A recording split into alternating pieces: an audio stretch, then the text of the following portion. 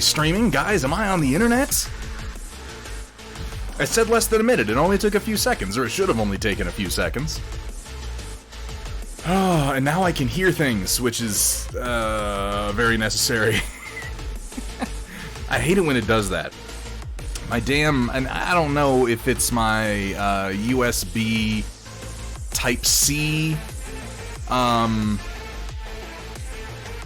interface, my card, but every now and then my audio just gets kind of crackly and weird, and I have to unplug it and plug it back in, and if I do it while OBS is running, my monitor just poof, and it doesn't matter if I reset my monitor audio device, it doesn't matter what I do, I just don't have a monitor, and I cannot stream that way. But holy hell, we've got a lot of people in chat, and again, welcome in those of you who stayed over from 40K Epic Narrator's raid. 40K Epic Narrator, a fucking fantastic streamer. Really. Just an absolute pleasure to watch. Does some really great painting streams. Definitely go give that man a follow if you have not already. There, of course, is Roland, who did, in fact, get first. By the way, Roland, happy birthday. Slightly belated. I know we wished you one before we left, but it happened while we were gone, so happy birthday to you, my friend. We're going to be painting some heavy gear tonight in semi-celebration. In semi-celebration. But also because I need to paint some fucking gears. Oh, Data Nerd, good to see you. WJ with a big announcement for chat. There, of course, is to Square Pondburn. Good to see you. Yeah, I am. Actually, I'm sweating a little bit. It's really unattractive. You might hear some stormy sounds in the background tonight because a huge storm just broke out outside my house, out of essentially nowhere. Hamburg Tat can't believe that I left you alone for a whole week. Hopefully, none of you got into terribly much trouble. Bothmeister Minis, thank you so much for that follow. Welcome in. Wolf and Spawn. Holy crap, so much going on. Hope you had a nice, relaxing holiday. I did. We'll talk about it a little bit. We will talk about it a little bit, because it went well.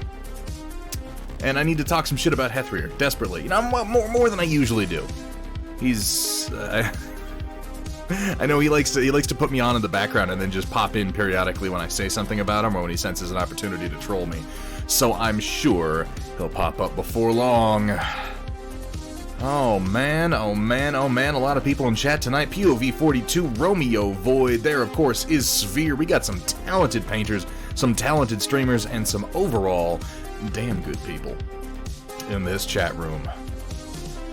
Okay, getting caught up. It was an awesome birthday. I am so glad to hear that. Metalcore Collectibles Battletech win. So Metalcore. I am actually right now on my resin printer.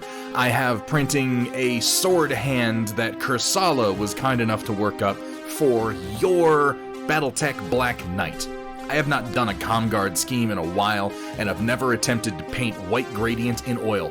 So we're going to be doing those two things. We are going to be doing a Comguard Clanbuster Black Knight. And we're going to be doing it in oil paints, and that should be a good time. 40K Epic Narrator, you have a fan-fucking-tastic night, my friend. Thank you so much again for the raid. I hope you had a great stream. And hope you have a great rest of your night, man. Hope I sort out those gremlins. The gremlins and I are there. We are one. We are one at this point. They will never be sorted out, as far as I can tell. Goobertown Hobbies says hi. Oh, I like Goobertown Hobbies. How's Brent doing? He did a stream a little while ago. I know he mostly does YouTube content and not really streaming, but we managed to raid him just a little while ago. Oh, did you get to hang out with Brent? Because if so, that's fucking cool. I don't know where he lives. Come to think of it. Must mean he beat you pretty bad when you guys played. I'm not gonna gloat. I'm not going to gloat about anything, because I'm just gonna say I didn't lose. I didn't lose any of the games that we played. Not one.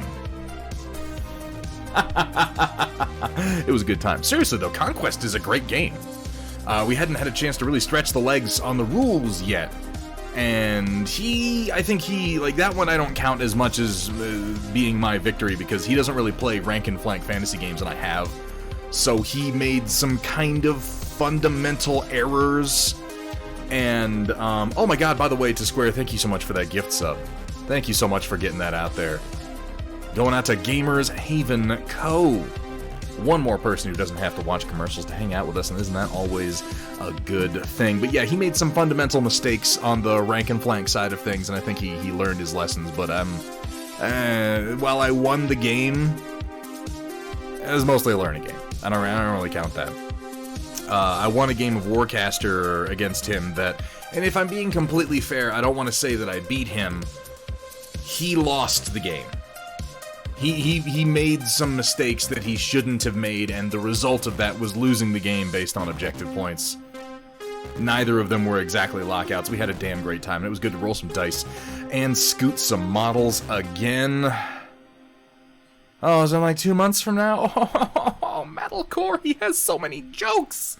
Metalcore Collectibles likes to tell jokes, but what is not a joke is his really fucking fantastic catalog of 6mm sci-fi minis, which you can find, by the way, by hitting ! Metalcore in chat.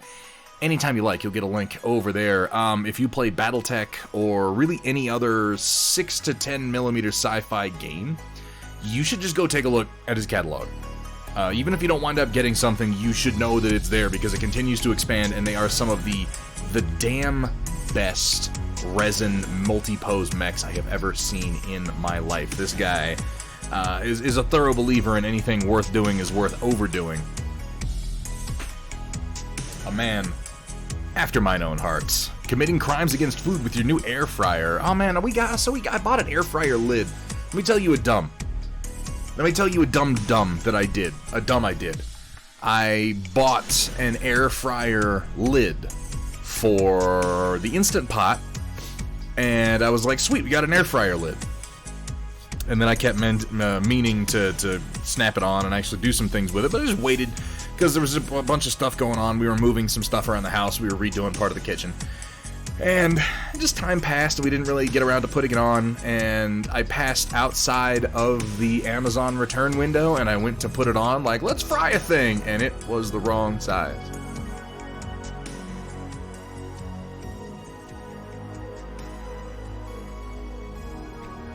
I feel stupid. But like, it would have been such an easy thing to just check it and be like, oh, does this fit? No, okay, return it. Now I got a fucking air fryer lid that doesn't fit. And have to get another one. At least it was on sale. It's not like a big deal, and it's, you know, it's unused, so I can just put it up on eBay, and probably somebody will like getting it for like 50% off or something like that. But it's just dumb. I hear really good things about air fryers. Everybody seems to like the results, so we're gonna have to fix that. Air fried some strip steaks. Ooh, that sounds dangerous, Roland. No, a new, very expensive terrain piece. Yeah, that sounds accurate, Palmer. Oh, man. Hang on, let me move my chat box to the other side of the window so that I'm not straining my neck every time I want to see chat. I gotta move it to one side when I'm painting, the other side when I'm doing anything on my PC. And then I just, you know, forget to switch it later on. Corn on the cob in the air fryer? That sounds interesting. Let me finish this water and we'll get started painting. So, we're going to be doing some southern gears from Heavy Gear Blitz tonight. I'm going to be doing them in oils, and I'm just going to reiterate my intention, even though you guys know I keep failing at this. I'm just going to try to keep it simple, straightforward, and see where we can land in a relatively short period of time. I'm going to be painting directly over the acrylic paints that I put down before. Haven't done that yet, so I'm hoping that it goes well. We're just messing around. We're getting back into the swing of things. I have a lot of painting projects to get done this summer, so I figure we need to get started on the right foot. And speaking of the right foot, there is Steel Warrior Studios. Go ahead and hit ! Steel Warrior in chat to get a link over to Steel Warrior Studios' excellent website, where again, guys, if you play Battletech, if you like 6mm, particularly hex-based terrain, that is the place to go, the place to check out. And with all his new, just incredibly awesome new production facility, holy shit, can he get orders out cheap and fast. And of course, that's where you're gonna find pretty much all the Thunderhead Studio products. If you like anything that I make, you're gonna want to get it from Steel Warrior. How you doing today, man?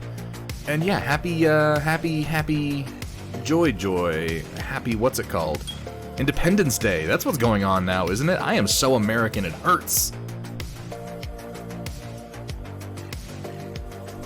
Have fun, Pawnburn. Yeah, I figure we're gonna have a pretty chill low viewer chat tonight. A lot of people are spending today with their families, with their friends, getting drinks, having a barbecue, blowing stuff up where possible.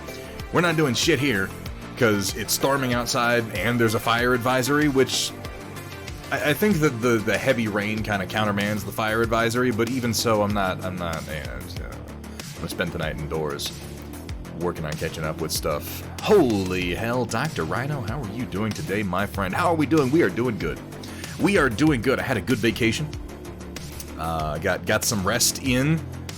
I don't understand people who don't want to run their air conditioning. And, like, I knew this, before we stayed at the house we were staying at, like, I knew this about the person who owns it, that they're just one of the type of people who are like, well, don't run the AC any more than is absolutely necessary. We can just put some fans around. And I'm like, how do you live above 75 degrees regularly? What are you spending your money on that isn't the achievement of a comfortable temperature? You're sick, Roland. I'm so sorry to hear that, man. Would be out but trying to rush and get some minis painted for a local store after they moved the date up by a week for me. How inconsiderate, but still, Lunchbox, I'm glad to hear that you are at least getting some work done today. Finished re-watching Shin Godzilla, and the Thunderhead stream is on perfection. Dude, Shin Godzilla is fucking great. I love Shin Godzilla. I cannot be more excited to be getting watched on the heels of that fantastic movie than I already am to Rain. How are you doing today? AC, what's that, Skull Fairy? How you doing today? Hamburg Tech dropping those 2 gift subs on Old Gamer Mike and on WJ. WJ, my friend, you said you had an announcement. I would love to hear what that is.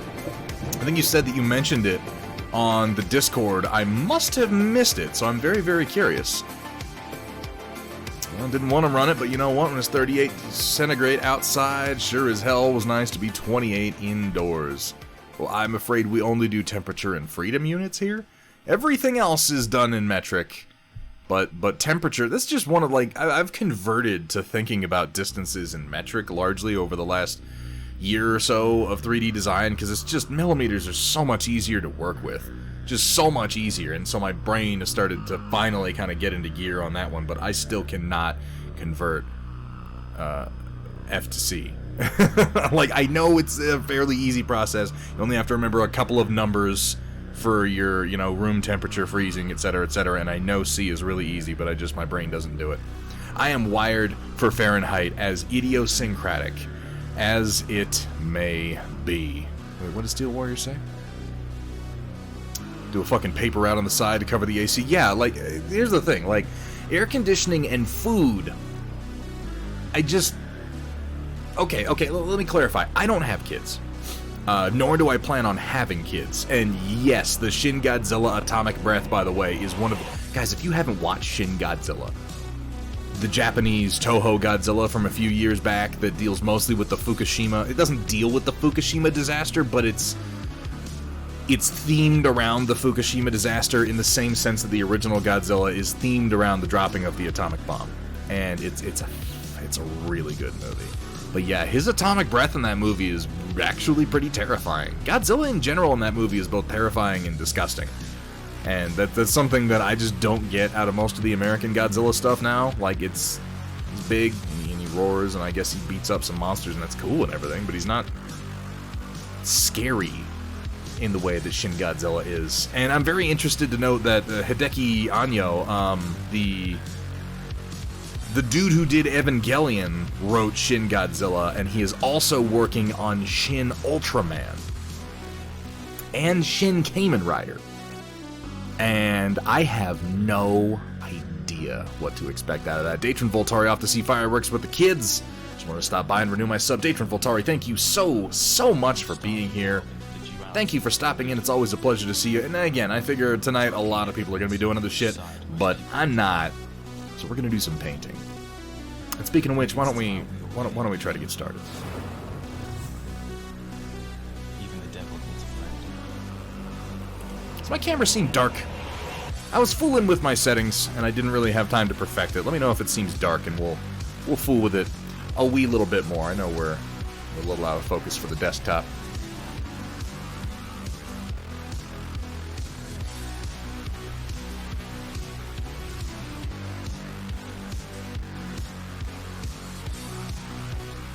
Just trying to balance all my settings to keep the graininess down, keep the video nice and smooth, keep the depth of field good. Man, you gotta make some sacrifices somewhere along the line. Oh, you did? Oh, I'm sorry. Chat was moving kind of fast. Let me see, W.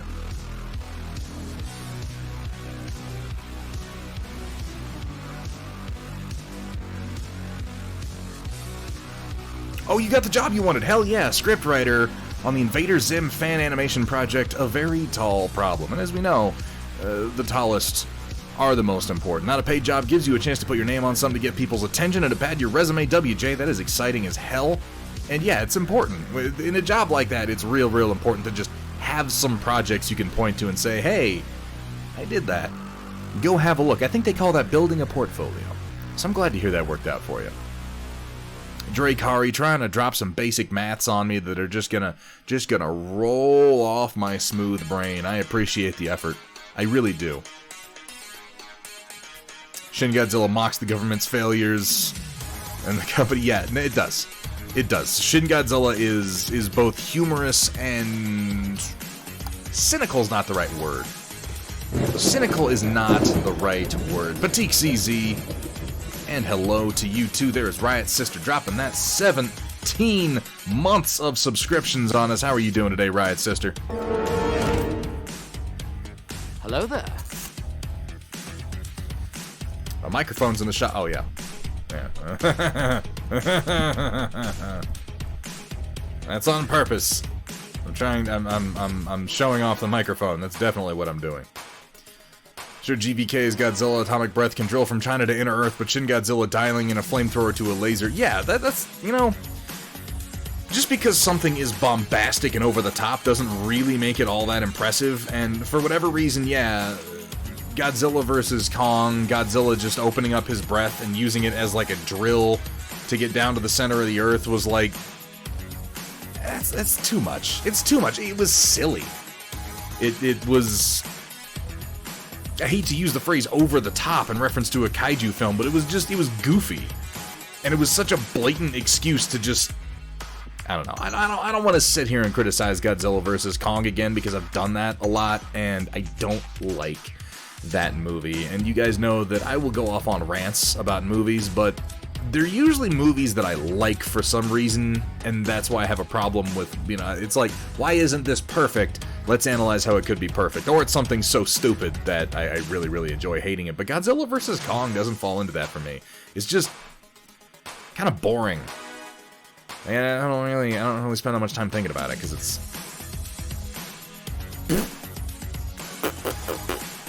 I would say more goofy POV because it was taking itself more seriously. The dropkick was a bit much. The dropkick was a bit much. Oh shit, what did I forget to bring you, Riot Sister? I knew that I had to have been forgetting something. I knew it.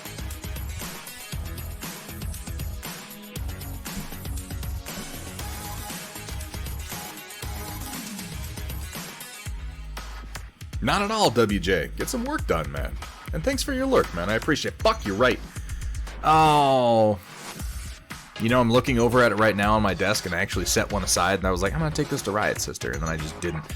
Oh, man. I was tired by the time that we did dinner, too, Riot Sister. I'm sorry about that. I was just fucking exhausted from the... Like...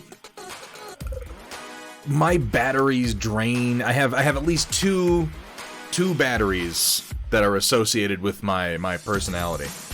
And while I'm out here working on the property, one of those batteries is draining, and that one recharged nicely while I was on vacation, but then my social battery started draining when I was out. And by the time we got dinner, I had seen, like, oh my god, Hethrir invited over a bunch of old friends from high school that I hadn't seen since high school. And it was great to see them, but like my energy level when I was hanging out with Andy Hutton was so much higher than it was when I was hanging out with you. It's like I spent all of it on them. But thanks for going to dinner with us. And I'm a little sad that the place we ate is not as good as it used to be. I haven't eaten there in like 10 years, and everybody I talked to was like, "Oh yeah, no, they're not that good anymore." And I just was hoping. I was hoping. I was unfortunately mistaken. But hey, you know, it's a small town. Gonna give me a bunch of extra paints. Well, we're gonna have to utilize the USPS, it looks like, Riot Sister, but we'll get it done. Let me get some brushes out here, and let's do a wee little bit of paint-a-rooney.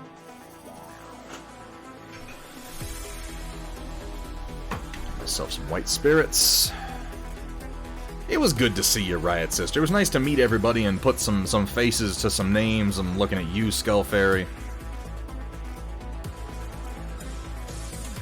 We should have taken a picture together, but that would imply that I let people take pictures of me, which may seem ironic to you, given that I am on camera constantly.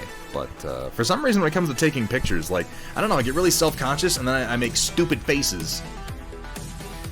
Just so that, I don't know. I don't know why I make stupid faces, but I always make stupid faces. Cue someone going, "Oh, it's not stupid faces, your face is just stupid." It's a good joke. Go ahead and tell them.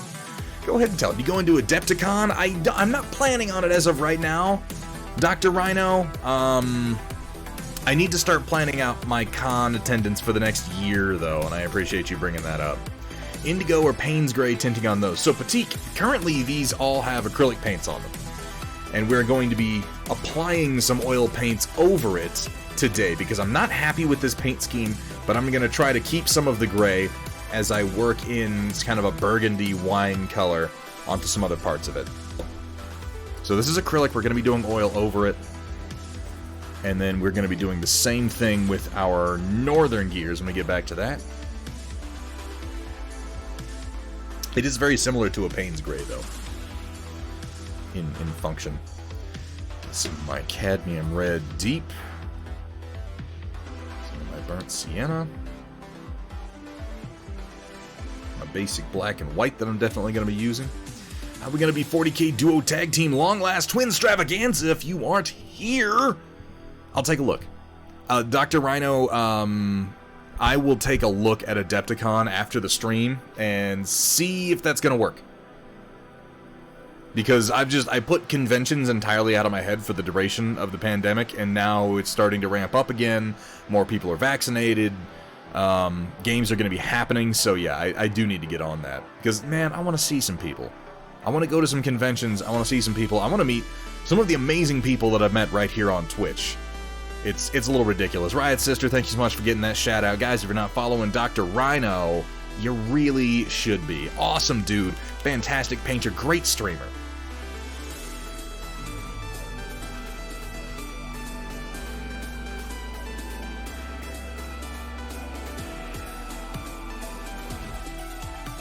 And yeah, no, not at all.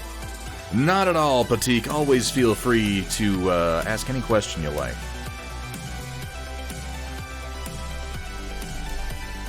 So I'm gonna try to shoot for kind of a deep burgundy red here. I have a, let's see. I've got a magenta that I might want to use. I'm thinking magenta and red could yield the color that I'm looking for. I'm going to consult my color wheel and see if I can't figure something out here.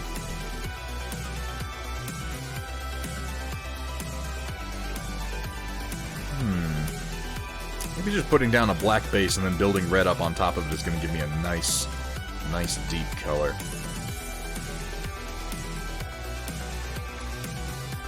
Or, yeah, red into the red-violet should give me something pretty good, like right there. So I think I'm actually going to start with magenta, and then build up red on top of it. And you know what? Whatever it looks like, that's what we're going with.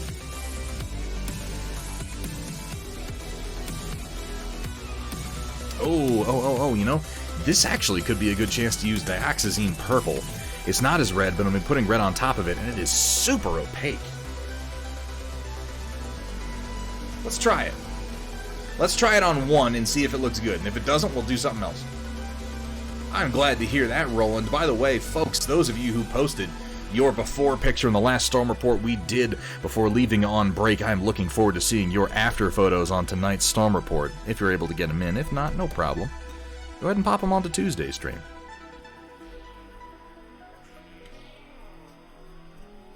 A little dioxazine purple. I'm going to get a little bit of my magenta on here. May bump into a few of us at Adepticon. Oh man, that would be cool. There's so many streamers that I'd like to actually hang out with once or twice. So many people that I would like to buy a drink. Alright, there's some of that magenta. Got my dioxazine purple. Got my red. I'm going to fool around with it just a little bit on my palette. See what I can come up with. Man, that magenta is nice. And if I put some red on there, give that a little mix. That's pretty good. Really? That's like a nice, rich color. Dioxazine is much bluer. Let's see what happens if I mix a little red in near the edge here. What does it do to it? It starts to move it towards the magenta. So maybe some deep dioxazine purple shadows built out towards red could work. Let's try the magenta and see how we like it. Oop. Oop, oop, oop. I don't have any paper towels. Oh, no. Oh, no. Wait. Well, I've got a shop towel. It's expensive for what I'm using it for, but it's on hand. It means I don't have to get up. I'm going to use it.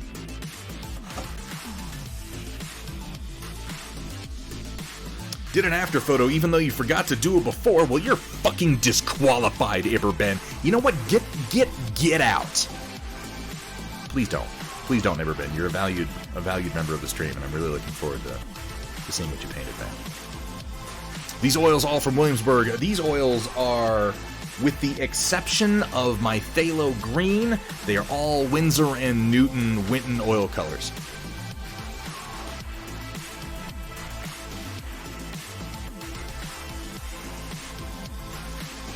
So I'm gonna try, because we've already got a real dark base.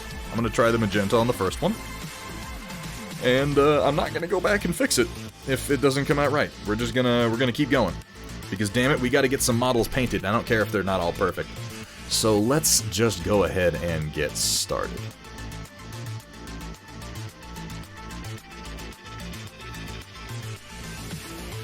I'm gonna try to leave some of my original acrylic colors in a few areas here. This magenta is nice and transparent, so it's actually gonna work real well over what we've already got.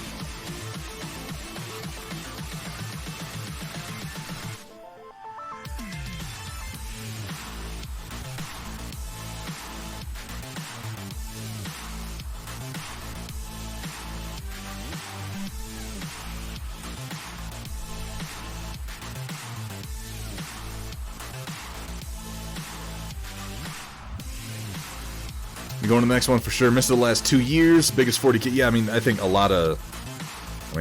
last 2 years have not exactly been great for conventions. I mean, the last year, really. But if you missed it 1 year, you almost certainly missed it the next one, because most of them didn't even happen. Let's get sloppy. Let's slop some of that paint down. Let's get going.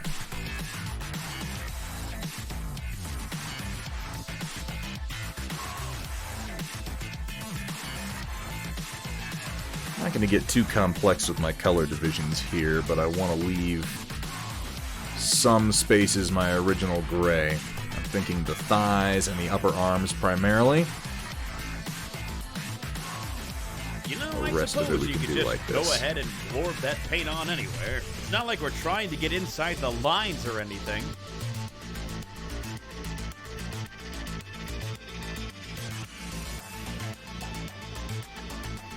That looks better. My camera looks like the right brightness now. Please let me know if there are any issues with it. I'm tweaking my settings a bit here.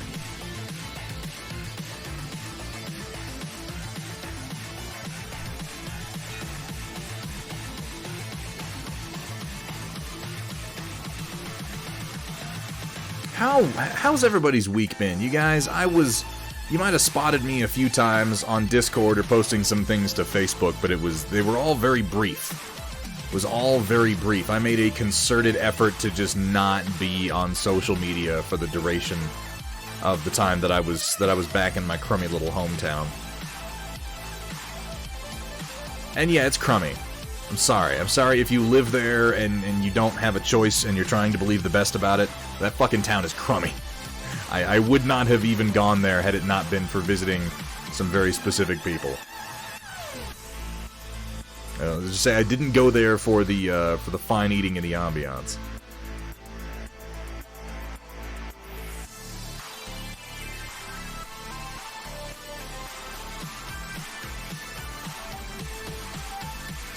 Had to physically go to the DMV. Oh my god, what is this, like 2001?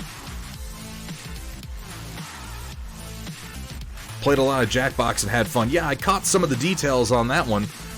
It seems like I am the subject of a great deal of ridicule in Jackbox games. Pretty much constantly. Oh, I'm not complaining. I think it's funny. Every time somebody posts something up, it's always like, ah, Thunderhead is the answer to a humiliating question.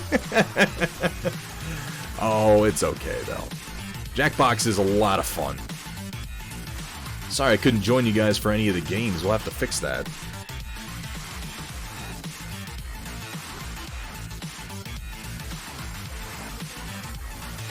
Over 40, so had to go in to take an eye exam. Oh, no. You know, there are very few, there's a certain age you hit where you stop getting any benefits from it, you know? Like, oh, okay, I'm 16, I can get a driver's license. I'm 18, I can vote and I can smoke. This is all great, I love it. I'm 21, I can drink. I'm 35, I can be president. And then it's like this long dearth until you get to like 65 and you get the pre-digested food meals at like Denny's. There's nothing good in between there.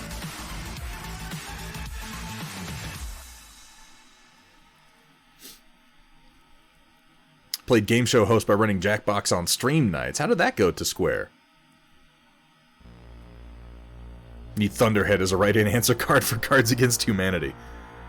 As long as I can provide some entertainment, I suppose I have to look at this as a good thing. I don't know that I'm gonna leave these legs undone. I don't know. I'm undecided on that. I'll contemplate a little bit. The red base underneath the magenta is going to provide a little bit of resistance. Obviously. Oil paints are very transparent. Not many of them are terribly opaque.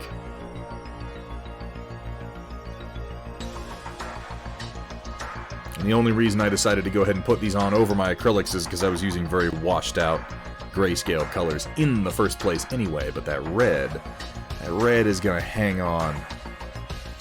Reminds me a lot of Zaku 2. Speaking of Zaku 2, I know I mentioned this last time I was on, but man, Netflix has dropped like all of the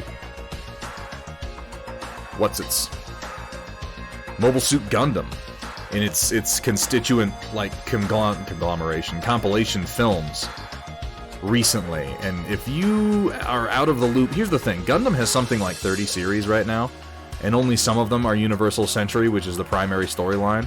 So if you're feeling behind on any of that, if you're like, what the hell is Gundam? How do I watch it?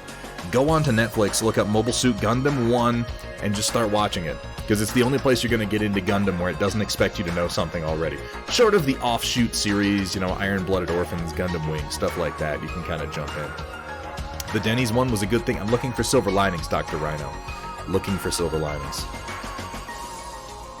Some good prompts against you at sometimes. Well, Metalcore, that just means we're doing something right, man.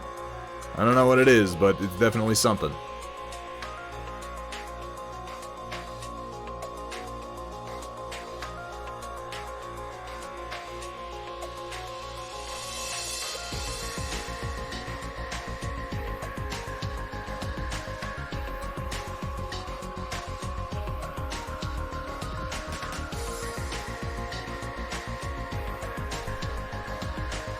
Also recommend manga Gundam The Origin. 12 books, kind of more polished retelling of the first one. I haven't read that one, Batik. I'll have to check it out. I can see how retelling the origins of the Gundam story might be a little bit more coherent. When was that written? Because Gundam was definitely made in 1979, and it does show in some ways. Not necessarily in bad ways. I love the series. But you can tell it's a little aged. I'm going to try a little dioxazine purple over this shoulder pad to bring it in line with the rest of everything else. And I think that yes, that works nicely.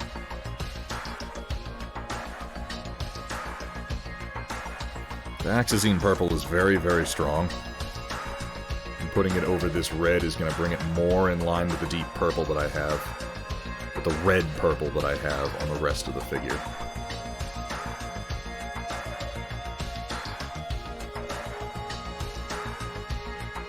A little, just a little seasoned, you know? Origin was back in 2010, so a lot more recent. I don't know, have you guys seen anything about this new Dougram Get Truth manga that they're working on? Because on the one hand, I'm like, holy shit, new Dougram content. On the other hand, every time I see the redesigns they've done of the old Dougram mechs, I'm like, I don't know. I do fear change. And they have definitely changed a few things. For the better? One hopes. But not in all cases from what I've seen.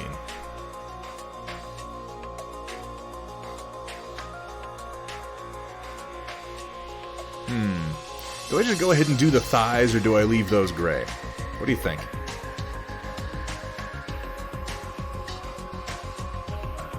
I think I might just go ahead and do them. Trotsky! Good to see you. How you doing today, my man?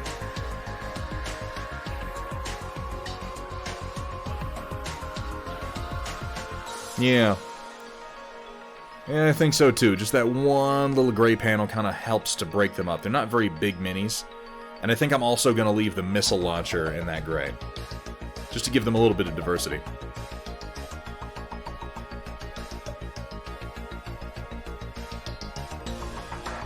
I'm liking what the magenta is doing, so we're going to keep doing that on the rest of these. I'm very, very happy with it.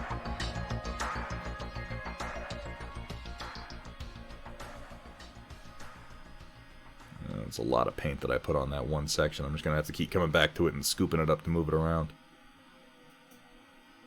But that's okay. That's okay. We're just trying to get our demo force painted at long last. We painted these minis only like 2 or 3 times. Hopefully this will be the last hurrah.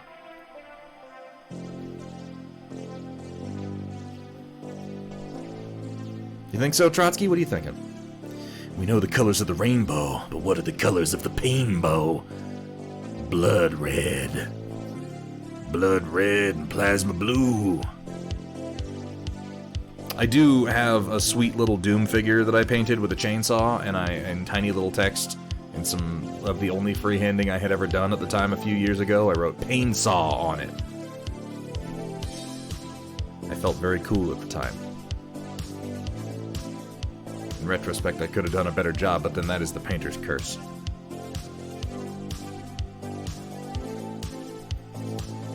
Different than the magenta, so gray works? Okay, yeah, that's what I was thinking, was leaving it the base gray.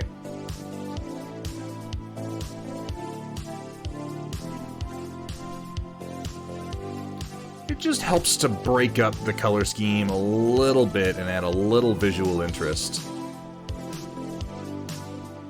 I guess I could also leave the thigh plates. I don't know. Nah, I like those in the base color. How have you been, Dr. Rhino? Have people been playing Chivalry in my absence? I hope they have been. It's an amazing game. You like the forearm and the gray as well? Let me try leaving that on this one. You know, the nice thing about oil paints, the really nice thing about oil paints is here, check this out real quick.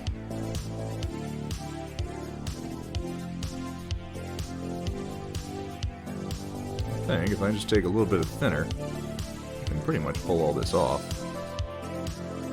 with a little bit of effort.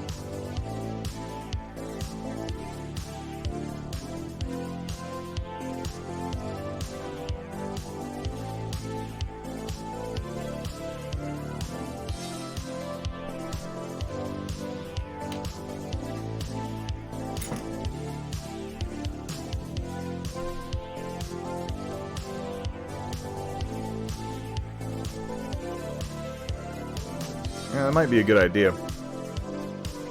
The forearm and the thigh. I would say the upper arm, the bicep. I don't know. I'm going to do the forearm on this guy. I'm going to do the bicep on the next one, and then we'll decide which one we like best. And we'll do that on the rest of them. And if one gear is a little bit off from the rest, I don't think that'll really be a problem.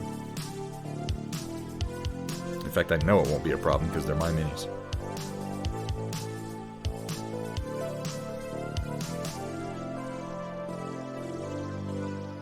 Oil paints are nice this way, though. They're non-committal for a while. They do not dry for, like, days. Hypnotic Mom, how are you doing today? Welcome, welcome, welcome in.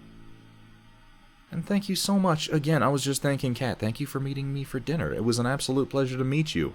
And the rest of the gang, including Fade Rat and Skull Fairy. Very, very nice to put some faces to some names. I was just telling Riot Sister, you guys got me like on the tail end of that trip. And I had spent so much of my social energy meeting up with old high school friends and crap. You got the low energy version of me, which maybe it's for the best. Maybe it's for the best, because I can be a little much from time to time. Oh, thank you so much. Yeah, I like the purple too. It's like a nice kind of red magenta color. I like red purples.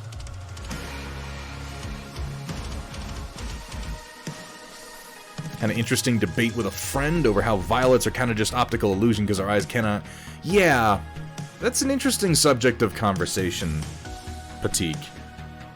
I mean, what always kills me in that conversation is if you really want to talk about how a color is an illusion because it's how your eyes perceive it, I mean, technically that's all color.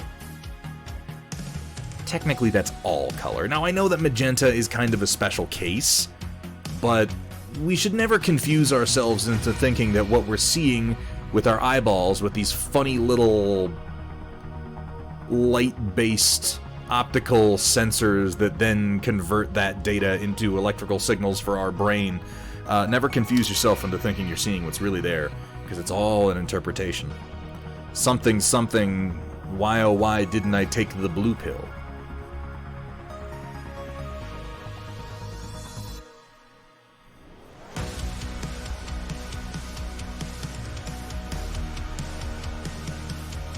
That looks pretty good. Let's try the upper arm on the next one and see how it looks.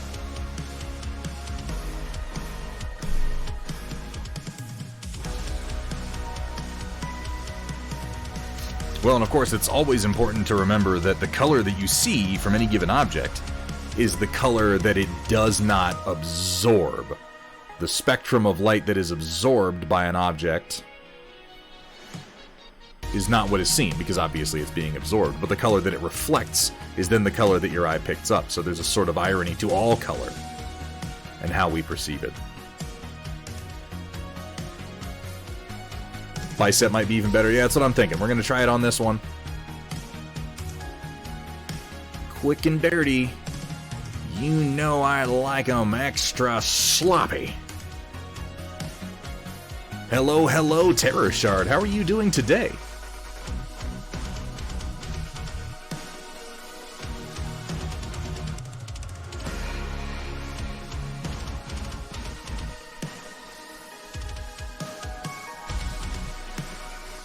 Might leave a little gray in here, too.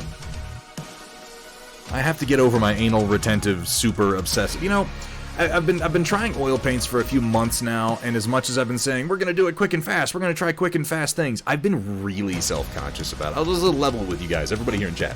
I've been really self-conscious about it, because I'm very comfortable with acrylic paints, and because oil paints are new, and I'm just, you know, I'm like, I'm trying something new, doing it live on stream, and I get self-conscious. And so I've been trying to do everything super duper perfect, and you know, that's a silly, silly mistake. Because my best painting happens when I relax, and I tell this to you fine folks all the time, and how hypocritical is it of me to forget it. I needed that break, I was in a painting funk, and now I'm feeling like doing it again, I'm feeling much more relaxed about it, so let's just have some fun. And remind ourselves that it not only does it not have to be perfect, but each one can be a little bit different. Why the hell not? Hanging in there. Started painting boats for the Mantic Armada game. Can't seem to get wood 2 to look right. So I'm taking a break. That's probably good.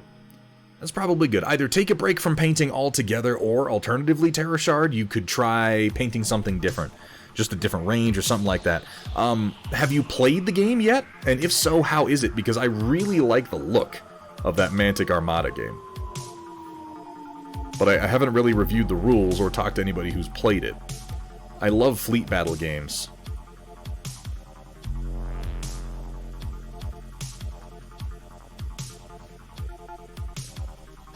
Fun, just very random. So maybe not a competitive rules system. What is that gray, may I ask? I think I'm going to steal that. So this base gray we did on here is, I believe, it was built up from a combination of, oh no, we did coal black for the weapons. So this would have been built up from heavy blue-gray with a black wash and then a dry brush over top of it. And this is Vallejo Game Color Extra Opaque Heavy Blue-Gray. I love this color. Have I tried oil paints for the wood look? Oh, are you asking? I don't know which one of us you're asking. I have. Let me hang on. Let me show you guys something real quick. Because maybe this will help you. Maybe. It depends on if you like the look of it or not. I think I have it right here. It should just take me a second.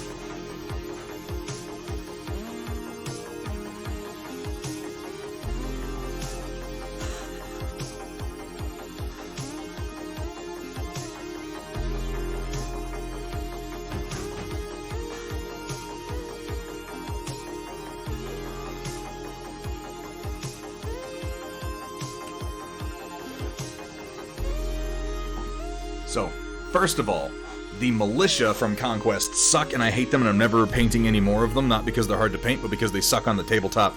And I really, really like the 100 Kingdoms Heavy Infantry more. Their men-at-arms are really pretty good, and then their Steel Legion are really nice, but this is a wood grain effect that I did. It's really kind of a cartoony, over-the-top, overstated wood grain effect, but I think something like this could actually work pretty well for smaller scale figures, Terra Shard. And this is really all I did was I pre-glazed this in burnt umber oil paint. I wiped a lot of that off. I came back in with yellow ochre, a touch of Terra Rosa, and then little touches of white. And you blend the yellow in quite a bit, and then you take the white a little bit thicker, and you just give it some little gentle strokes to get the grain, and then kind of just ease it out with a blending brush where you get to places that aren't looking quite how you want them. It's a really, really easy effect to do, Terra Shard, and if you look at my last couple of streams, I should go back and pull out a clip. If you look at my last couple of streams, you can actually see me doing one of these shields. I'm not going to sit here and say this is the greatest wood effect anybody's ever done. What I can say is this is fucking easy. This took me a couple of minutes max. Don't be afraid, Terra Shard. First of all, I completely sympathize and I understand. I have the same attitude about new things.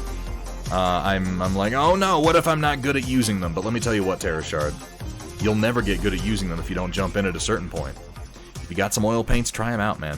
Grab some, like, you've got a good number of ships for that game, I estimate. So my two pieces of advice are to grab some ships that are like the most plentiful, the smaller ships, and do some oils on those, just kind of experimenting, because they don't have to look as nice as your big centerpiece ships.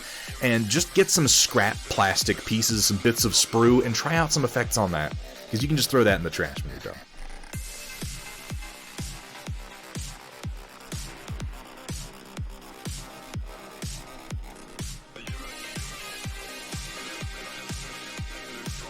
Oh yeah, Wombat. We getting real oily up in here. Wombat Combat Prime, how are you doing today, my friend?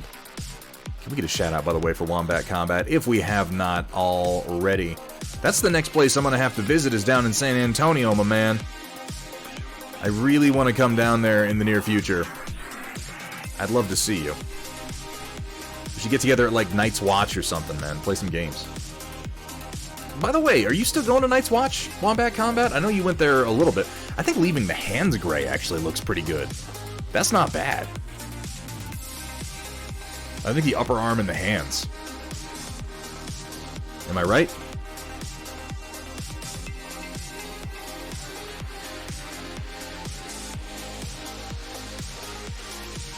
Yeah, we're playing with oil paints, Wombat. Having a good time at it. Really just trying to relax into this new painting paradigm a little bit more because, guys, I'm a little bit of an anal retentive painter. I like to do things well. I hold myself to higher standards than I should. For all the, like, I felt for a long time that I give better advice than I accept. That I'm better at giving advice than I am at, like, taking it or following my own advice. And I'm definitely guilty of a lot of the things that I say to not do when it comes to painting. Comparing yourself to other people, spending too much time online looking at pro painters, expecting it to be perfect every time, not relaxing enough. Like, I'm guilty of all this shit. But, you know, it's not about getting it right every time. It's just about trying to get it right the next time. So, that's what we're doing.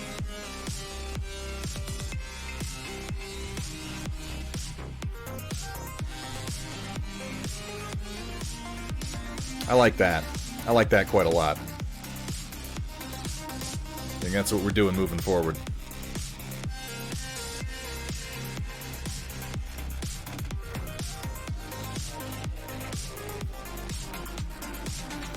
I got hurt last night. Oh no!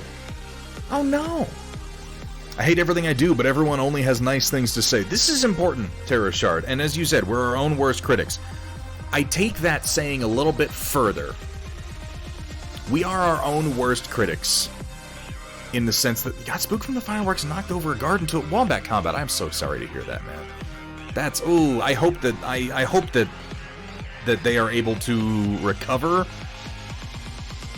quickly, easily, without any complication, and hopefully without too much expense. Obviously, what is most important is that they recover from it at all, but man, injuries like that can get expensive, and I know how that can go with a pet sometime, man, so I hope that that all works out nicely. People with their fireworks, man. I'm not a big firework proponent, but I'm not going to sit here and crap on anybody for liking them either.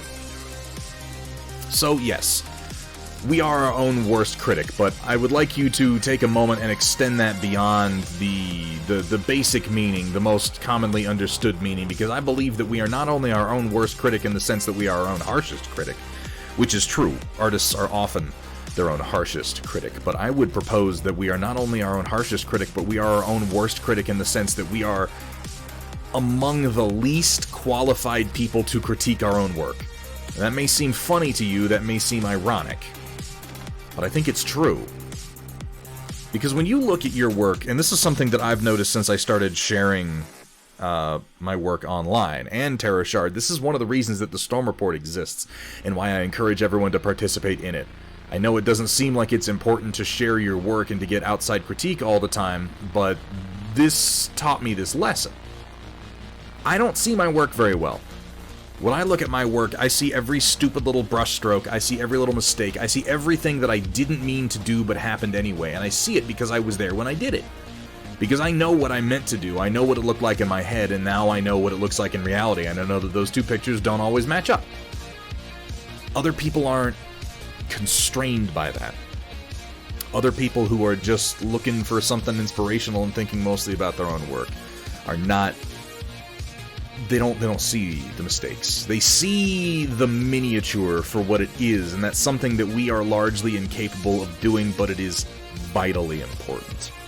So I encourage people to share their work, to get outside opinions, and more than anything, to believe people when they compliment you.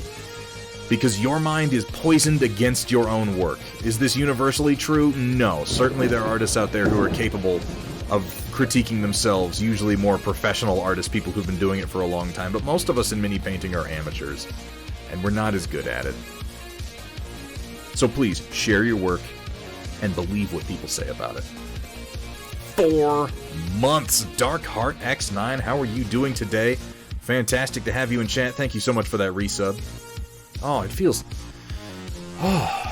good to be streaming again, you guys. It feels good not just to be streaming, but to be streaming some painting. I was really getting out of the swing of things for that last little while, and that vacation has done a whole lot to recharge my batteries.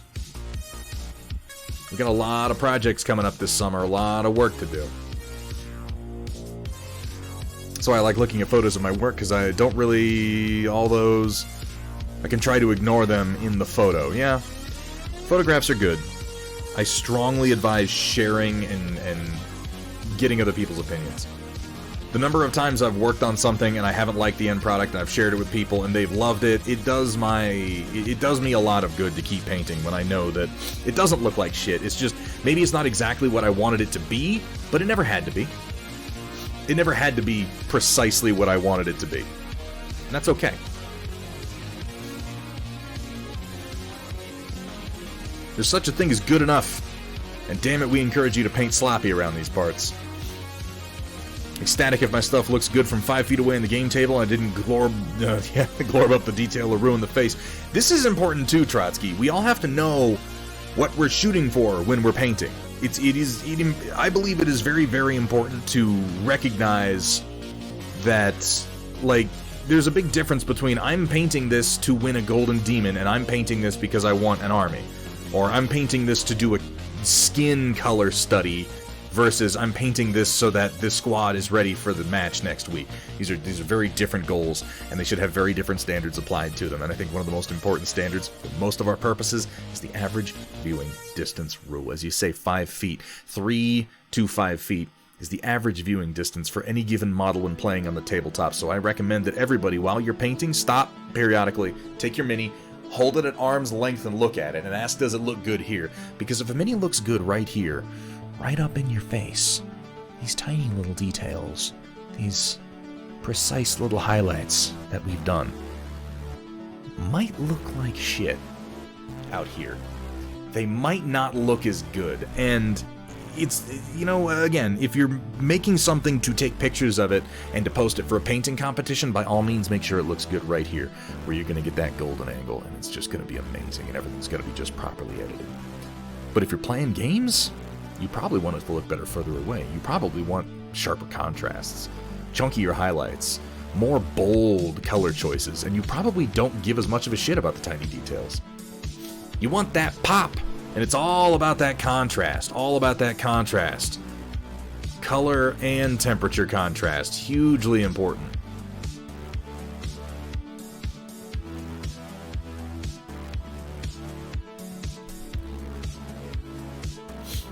Ruined your Necron Scorpec blades? Worked too much on them and overworked them in acrylics? That's okay. I'll bet they look fine. And you know what? No paint job is a mistake, as long as we learn a little something from it. Some of my best paint jobs have been largely accidental. I don't know what that says about me. There we go, Wombat Combat. No mistakes, only happy little accidents. I was painting 80 Plague Monks, I didn't care as much. This is something that I told to Hethrier recently too, because Hethrier did an amazing paint job on his Spire's army for Conquest, and he was bemoaning the fact that he wants to paint a bunch more of his Force-grown drones, because he's kind of learned how they run on the tabletop now, and he wants to do a bunch of them with the catabolic nodes, which turns them into little biological bombs. And I was just telling him, like, you know, you're painting guys to stand in a big formation for a rank-and-flank fantasy game, so ask yourself what you're spending your time on. Don't worry about painting the feet, for instance, because on the majority of the models you're never going to see the feet, they're standing in a big block, so just do something good enough and move on. Focus on their heads, on their shoulders, and bear in mind that when they're standing in a huge block, you're not going to see the individual models so much as you're going to see the whole group. Did we come up with a better phrase for this? Because the way I learned this phenomenon was called the cheerleader effect, and I hate that phrase. I hate that phrase. It's demeaning, and I don't like using it, and yet it also, in a really shitty way, perfectly describes the effect. There has to be a better phrase for it. Guys, help me come up with a better phrase, so that I'm not demeaning people as I describe how a bunch of things together that don't necessarily look great look pretty amazing simply because they're in a group. I know there's a better phrase. But yeah, it's a very real phenomenon where each model can kind of look just kind of whatever, but the fact that they're all standing in a big group together makes each individual one look better. The garrison effect. Holy shit, Skull Fairy, that is so much better. That is so much better, and thank you. I'm gonna take that. I'm taking that. I'll credit you when I put that in a book or something.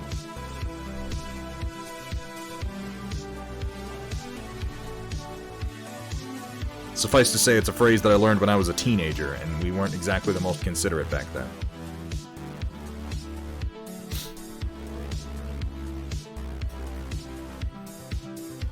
Parade effect would work too. Yeah, that's a good one too. We'll contemplate it a little bit. We'll coin one, and we'll roll with it from this point on, because it's an important thing to bear in mind, particularly for rank and flank style games. If they're all standing together in a block, it really doesn't matter what the individual units look like, as long as they sell the overall effect, and they all look better just by being together.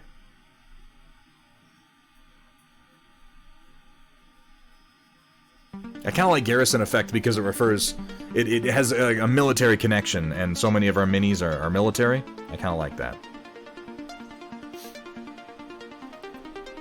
So new Mountain Dew flavors. Oh god. Oh no. Really? That's cool. What are they? Are they still making new flavors of Mountain Dew? Wasn't the one flavor enough? Code Red wasn't good. It tasted like melted Smarties. I know, because I drank a lot of it.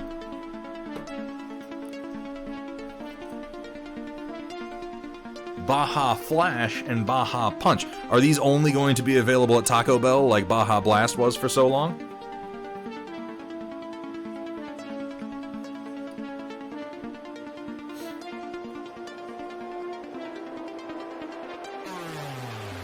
Never really see that. Haven't just done a bunch of SLDF olive drab mechs. Working on each individual mech sometimes felt a little samey and meh, but putting 10 of them next to each other and they look great. Yeah, POV 42, particularly, like, it's a phenomenon that I have to mention here a lot because we do mostly mini painting for war games. Now, if we were painting statues or busts, it doesn't really apply, but it applies to almost everything that we do for the games that we play. Even relatively small model count games, like 30 model count games, skirmish games, it still applies. They look better as a group.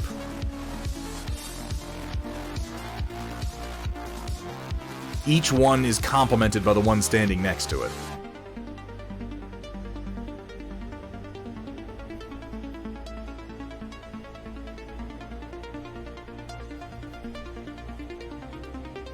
Alright, we are on to our command variant here. I may leave a portion of his head gray to kind of draw attention to it. We'll see when we get there.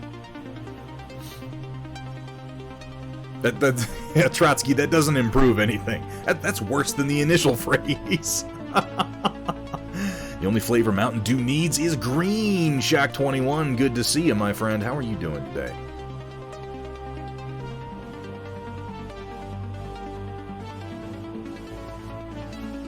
Also, I agree. I really like... I can't do the other flavors of Mountain Dew anymore. But, you know, I'm also trying to cut sugar out of my diet because it's killing me slowly. Not even all that slowly anymore. It's killing me at a totally normal pace.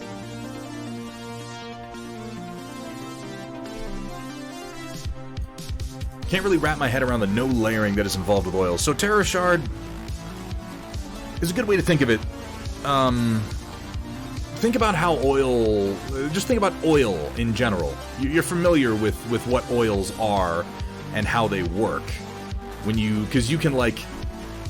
You know, we use them as lubricants because you can rub them on a piece of metal and establish an incredibly thin layer of them coating the entire part, right? So that as you then move that component, the oil is always between it and any other piece. So, think about it like that. You're establishing a layer of oil over the entire piece, and it's all fairly transparent, right?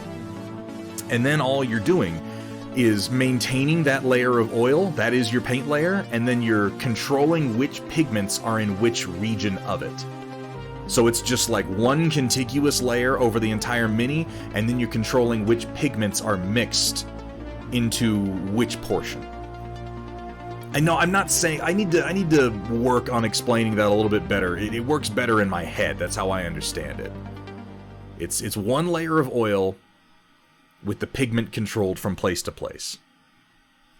As opposed to acrylics where you have, you know, as we're used to, multiple layers laid over top of one another. There's just the one layer, and you're controlling the pigments.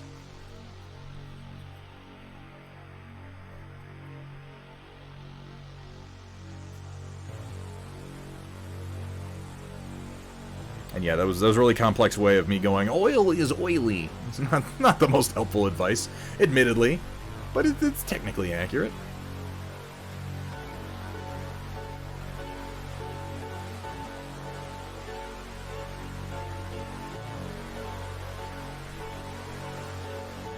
Dude's why I have type 2 diabetes now. Yeah, it's so sweet. It's so sweet, and I've gotta lay off the sugar, you guys.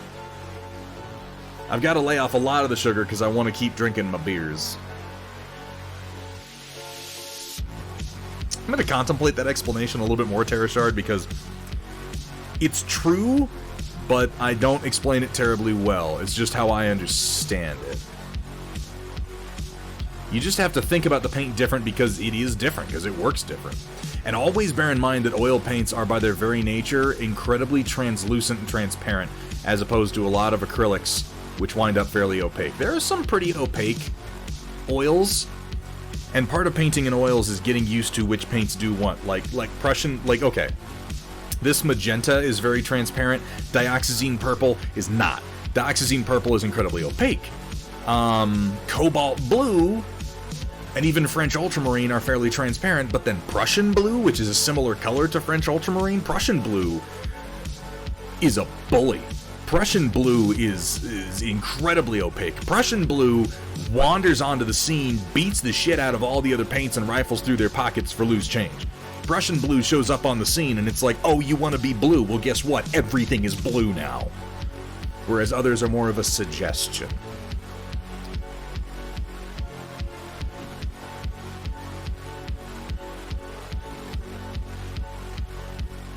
On the other hand, their transparent nature means that if you like to indulge in contrast paint-like techniques like, say, pre-shading or value sketching, that will work incredibly well with oil paints. Because oil paints will go over the top of that and they'll keep the pre-existing highlights really nicely.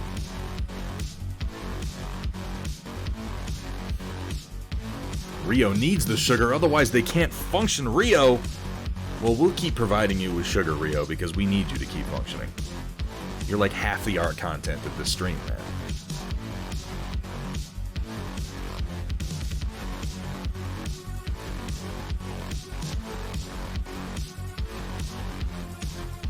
Prussian blue also treats heavy metal and radiation poisoning. Is that true? There are some very interesting minerals in the pigments for oil paints. I mean, I guess, you know, in all pigments and minerals. It's just that acrylic paints have moved away from a lot of the, they've moved into their own more mild pigmentation over the years. Another important point, if you're painting with oil paints, don't put your damn brush in your mouth, because a lot of these are toxic. Not so toxic that handling them is going to harm you, but you should not eat them.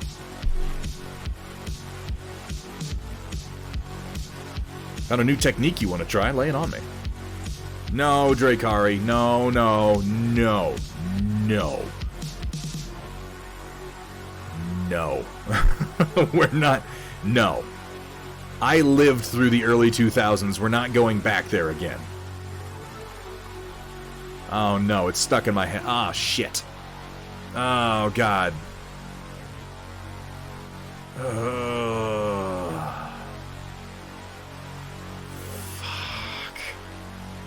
Blew his house with a blue little window and a blue Corvette and every... No.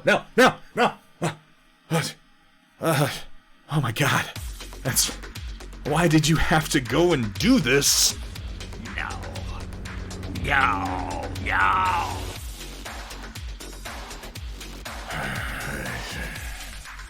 Yeah, don't taste any of the cadmiums.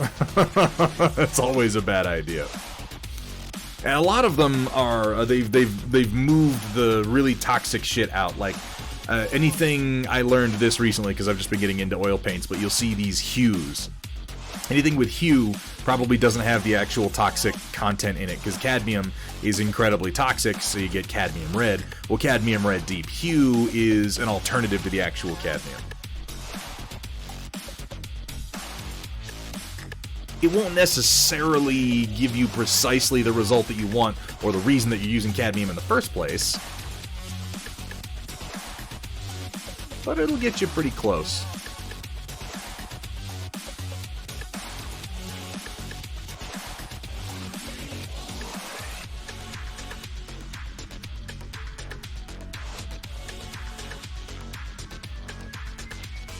Leave this sort of gray panel in the center of the leader's head here, just so that he is more easily distinguished from the rest of the gears.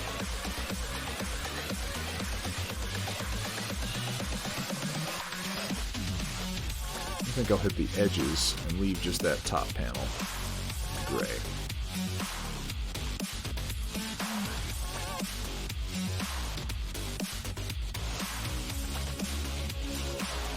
I like that. I think that works. Yeah, still don't, just generally speaking, don't put the oil paints in your mouth. Even if they say they won't kill you. It's not a good idea. Alright, we're making good progress here. We've got everybody kind of loosely based. I'm going to come in with my sponge and pull off a couple of the thicker areas.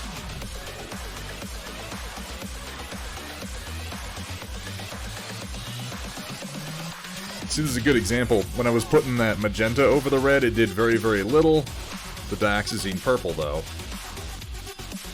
I stained it very, very quickly. Quite a dark color.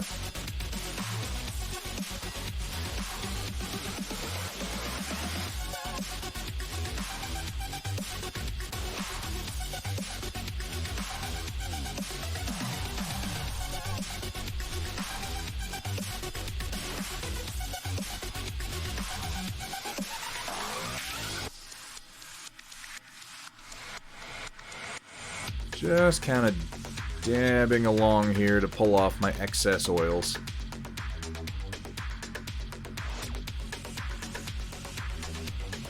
It is nice, isn't it, Batik? Yeah.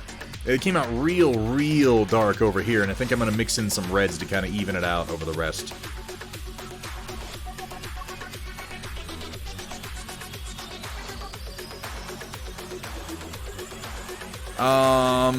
Because I forgot to do that, Data Nerd? Because I just sort of picked this up and started going and I didn't plan? I'm actually going to do that in a minute for the rest of them, because I realized as I'm doing this that I'm getting the paint on my fingertips, which means the next time I grab my bottle, I'm going to smear paint on it, and I don't want to do that. But, good point. So let's do it right. Let's do it right, why don't we? Use a little trick I like to call the right way. It is very important to control what touches your oil paints, because these shits do not dry and they will get everywhere. Where's my scissors? Back there.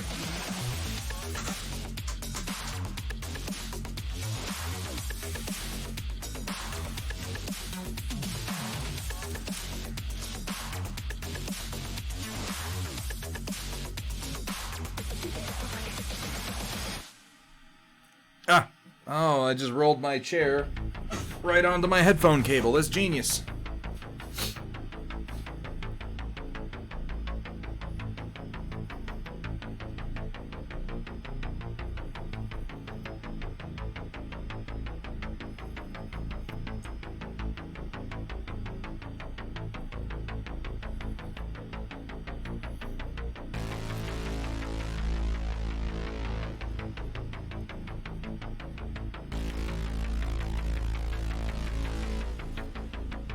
Cut these into usable pieces here.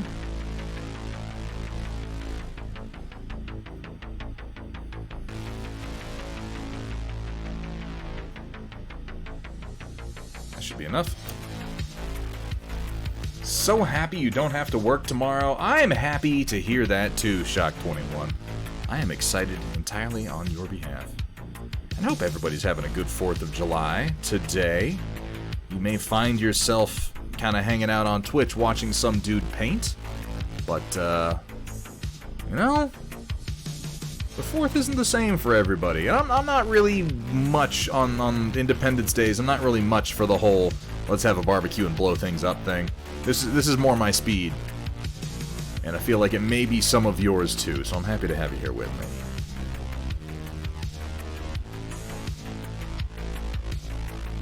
Kind of funny to go from the shades of grays to purples, just seeing how much it pops up. Yes. It's certainly much more interesting. Happy 4th to anyone who has it. Oh my god, Steal a Rebel. Oh my god. Oh my god. Am I overselling it a little bit? I think I might be. Welcome back to 50 Shades of Coal Gray. And as he pulled his stiff bristles out of my wet fluids, I yelled out, "No, Thunderhead! You need to thin that paint first!" How are you doing today, Steela? Have we gotten a shout-out for Steela Rebel yet? If we haven't, can we? Can we pretty please? Because there are some painters on the Twitch who absolutely deserve the shoutings out, and then there are the painters out there who you wish you could shout out twice. I guess technically I can, but I don't think it would do any good. Steela Rebel is a fantastic painter, a fantastic streamer, and a really good one to follow if, like some people, you are stuck on the upside down, on the other side of the planet, anywhere near Australia or Asia. Her being over in Japan means she is streaming real late at night for a lot of us, but right in the middle of the day for some of you, or for us night owls like myself, who are often up at 2 or 3 a.m. and looking for something to watch while they get their creative juices out, which, oh, that was an unfortunate choice of phrasing. The point is, watch Steal a Rebel. That's what I'm trying to say. How are you doing today, Steela?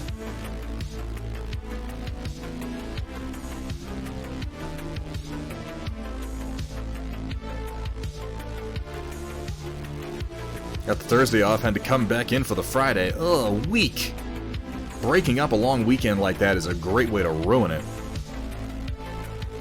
Oh, I appreciate that, Steely. You don't delay shower and coffee time. These are among the most important times a human being can possibly have. But thank you for stopping in. Go do your morning routine, you lunatic.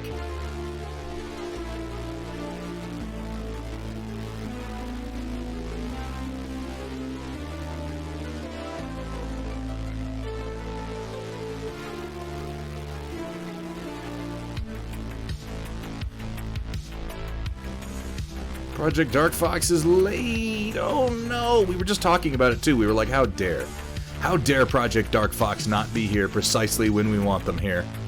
How dare they? Project Dark Fox, fantastic to have you here, my friend. You're never late. You arrive precisely when you mean to. As far as I'm concerned, anyway.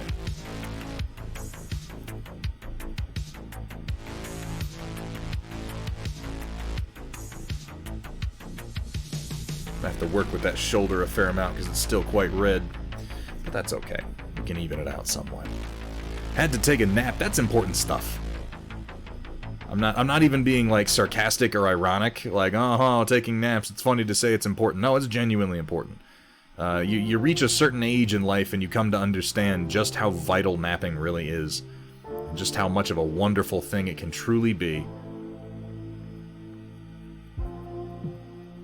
That, or you spend some time working for the government and you come to understand that you should nap as much as you can whenever you can pull it off.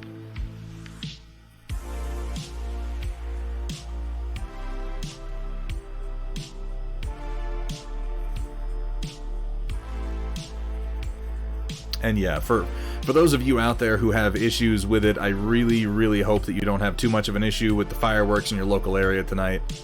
I have some issues with it myself. Nothing completely debilitating, but it does make me very uncomfortable. I live rurally, though, so thankfully I have very little of it to put up with. Nice wide open spaces, so when people are blowing things up, it's at least diffused. It doesn't get reverberated off a bunch of buildings at me or anything, but I know that can be pretty rough for a lot of people.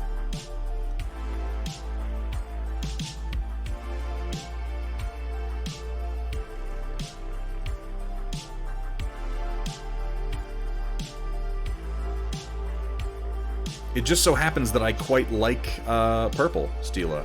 There might be something to that. But yes, it does. It does match our OBS color scheme nicely, doesn't it?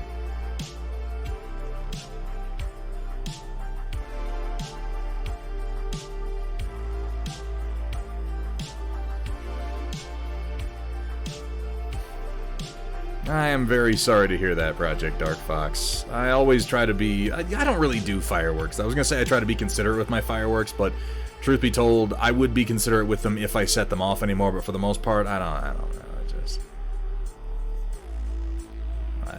I go to bed a little bit early on Independence Day. That's my form of celebration.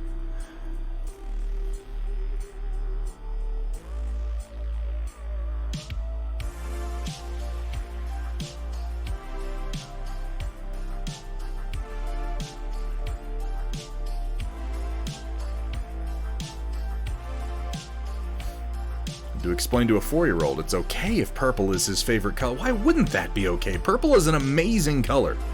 The idea that purple would not be okay to be a favorite color is insane to me. Purple is the color of royalty. At one point it was super popular among people with shitloads of money because the purple dye was incredibly expensive and difficult to get, and that was essentially the only reason. It was like a sumptuary thing. Poor people can't wear purple, therefore we are going to wear it just to show you how rich we are. This is a time-honored tradition. Sumptuary laws in general were crazy. You're not allowed to wear this color because you're poor, and we need to know how poor you are, but we recognize that thanks to certain economic revolutions, you might be able to wear it anyway. But don't. You damn poor.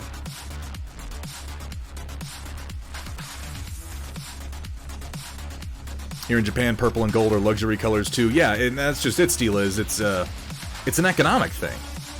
The association of purple and gold with royalty is an economic thing because they represented a certain level of wealth, and I think that that's pretty universally true from Asia through to Europe.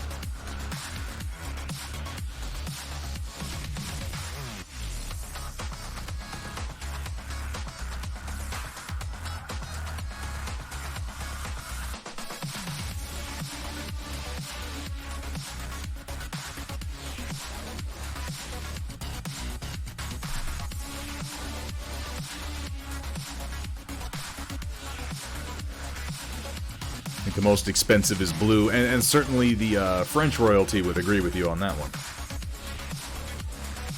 Limited edition purple Thunderhead Studio shirt win. You're going to have to talk to Data Nerd about that one. Though I will say that I think black Patique has a lot to do with the fact that black dye on most fabrics doesn't take very well. So if you just take some linen and you dye it black, what you wind up with is more of a gray. To get like a true black, you're usually wearing something like a velvet, which is more expensive, obviously.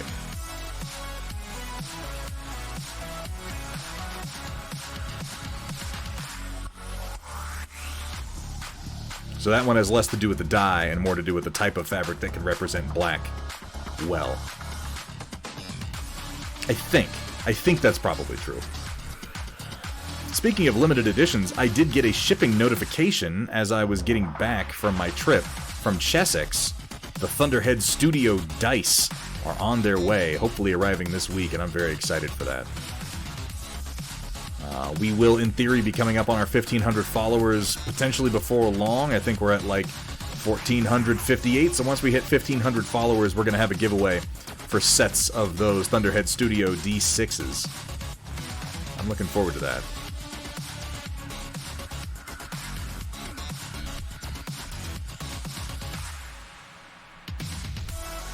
Alright, I'm going to start trying to work some reds in here and see where we can get. Now, what all reds do I have? I've got my cadmium deep red hue. I've got my permanent rose. I'm thinking we're going to do the cadmium deep red hue.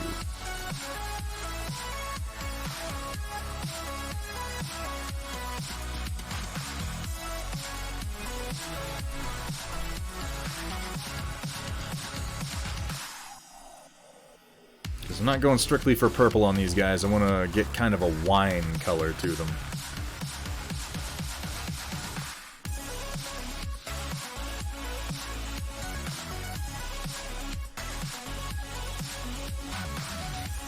Looks like I'm already at... Yeah, no, Twitch does round up, Data Nerd.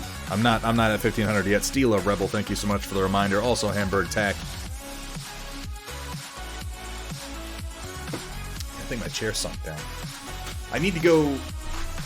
I said I was going to do it when I got back, which is now, so I need to go do it. Head to the IKEA and get myself a new office chair. Excuse me.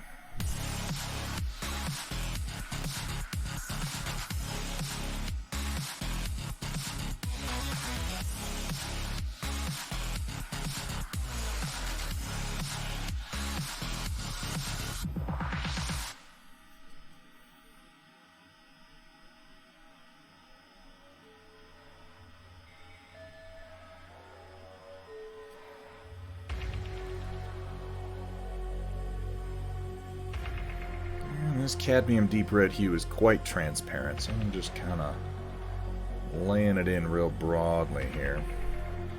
I'll work on some highlights afterward, and just sort of blending my base color.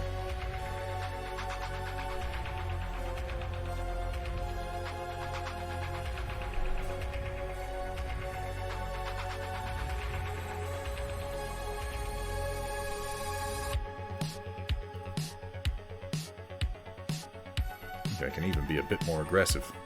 Now that I've seen some sponging, I can go break my fast. I'm not going to read too much into that one. Steela, thank you so much for being here. Have a fantastic breakfast. Enjoy some coffee for me. And I hope to see you again real soon, like.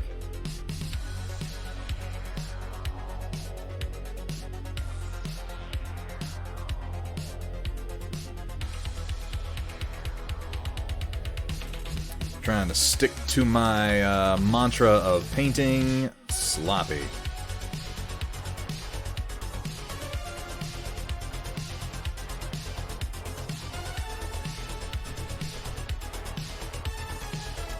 Don't need to be careful at this I suppose stage. you could just go ahead and glorb that paint on anywhere. It's not like we're trying to get inside the lines or anything. I can and I will.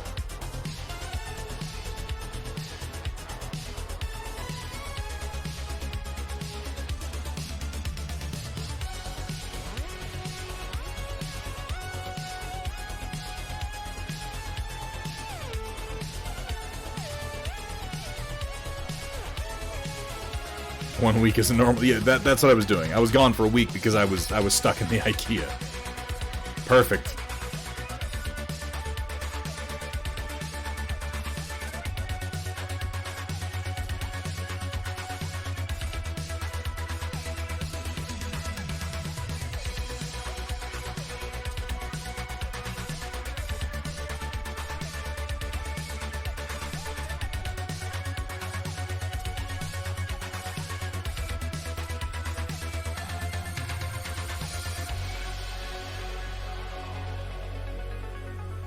Work a little bit more of this dioxazine purple into my base red up here. Again, since normally this wouldn't be necessary, but since I'm painting over acrylics that I had already done, we're gonna have to fudge it a little bit. I guess I could always do that shoulder in a different color anyway, but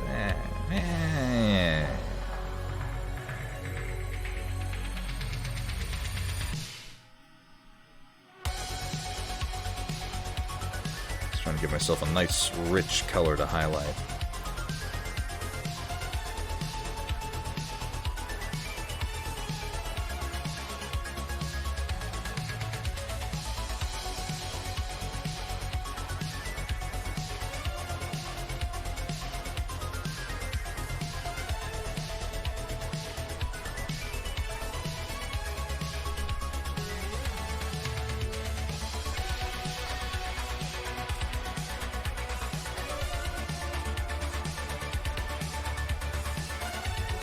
A number of things I need to pick up at IKEA, so I am probably going to make that a pretty epic trip. I love having a local IKEA that I can just go to, because browsing their catalogs is mind-numbing. But walking around their incredibly well put-together stores is actually pretty fun.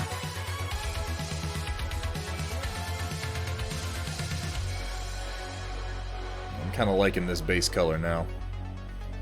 Just as a comparison against, this is just the magenta that's been wiped away on the left, And then we're just adding in these reds here on the right.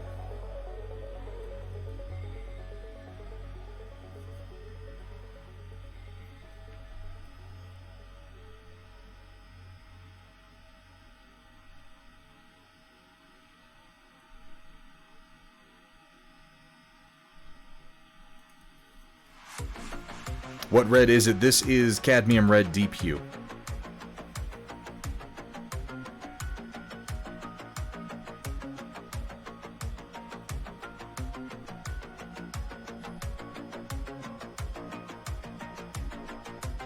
On top of magenta, which is itself a mixture. Their marketplace is dangerous for the wallet. Yeah, their stores are intense. Like, real intense. I like the way they're set up, though. Like, you can go in. Like, I need to furnish a room, and you can find examples of a fully furnished room, and they'll just, like, hey, do you like how this looks? Here's the thing, take it to the cash register, and they'll just sell you all the furniture that you see here staged. I have to admit I like that way of shopping, if only because, like, I know some people get a lot more out of decorating and design than I do, but I get almost nothing out of it, so... Like, yep, that looks good. Sell me all these things. I'll get out of your hair. They're also the kings of shelving.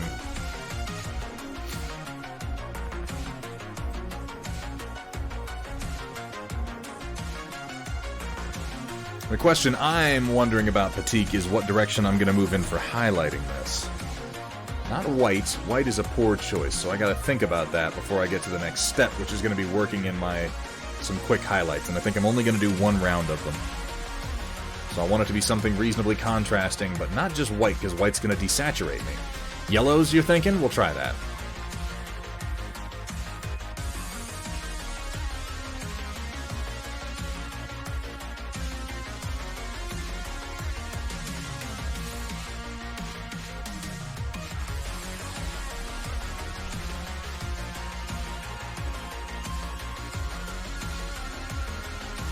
I use too much paint, too. I know that I do. It's lingering habits from painting with acrylics.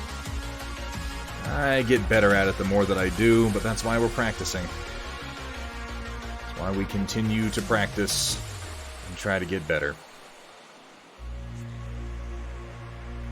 It's kind of the only way to get better at this. It's practice.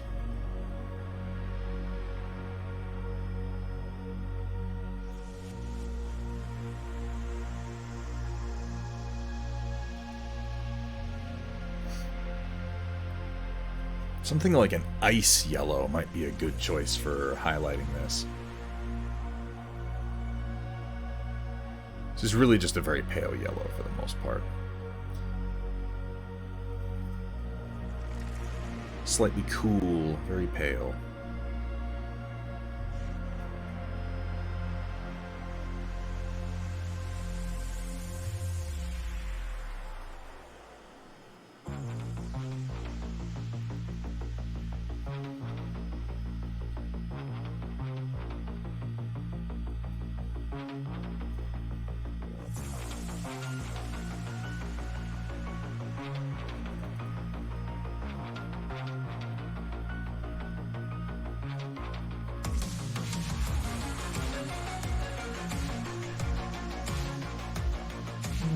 Touch more dioxazine purple here.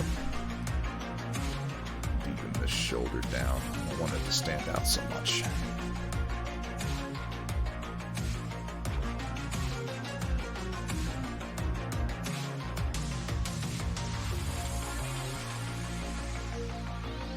Let that stain a little bit longer this time.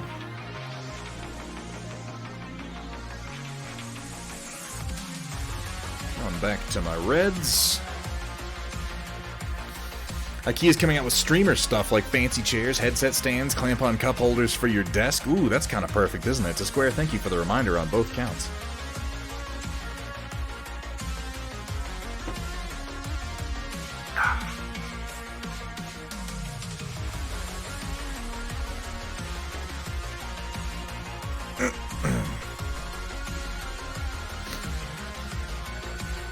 Uncomfortable feeling when your lumbar pillow is kind of wedged under your shirt, so you pull it up and everything kind of comes up with it.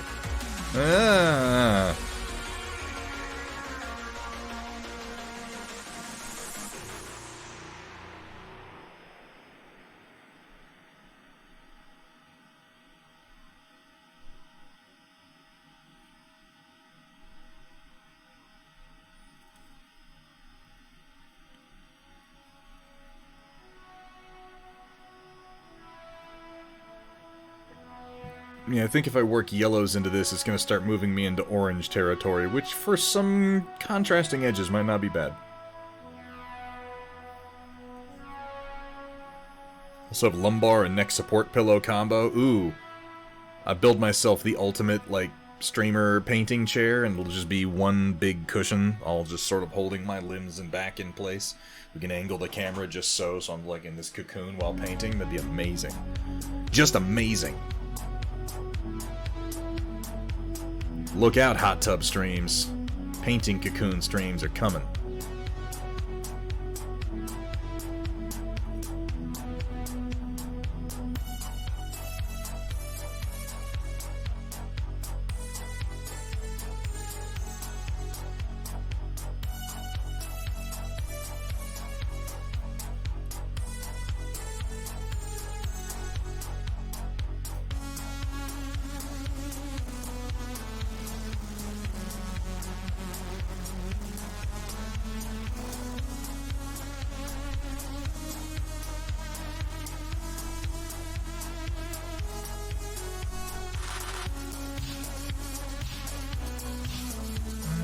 Touch more of my red here. I'll give that a shot, Patique. I've got a couple of yellows I can work with. Try it on one and see how we like it. That's sort of just the way to move forward. Try it on one, see how you like it. If you don't like it, you try something else on the next one.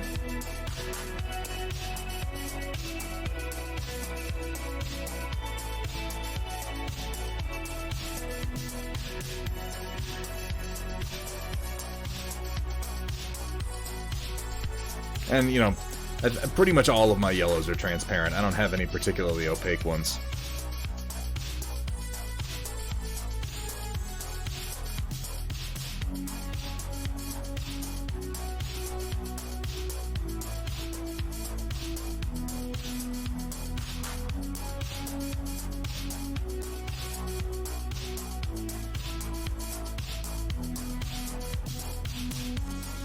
Oop, missed a bit on him.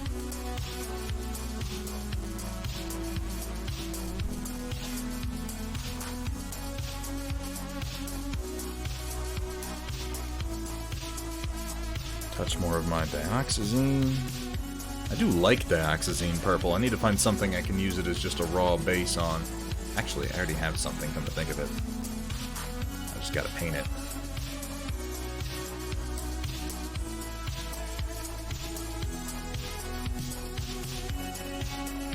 The Thunder Pod. Now available exclusively for Rainy River Designs, the Painter's Cocoon.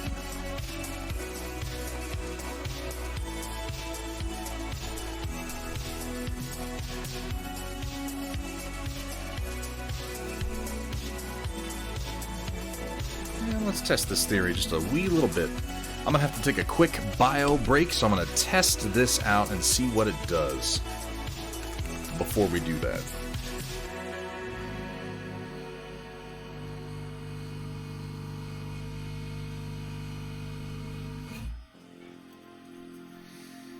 Just starting off with a little cadmium yellow, as opposed to yellow ochre. Just a touch. Use all my finer brushes for it.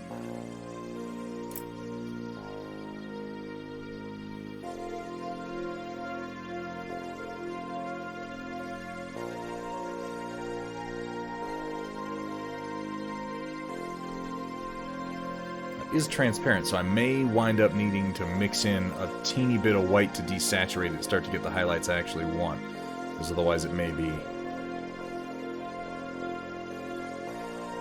kind of way too mild. Let's see.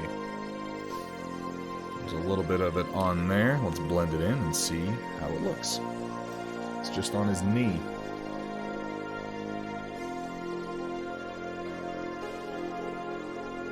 Not bad, really. It's not bad. Let me try something. Introduce a touch more opacity with just a bit of white. Not a lot. I do want to desaturate it somewhat. It is meant to be a paint job on top of metal, but I don't want to just use pure white. Generally, when highlighting, I try to avoid using white at all, except as a mild additive.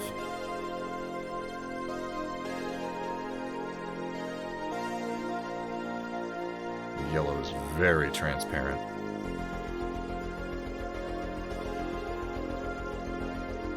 We got something I might be able to work with.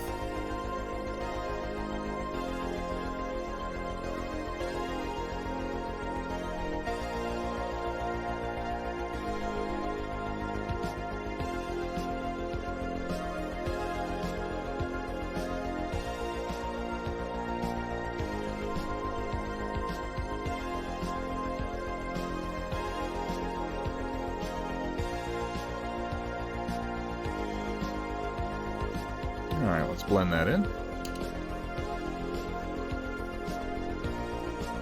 Not too much.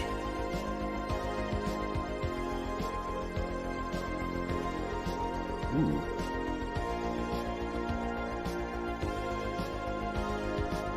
That's not bad. Take a look at that. It's just here on the top of the foot. I did a little on the knee, but just here on the top of the foot. That's going to wind up being my highlight, and I think that looks pretty damn good.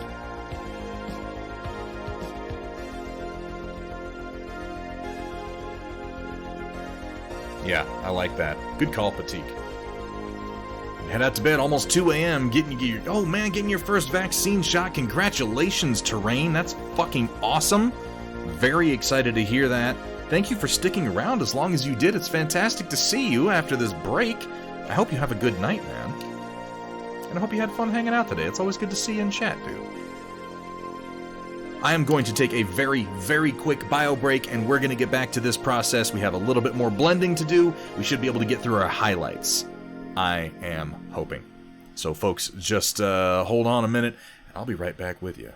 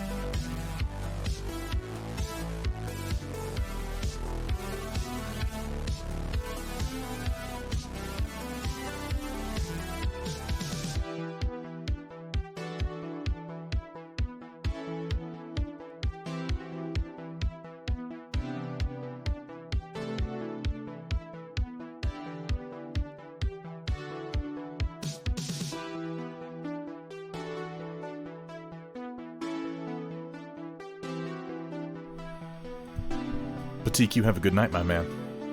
Thank you so much for stopping in. And thank you for your input. It's been quite helpful.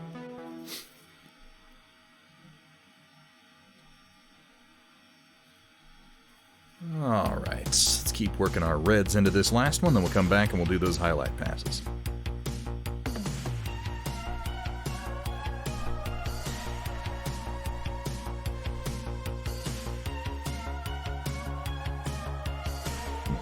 Excuse me. Miss Scusi. So, hot take. Euro Trip is a fucking funny movie that I feel like, and maybe you haven't experienced this, but the last few times it's been brought up in conversations that I can remember, it has been much maligned. And I don't think it deserves to be maligned. I think that it was a really great movie for the time that it came out in. A fun little, I mean, you know, this is called Euro Trip. It's a road trip movie with some fairly timeless humor. We got a young Fred Armisen doing his Miss Scusi joke. Which is, it's pedestrian and is juvenile, but the whole movie is pedestrian and juvenile, and I don't really think it was trying to be anything other than that. It is an incredibly stupid film, but it's a lot of fun. Because Roland, purple is awesome, and you know this. Rangoni is good to see you. Gus Schultz, welcome in, my friend. How are you? I love purple, Roland, you know this. Purple is among my very favorite colors. How are you doing today, Gus Schultz? Where does your creativity take you at the current moment? What are you working on after that amazing night that you did recently?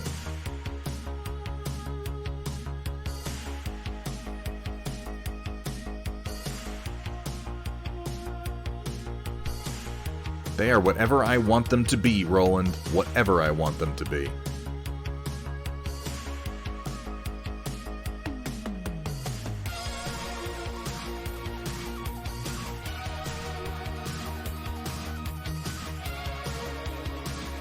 That's not a bad thing, Amishtig. I love House Merrick. I serve the Great Purple Chicken. And my primary Battletech force is the First Free Worlds Guard, so you're gonna have to find some other way to insult them. Oh, I'm sorry to hear that, Gus. I hope that it has worked itself out, or at least you've been able to make some necessary repairs to get it going again. Gotten almost no painting done in the last 2 weeks. Can't find the motivation. Arkrave, my friend, I feel that so much. So very much. I am absolutely right there with you. That's where I was before I just took my break and came back. I needed the time off to find the motivation to paint again. But you know what, Arkrave? These things just... This happens. This happens, and you can't beat yourself up or worry too much about it. The painting motivation is eventually going to leave you, and you just, you know, just got to do something else for a little while. Find something else to occupy yourself, or, you know, start a new painting project, something fresh, something interesting, something that doesn't bring up the same kind of drudgery or feelings of dread that the current painting project might.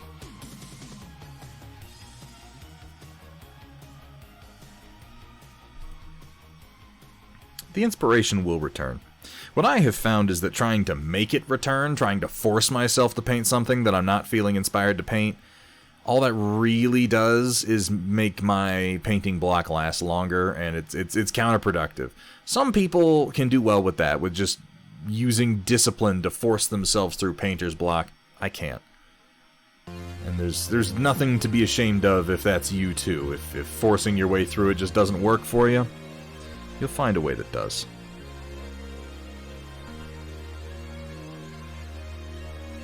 The only group that hates the Free Worlds League more than Capellans and Lyrans is the Free Worlds League. Yeah, I mean, you're not strictly wrong. They war with themselves a wee little bit.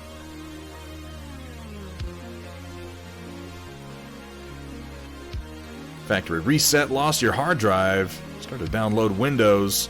So I have a brand new clean computer. That's gonna be a yikes for me, dog. But I'm glad that you're on the road to recovery at the very least. Merrick's paint schemes are sick, though. Dude, I love First Free Worlds Guard. It's one of my absolute favorite paint schemes in all of Battletech.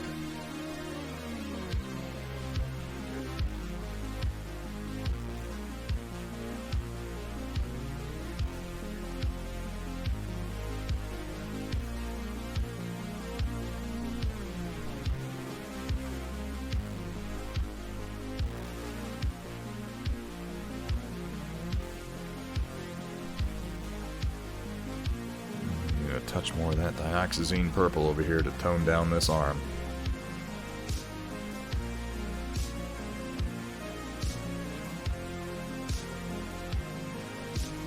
Got too much paint on my brush. Too much paint on my paintbrush.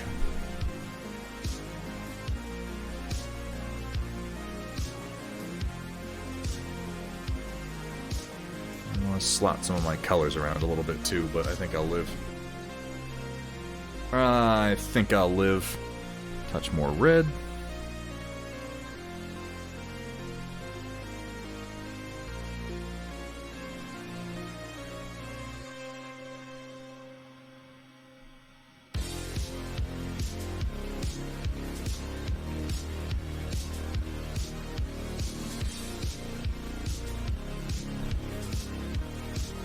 Alright, now let's come back to this guy and let's start working in some highlights into our red-purple.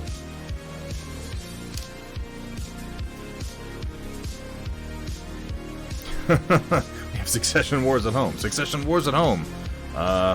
Yeah, purple versus purple with a little bit of orange in there. Getting ready to paint Samael of the Dark Angels. Nice Dark Heart.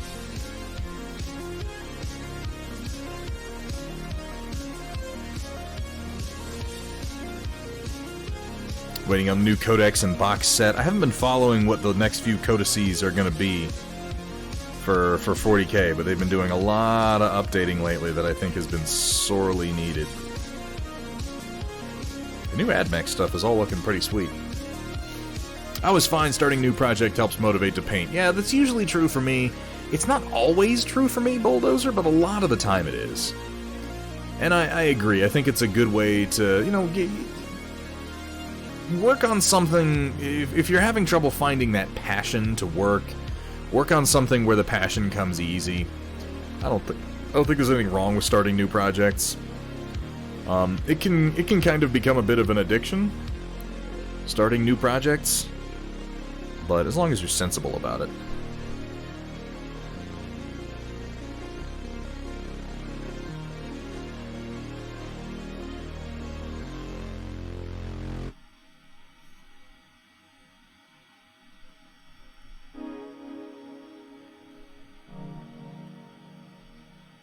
Placing my highlight colors here.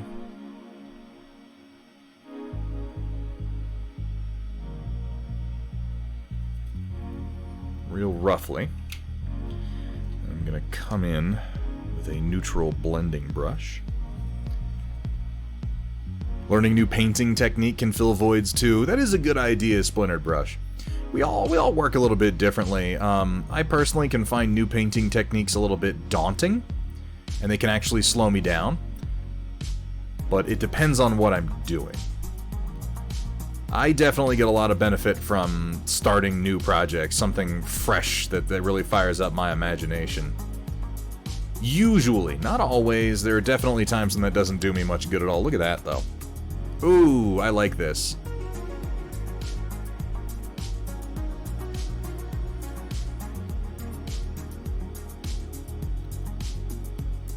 Look how easy that was to do. That was ridiculous. So here, this is how it looked before, and with just a touch of those highlight colors and a quick bit of blending. Look at that. It's not the greatest paint job you're ever going to see, but I can tell you that it was dead ass easy to do that. Good morning to you, my feek. Know nothing about heavy gear, despite being a bit nuts on the first Kickstarter. Love the front mission-esque aesthetic. What faction?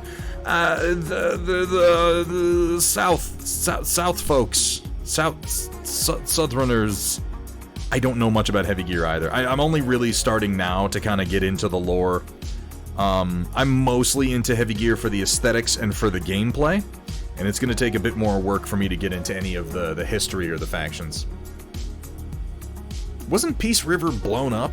Is it still a faction? Again, I don't really know that much about the lore, but I feel like Peace River got blown up. Yes, Roland is our heavy gear lore guy. In addition to being my brain's external hard drive a lot of the time for random trivia and actor information.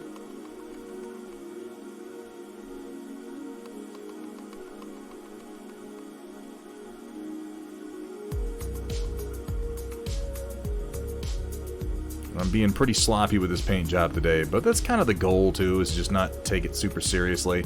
And I try to get something that's easy to throw together fairly quickly.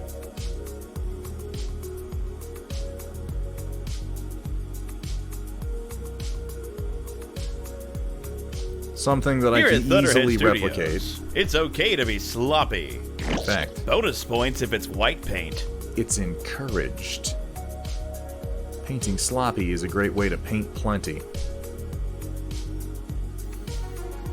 They were blown up, but they rebuilt. Okay, fine, they still exist then.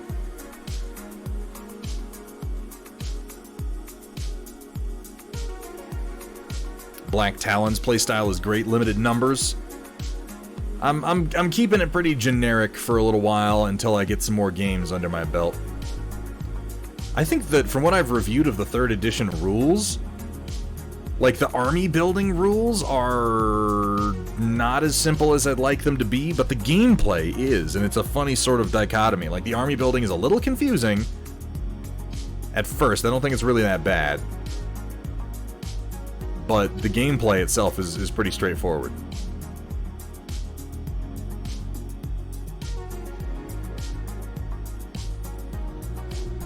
All about presentation. This is something we determined about Conquest's rules while we were playing them over this last week, is that they're not presented bad. I don't want to give the impression that the Conquest rulebook is bad. It's not like, oh my god, it's so confusing. It's just that when you put the rules together and you play the game, the rules are a lot simpler than the rulebook would have you believe, which is kind of funny, in my opinion. It's not worded as well as it could be. In many cases, they take 2 or 3 sentences to say something that could have been said in half a sentence. And not enough of their rules refer to one another. Too many of them are kind of standalone, so they restate other rules in their entirety, which on the one hand is maybe good for kind of a competitive scene, but for casual play, it threw us off a bit. Alright, let's come in here and try to blend out some of these.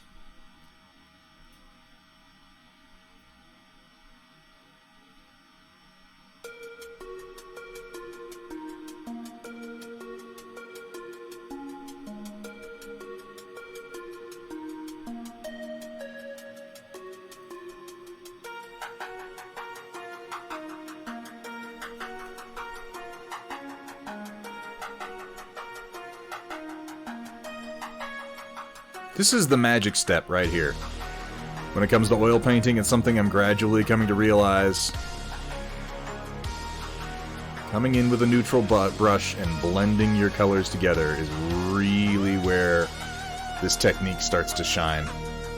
I mean, it seems really obvious when I say it, but until you've done it a few times, it's hard to really appreciate it.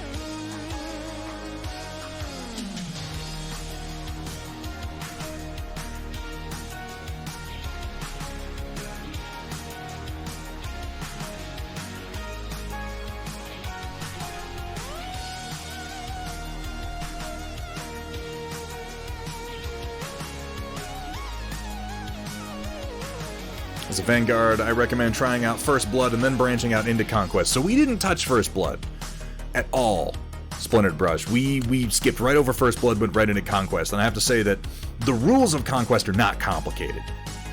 The rules of the full-size game are not complicated. In fact, many of them are very, very intuitive. We only came across one rule that was a little counterintuitive, but then as we played through the steps, we were like, well, okay, it's clear to see why it's a little counterintuitive, because it's balanced out by the rest of the rules very well, and it results in a good feeling experience. But the rules are very intuitive, very straightforward. It's just that the way they're written in some cases is a little like, wait, how does it work? And then you go through it step by step and do it, and you're like, oh, I mean, they could have just said it this way, you know? Specifically in some of the ones for like how attacks are calculated, it goes through multiply your attack value by the number of trays in the model, and then subtract and the supporting attacks is equal to half the number of models in the tray multiplied by the number of and it's like, you could just say each model gets the number of attacks and the attack value. Like, you could just say that, and that's what it means. It's very straightforward. I think that the rules are well explained. They're almost too thoroughly explained in some areas. But like I said, I think that lends itself well to a competitive rule set, because as I'm reading it, if I read it with the mind of a TO, I'm like, well, I love this, because the rules really leave no room for argument and very little room for interpretation. They're very clear. They're just a little verbose. But if that's what they want, if they want a rule system that's going to lend itself well to being played in tournaments, I think they've got one. I think that they could stand to have another edition of the rules where they clarify a few things. The only thing I think that we noticed as we were playing Conquest, the only thing that we felt was missing from the book was when we got to terrain. We had some pieces that were perfect for garrison terrain. And the one thing, and maybe you could tell me if this is somewhere in the book, Splintered Brush, maybe we just missed it. I couldn't find an example, because it says, okay, garrison terrain is terrain that you can enter, here's how you use it, here's how you enter it, here's how you leave it, it gives you a defense value. And what I was looking for was, a wooden palisade should give you 1 defense, a raised stone platform should give you 2 defense, something like that, but there was no example, it was just they give you defense, and we were like, I guess everything just gives you 1 defense? Like, let's start there and see how that feels. It was hard to guess, because without using the stats a few times, it's hard to tell, like, okay, what does 1 defense point mean? I don't want to give somebody 2 defense if 1 defense is hugely influential. It was not a big deal.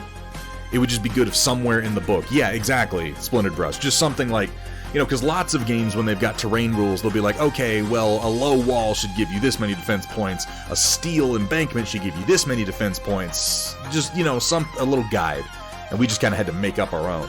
It was not a huge deal. It didn't really slow the game down at all, but we did note it. An example piece of terrain in the book would be very nice.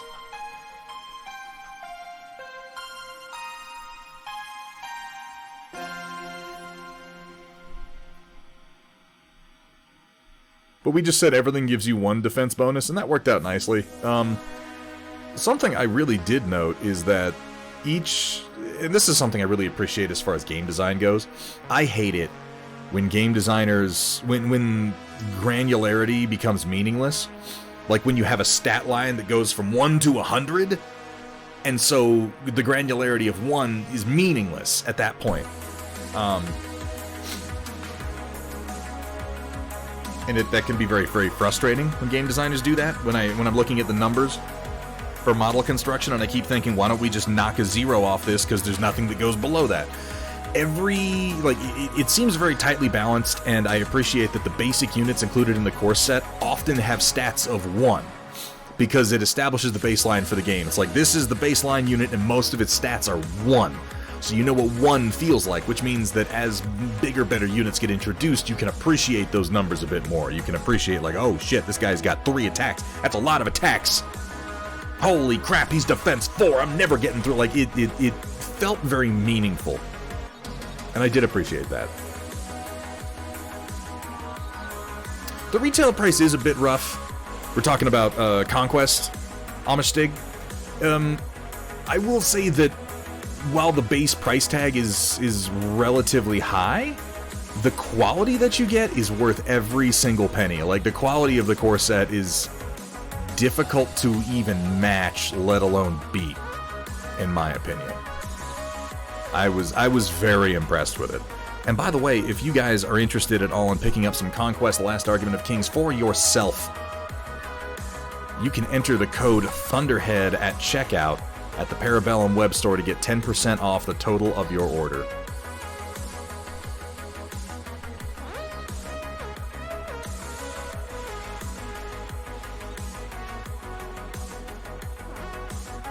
I think I have a command. You can enter exclamation point like Conquest into chat to get that, but the code is Thunderhead. It's really not that hard to remember. That's why I had to make it that.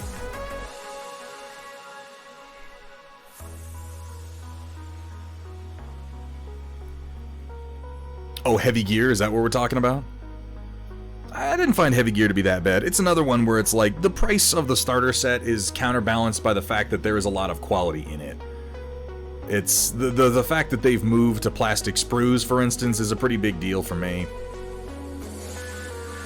Nice styrene figures as opposed to metals, that's gonna pique my fancy and my interest.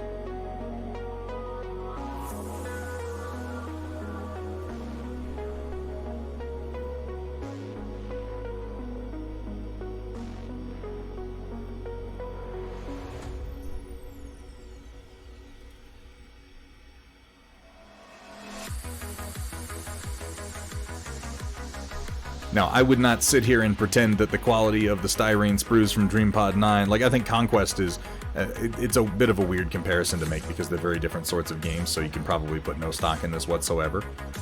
I think that the sprues you get with Conquest are incredibly nice, though, compared to even most other styrene sprues from companies like Mantic.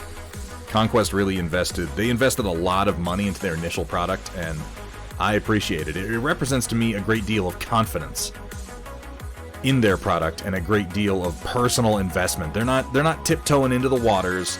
They're not waiting to see if things are going to work. They believe in their product, and they are providing quality models right out of the gate. It is a bold move, and I think it's paying off for them. Everybody seems to have good things to say about the game. I know I do.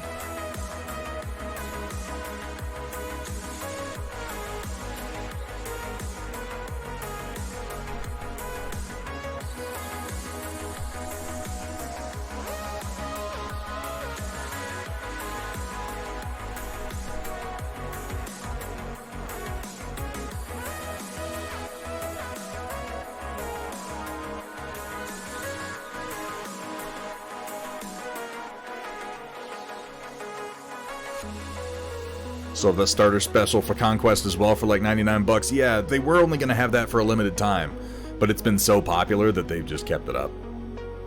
Conquest solo characters are amazing.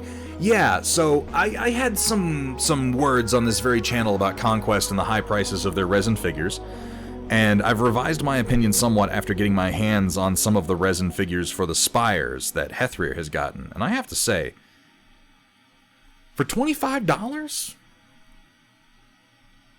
They're good. They're really good.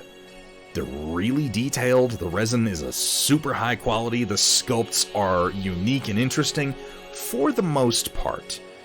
I mean, okay, Splinter Brush Studios, but, you know, getting punched in the face right after waking up is arguably better than Forge World. Like, Forge World kind of sucks. But I agree with the sentiment that they are definitely high-quality figures. I thought, and I said a few times, I feel like 25 bucks is a bit much, but after handling them, I don't think that's true. After handling them, they're really, really nice. Now, I'm still not a huge fan of some of the sculpts. I don't like a lot of the 100 Kingdoms hero sculpts, but that is a personal aesthetic choice. They're not bad. They're not bad sculpts by any stretch of the imagination. They're just not my personal taste. And I have 3D printed myself some replacements for those, but then when I look at other factions heroes, like the Spires, for instance, I'm like, oh yeah, no, those are amazing, and I'll happily pay $25 for one of them. For like their Ward Preceptor, holy crap, that's a nice model.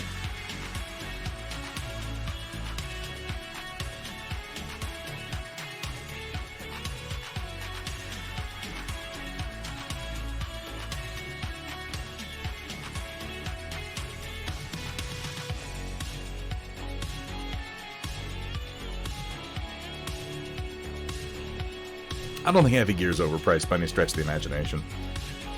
They've been stepping up the quality a lot. And here's the other thing. DreamPod 9 is a very consumer-friendly company. And in my mind, the fact that they have excellent customer service and they're very consumer-friendly bumps up the value of their product. They support their product well. They care about their customers. They're going to make sure you get the product that you want. They're going to make sure there are no issues with it. And I'm willing to pay a little bit more for that. No problem.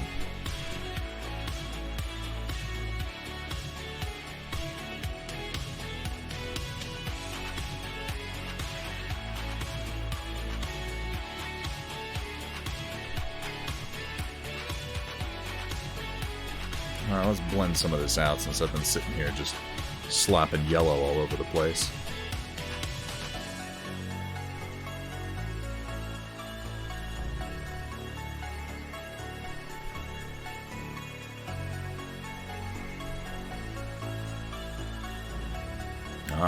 Ah yes, the premium plastic meme. I really just...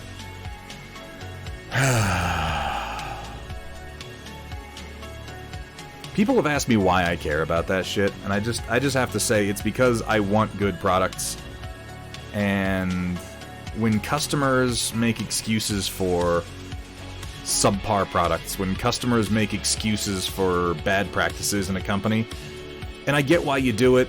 A lot of the time it's because maybe you just on a personal level you don't care that much. You're just like, hey, it's better than what it was, and while this is arguably true, if you don't hold these companies to higher standards, they're never going to improve. If you don't hold their feet to the fire, they're just going to keep delivering the same crap every fucking time. There are very few companies out there who will go above and beyond the call of duty to provide you with quality product. Those companies are important to support.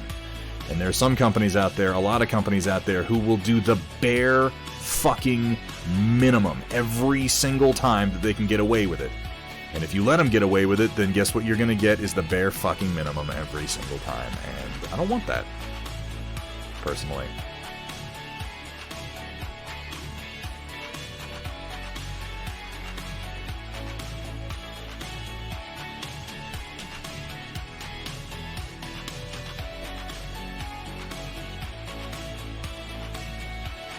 Oh, Pennsylvania. Yeah, if you were anywhere near Roland, he would drive a distance to play with you, even. Roland loves his heavy gear. For good reason. Heavy Gear's it's a damn cool setting, and it's a neat game. And again, with a great company backing it up. I think DreamPod 9 is a fantastic company. They've always been a pleasure for me to work with.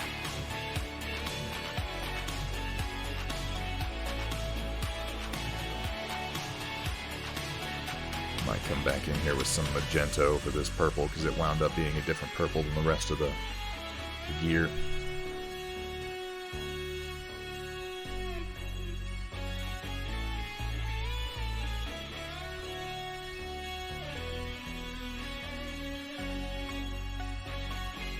It was a pretty fun Heavy Gear PC game back. Yeah, NC Corretto, that's where most of my knowledge from Heavy Gear comes from. I played Terra Nova, Heavy Gear 1, and Heavy Gear 2 on PC through the late 90s and early 2000s. That's where essentially all of my knowledge of Heavy Gear comes from, is those PC games. They were good games, too. Lots of fun. I didn't really understand anything about the universe at large, I just knew that I was having fun playing them.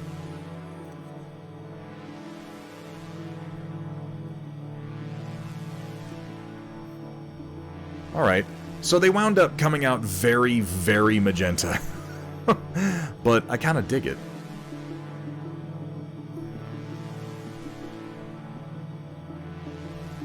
This guy needs a little bit more work, but I'm pretty happy with the highlights overall, considering how easy they are to put on.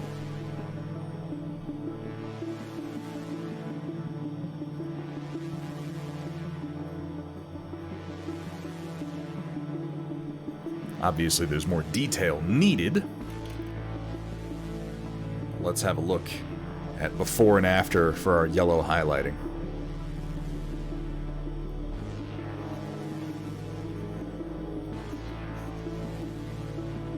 Very simple, very effective in my opinion.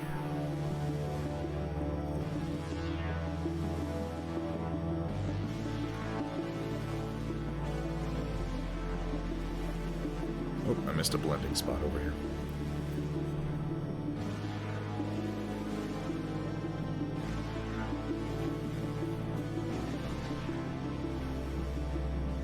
Let's continue on with the rest of them.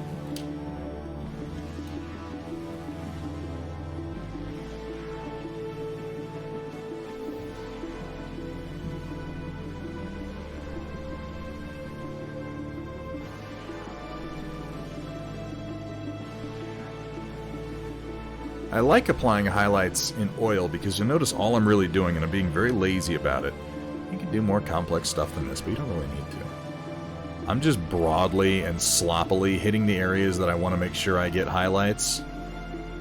Just the regions where I want the highlights to be focused, and I'm just applying them very, very broadly, very sloppily. And then I come in with a blending brush afterwards. I very gently move those colors around into the highlights I want them to be, and I'm pretty much done. And you don't have to do the midtones for the most part. You don't have to do lots of layers or anything like that. You just lay in your contrast zones, and then you blend them together.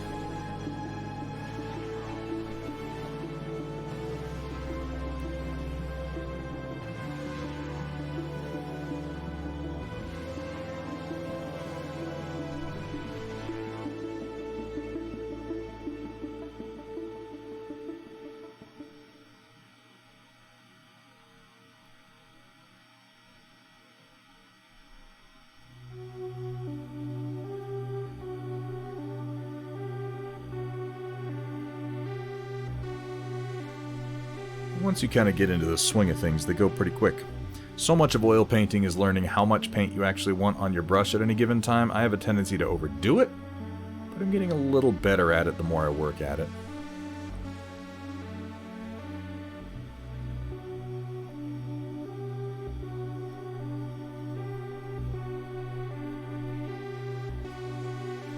Project Dark Fox, yeah, get lay down, man. Take care of yourself.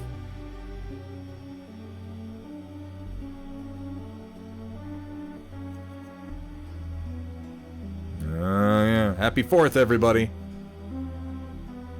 Enjoy yourself, enjoy your barbecues, enjoy your fireworks, but please, please, please do be considerate. And I don't want to lay the guilt on people and be like, be considerate of veterans, everybody. You should be, but just be considerate of pets and just people. You know, just be considerate of your neighbors.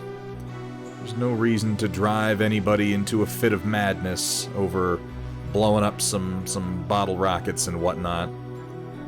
Everything in moderation, folks.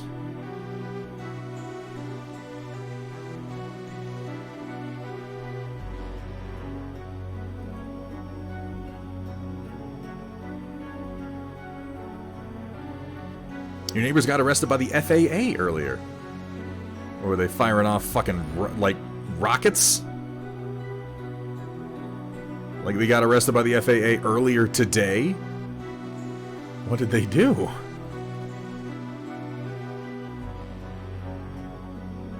The FAA doesn't fuck around. They'll come right after you.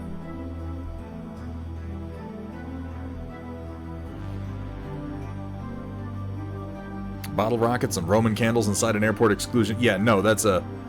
Guys, don't mess around with airports. Like, seriously. They will come the fuck after you. They do have their own enforcement arms, or if they don't, then they certainly have access to local enforcement arms at the drop of a hat. The FAA is not kidding.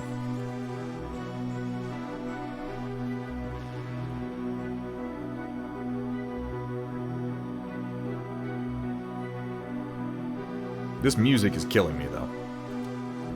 It is so downbeat. Let's not do that one again. Let's give that a thumbs down. That's better. That's much better.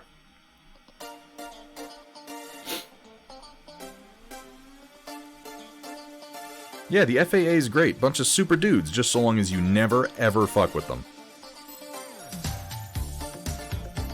They will ruin your whole year.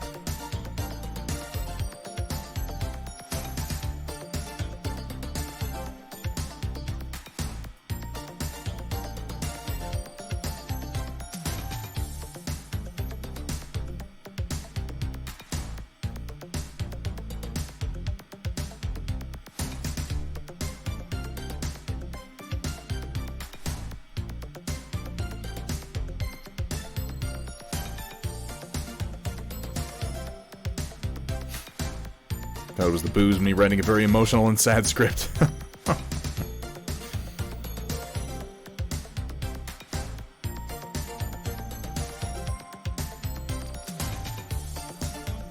How are things coming, WJ?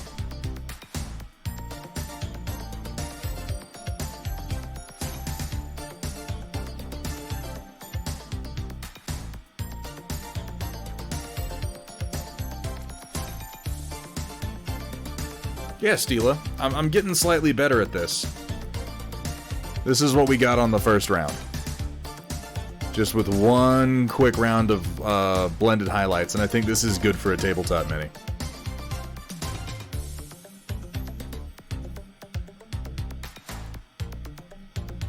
So I'm just being real rough putting them on now, then we're going to go over with the blending brush.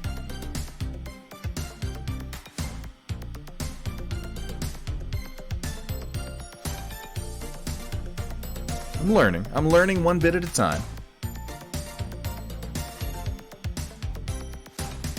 Exactly, White Wolf. Just kind of block them in broadly where I want them to be. And when I get to the end of doing that, come back in with the blending brush and just hit all the surfaces. But be gentle with it, don't overdo it. I think how Matt Yee says is making mud. It's real easy to make mud when you're blending oil paints. I'm sorry, I got the sniffles a bit tonight.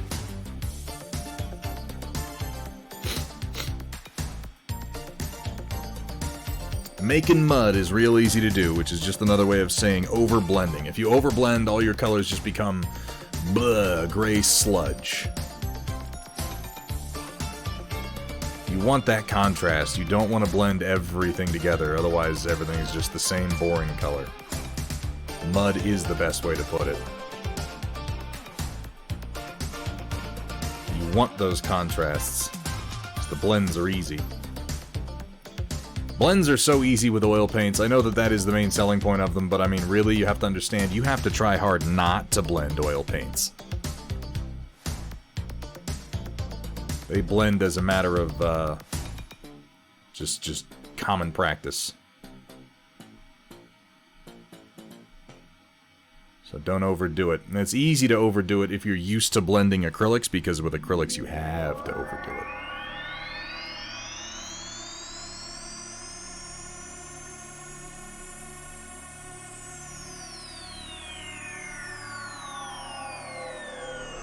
Well, I mean, it's not overdoing it in acrylics, it's just blending it all in acrylics is a challenge.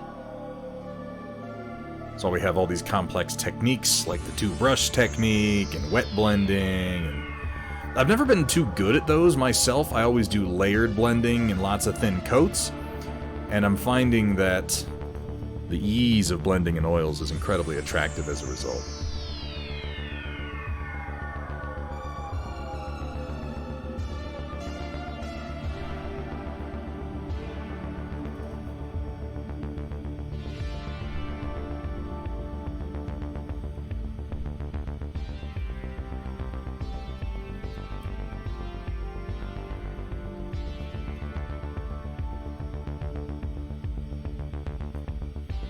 Sneak out and find some dinner.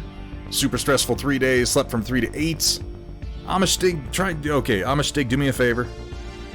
I know you're saying all that's probably left is going to be like truck stops and fast food. Try not to just eat a grease bomb before you go to bed, man. You've had a stressful 3 days, and if you eat something just terrible and greasy, while it may be immediately satisfying, it's probably going to drop your mood down a little bit tomorrow. And it may be impossible to do, but try to find something a little healthier to eat before you go to bed, my friend. Or, you know, do what I would do and just eat a big fucking grease bomb and a double order of fries and, you know, suck it up tomorrow as best you can. But at least try to eat something that's not going to actively hurt you later. And have a good night, man.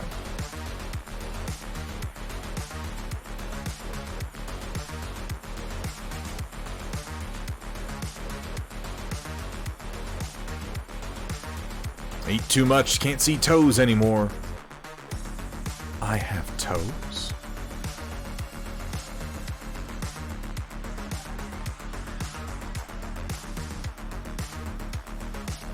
Sir, wasn't your mole on the other side? I have a mole?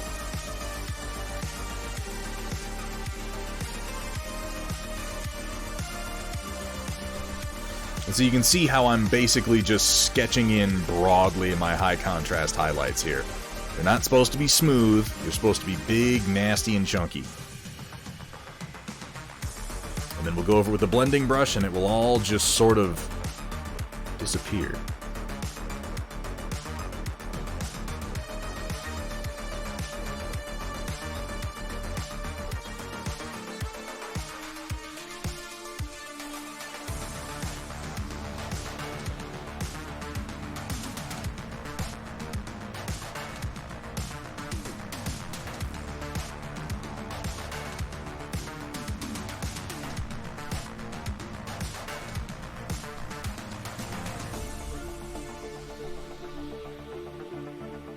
Oops.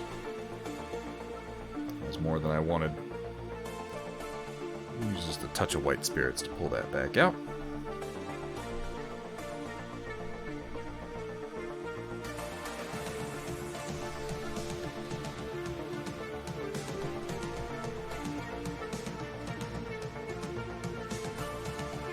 What am I having for dinner tonight? Why do I never know these things? You would think I would. Somehow I just never do.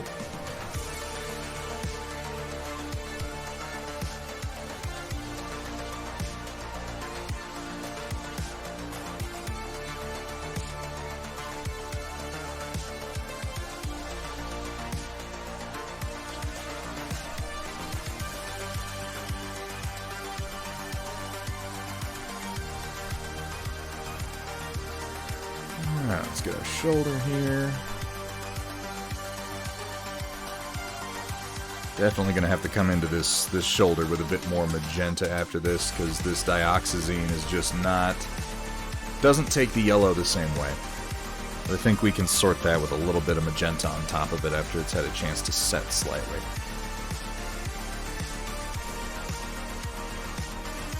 This is what I get for essentially painting over an already painted acrylic paint job.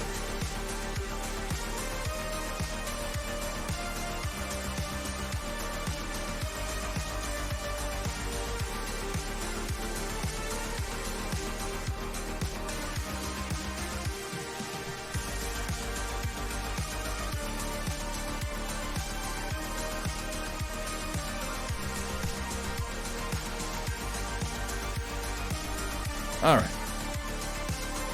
That's pretty good. Let's do some blends. I might even be too aggressive. I don't know. We'll find out. Getting your tooth replaced tomorrow. Cramming in as much as you can to run through tomorrow until everything starts to heal up. Yikes to square. Well, I hope that goes as well and as painlessly as possible.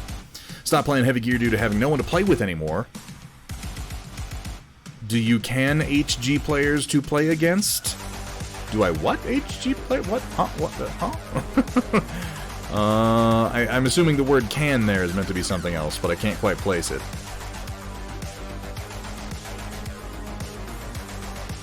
Oh, have.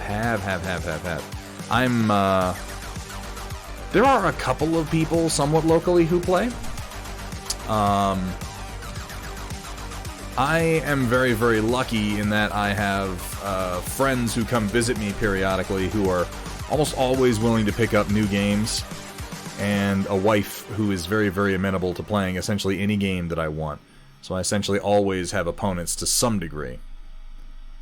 There's not a huge local group here, but I'm hoping with the release of the 3rd edition rules, we can change that a little bit.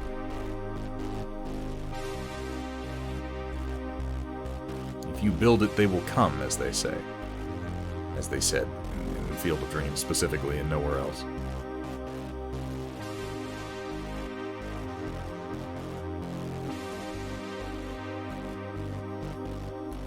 That's why I had children. They have to play whatever I want.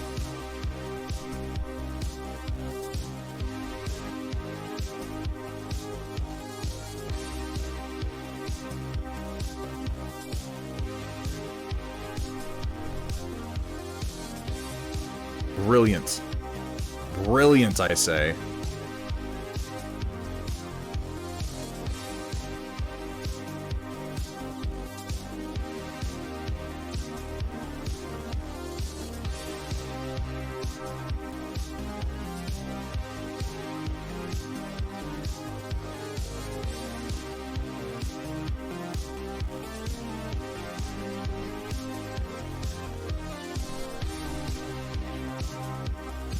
Yeah, get him started young. That's the ticket.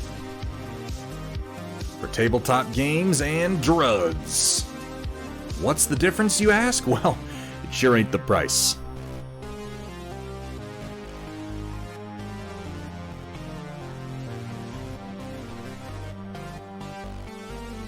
Let's wipe a little bit of this off. I'm starting to build some paint up on my blending brush, and I don't want it. Just want to move the paint that's there. I don't want to add to it.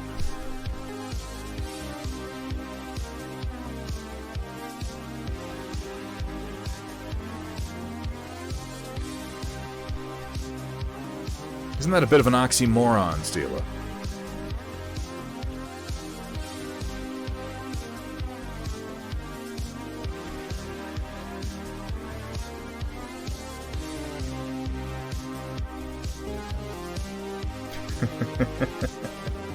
Put that one on a t-shirt. Project Dark Fox, thank you for the reminder.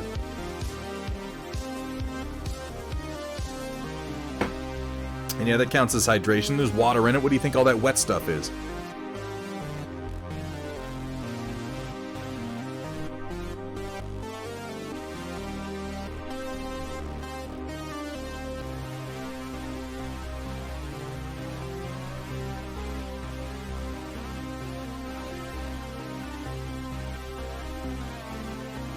Beat the heat, Drill Sergeant. Beat the heat.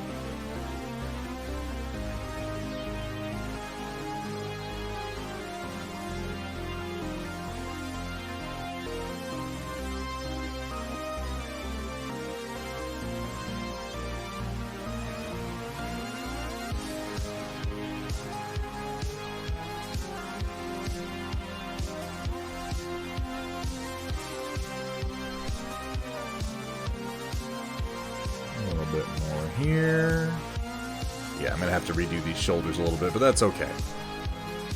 It won't take much. I'm going to let this set and then glaze some magenta in over top.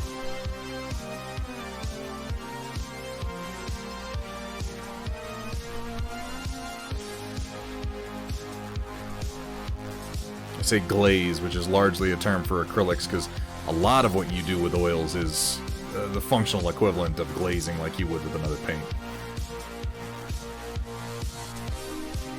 The nature of the transparency of it. I'm liking these colors, though. And again, for how simple this is to do, I think that this is really quite striking. I have not Riot Sister. I was thinking about watching that tonight. I wasn't sure. It looks like it's either going to be fun or really stupid, and I couldn't decide which. Yes, Steela.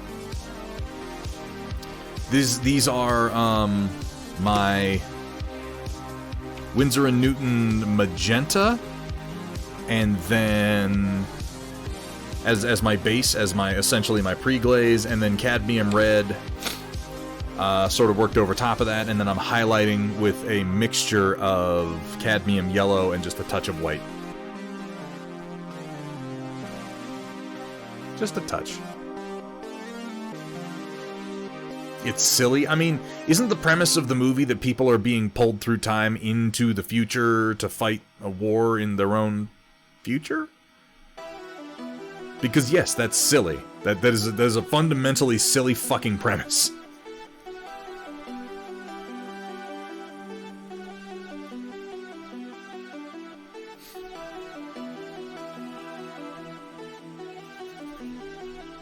Alright, on to the next one.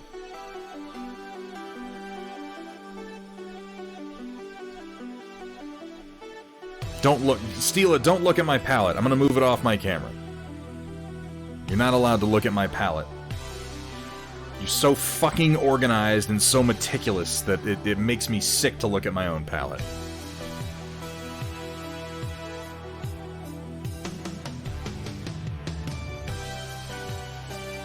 I need a touch more yellow. Well, maybe I'll watch it. I mean, that's the thing with movies like The Tomorrow War. It's like, well, I pay for Amazon, so I'm probably just gonna watch it at some point. I can't think of a good reason not to. See, everything is relative, folks. You think you're messy? Someone else out there looks at you and goes, wow, I wish I could be as organized as that person. Because Steal a Rebel is like, oh, I'm so messy. I'm so messy. Oh my god, my palette looks like an explosion. And that is exactly what Steela sounds like, by the way. But her palette is like this well-organized. She does, like, she'll go over, like, look at this shit. Like, let's just look at this fucking nonsense. Let's understand what we're talking about here.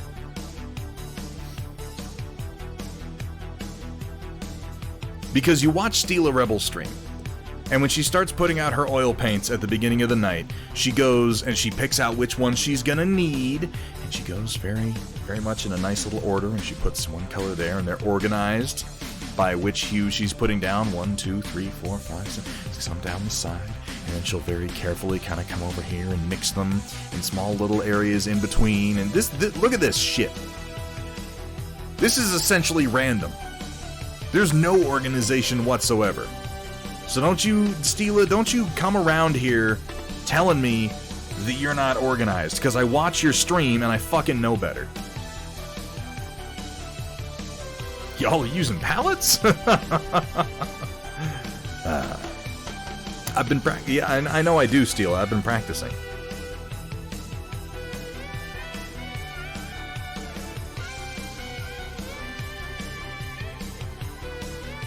Glad that you appreciate my impression.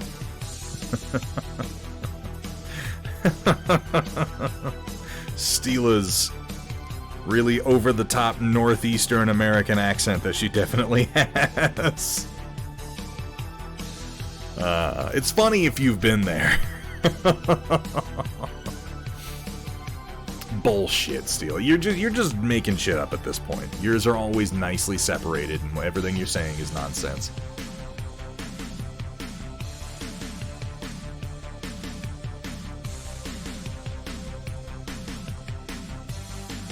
Here's my question, Riot Sister. Does it take itself seriously, or is it fun silly? Is it drudgerous silly, or is it genuinely fun? Because if it's fun, I'm all over it.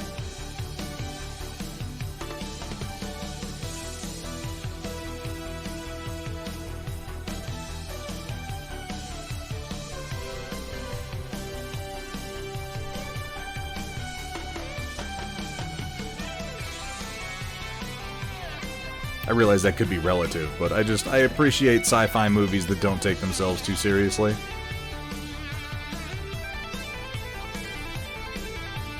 I know you're really focused, Thunder. Oh yeah, but sorry, I your refocused my camera. God, excuse me.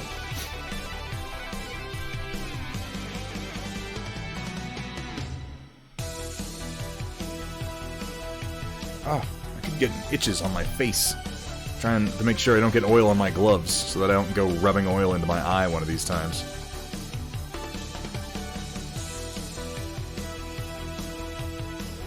I'm using really shitty, not very well cared for brushes for this whole process, by the way. And that's kind of one of the things I love about oil painting, is there's definitely times when you want to use some nice, well-maintained brushes, but a lot of the time you can just kind of flim-flam all willy-nilly and still get the job done.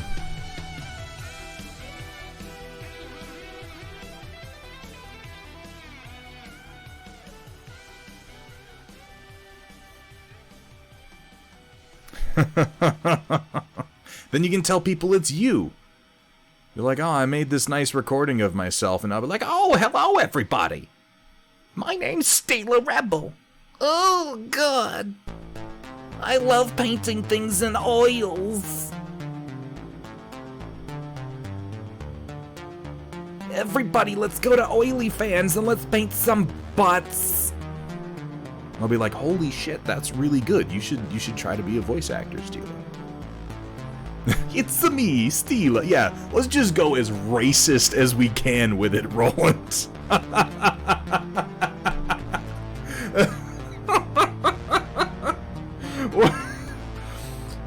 Jesus Christ. Oh my god.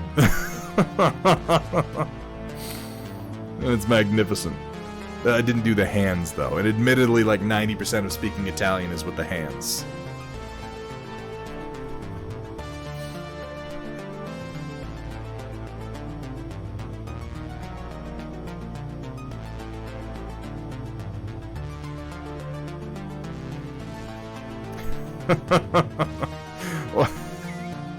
Oh my god. Yep, we got quality content here, folks. Sure is good to be back. Just do Brad Pitt speaking third best Italian from Inglourious Bastards. Buongiorno. Margareti. I do like that movie. Like, I'm not a big Quentin Tarantino fan, because as we know, I intentionally hate things that are popular just so that I can pretend to have an identity. And that means disliking Quentin Tarantino. But Inglourious Bastards is quite amusing for most of its runtime.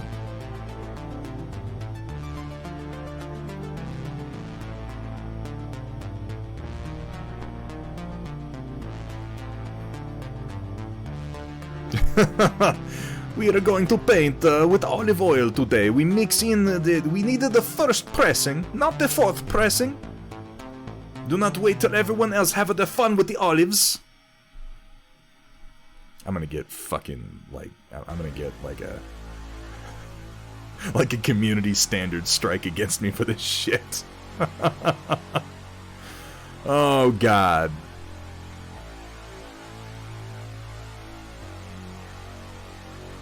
Cancel Thunderhead. Someone just clips that. There's no context. So they're just like, look at this racist asshole here. Take a look. He thinks it's funny. And I'm like, I mean, yeah, I kind of do. And then I'll be like, no, it's okay. There's an Italian person in my stream. They think it's funny too. And they'll be like, oh, yeah, okay. Yeah. Sure. You should know better, man.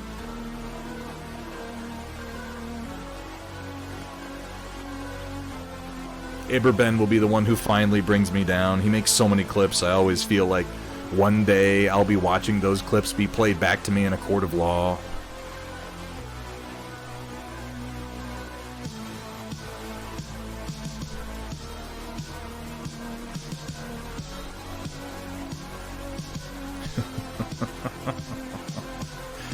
Oh no.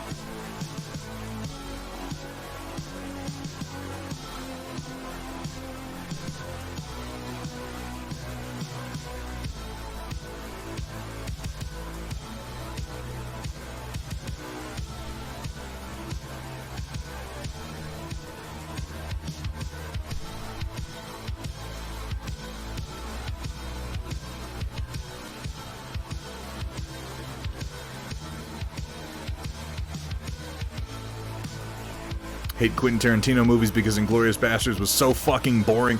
That's why I say it's entertaining for some parts of its runtime. Inglourious Bastards has parts of it that I could definitely see being described as boring or a little bit just kind of confusing.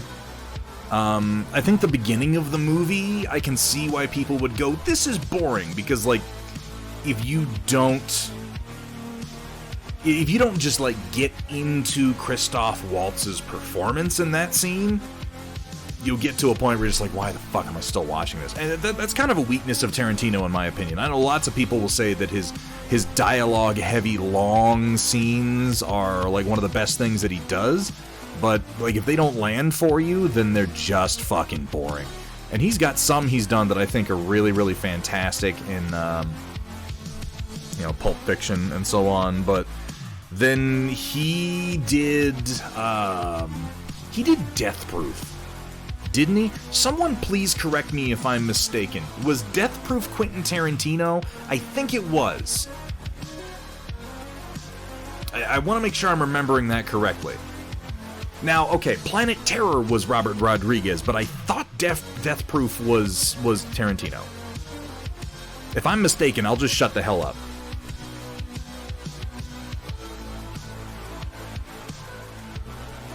Because, like, yeah, you watch Planet Terror, and it's like, oh yeah, no, that's Rodriguez all over. Robert Rodriguez, who has no sense of restraint as a human being at all. He did Death Proof. You can also see that in the episode of The Mandalorian that he did. He has no sense of restraint. He's just like his plot points don't need to connect logically, because he's like, okay, just get to the fucking action scene, and then he makes the action scene so over the top and so visceral and involving that you as a viewer are tempted to just kind of forget that none of what's happening makes any sense, and it works for him pretty well. But yeah, Tarantino did Death Proof, and I think that is like, I was almost certain of that, because in Death Proof there's this like I don't think it's 10 minutes, it can't be 10 minutes long, but there's a 5-minute conversation that seems like it goes on for like a half an hour, and it's so fucking boring. It's just these women sitting around a table having this long conversation about nothing. Just nothing. It doesn't have anything to do with the plot of the movie. It just goes on and on and on and on, and I'm like, this is what I mean is kind of hit or miss, because he does scenes like that, and some of them are really engaging, and the dialogue is really quippy and really fun. Your dialogue between John Travolta and Sam Jackson in Pulp Fiction, you have a lot of scenes that's just them talking. The famous, Royale with cheese, so on and so forth. It's really entertaining, but those scenes are like the two hitmen are walking up to an apartment to kill somebody, and I feel like the fact that we have this long conversation about cheeseburgers leading into it, it tells us something about their character within the context of the film, because they're going up there to murder people, and he's telling stories about getting the cheeseburger in Paris. Like, it's one of the reasons I like Vincent Vega as a character. But in Death Proof, it's just, oh, look, they're talking, and then they're talking some more. Hey, look, I write talking because I'm Quentin Tarantino. I'm like, shit. I hated Death Proof, which is sad because it had Kurt Russell in it. And you guys know I love Kurt Russell. Which episode? Death Proof. The one with the stunt car. Like the beginning of it where they kill Rose McGowan, that's great. But everything after that is just, it bored me. I'm not going to say it's bad. You might have liked it, and that's fine. I think Tarantino makes very polarizing everything. But it was not personally for me. That was all of Inglourious Basterds. See, I sympathize, Shock, I do. And I will not tell you that you're wrong for feeling that way. Because like I said, I think that Tarantino makes very polarizing things. He's a very talented filmmaker, but I don't like everything he's done. I think that that's the sign of a good filmmaker, though. You shouldn't like everything that a filmmaker does. If you like literally everything that a filmmaker does, outside of a tiny chunk of really talented artists out there, that says to me that they probably don't take many risks. And while taking risks is not necessarily required to make entertaining cinema, I think that it says something about an artist when they just do the same thing over and over again. Like, I think we're all pretty fucking tired of both Steven Spielberg and his doppelganger Roland Emmerich at this point. Make good movies, but they make the same movie over and over and over again, and eventually it gets to be a bit much.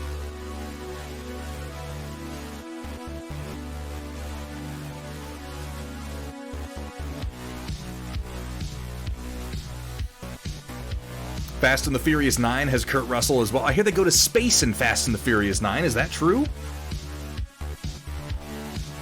I don't... okay, I'm going to go out on a limb here, guys. And I'm going to say that the Fast and the Furious hasn't taken itself seriously for a good 6 movies.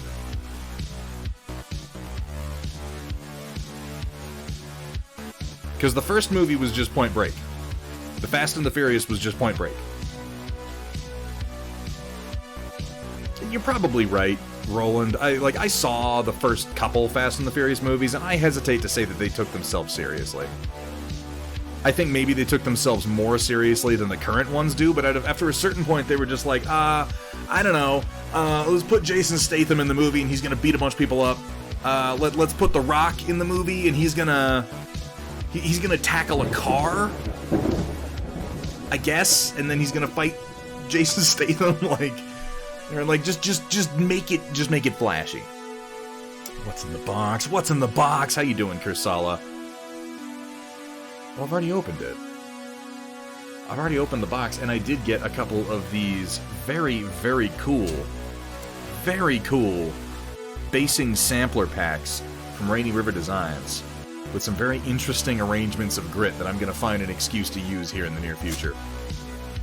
Kursala, thank you so much for getting that put together for me. I got a couple of new hoodies, a couple of new t-shirts, a couple of new mugs 13 months, Kursala. Thank you so much for that resub, my friend. How you doing today, man? It's good to see you. It's good to be back. It's good to be painting. Fast 3 was actually not bad, and it tanked at the theater. Except it's bad. Oh, the Fast and the Furious is a D&D campaign where everyone levels up and the threats and adventures get wilder and wilder. Except it's bad. I don't know. I have a hard time.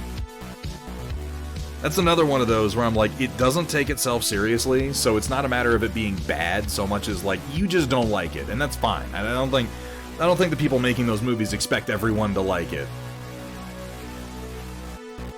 If you want a good example of movies in a similar vein that are bad, I would say almost anything by Michael Bay in the last 15 years. Those movies are bad. Because they take themselves weirdly seriously while actively being quite stupid. And they have, like, really, really racist caricatures in them because Michael Bay is a child. And that's just how he thinks, apparently. I would also note that the Teenage Mutant Ninja Turtles movies, the live-action ones, were not directed by Michael Bay. They were produced by Michael Bay. They were not directed by Michael Bay. And that's why they're actually pretty watchable. This might be a hot take, but I like those movies. I like them. I enjoy Teenage Mutant Ninja Turtles, both of the live-action ones, including the one where Ray Romano's brother plays Krang. No, Roland, but in this very specific... Okay, Roland, you go watch Transformers: The Dark of the Moon and tell me that it does not have some of the most racist caricatures you have ever fucking seen. I'm not saying everything I dislike is like that. I'm saying Michael Bay is. He's very casually that way. I don't know that he is particularly malicious. He's just stupid.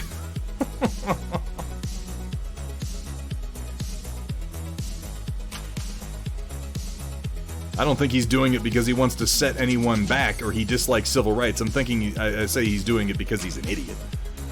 Because he thinks it's funny. Oh, he's an excellent producer. I agree, he's a fantastic producer. He puts his money into some really good projects. I think that, you know what I get from Michael Bay, though? I don't really dislike the guy on any kind of a personal level. I believe that Michael Bay, and this is something I actually respect about him, I believe that Michael Bay makes the movies that Michael Bay wants to watch. And I respect that because there are a lot of producers and directors out there who are making movies that they think will sell. I mean, obviously there are. And there's no real integrity, there's no real vision to it, there's just, what does the algorithm say will make money this month? And then they do that thing, and you know, that's fucking boring. It's boring. Michael Bay isn't all that concerned with what you want to see. Michael Bay is concerned with what he wants to see. And what he wants to see is a ghetto robot and Megan Fox's weirdly greasy abdominal muscles. That's what he wants to see. And it may suck, it may be really stupid, it may be trashy, but there is a weird kind of integrity to it. You can decide if you respect that or not. I find a little bit of, and I know it doesn't sound good, I'm sitting here on a stream on Twitch going, hey guys, I think Michael Bay has artistic integrity. Maybe you shouldn't listen to me. When I lay it out like that, maybe don't listen to anything I'm fucking saying. Kursala, it was good, thank you for asking. It was a good time. We played some games, we drank some beer. Hethrir and I went through an entire bottle of rum in one evening sitting around a fire, which we both regretted the next day. It was delicious, though. His best movie was The Rock. Did he do The Rock? I feel like I knew that. I tend to agree. That movie was a lot of fun. If just for that one shot with Tony Todd, when Nick Cage is like, you know how this shit works? And Tony Todd pulls the knife, he's like, you know how this shit works? I fucking love that scene.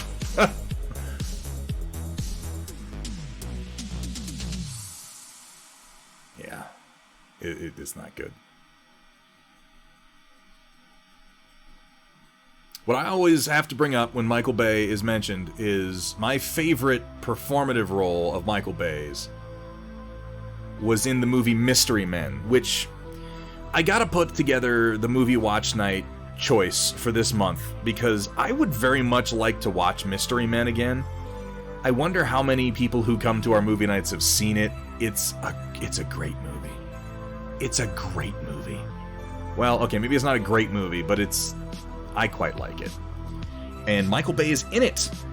In a scene towards the end of the movie when the supervillain Casanova Frankenstein has gathered together all of the various themed gangs of the city, you know, the Warriors style. There's one gang who are the frat boys. There's like the frat boys and the disco boys and I can't remember the other stupid fucking gangs. They're all ridiculous. But the frat boys, there's a scene when he is bringing them all downstairs so he can show them he's captured the superhero. He's like, oh, everyone, you know, follow me. And one of the frat boys goes, Casanova, can we bring the brewskis? And he just looks at him with contempt, and he's just like, yes, of course, you can bring the brewskis.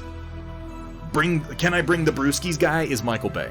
And I feel like that just sums up the entirety of him as a human being. Hey, can we bring the brewskis? That's what I think of every single time. Do you shovel well? I have a gift, Lucille. I shovel well. I shovel very well. I fucking love Mystery Men. It is a movie. It was before its time. It's only funnier with the superhero genre. It's not in the rear view, obviously it's still happening, but you know, the rise of the superhero genre in the rear view, Mystery Men is just better. It was a great superhero movie before the current spate of superhero cinema.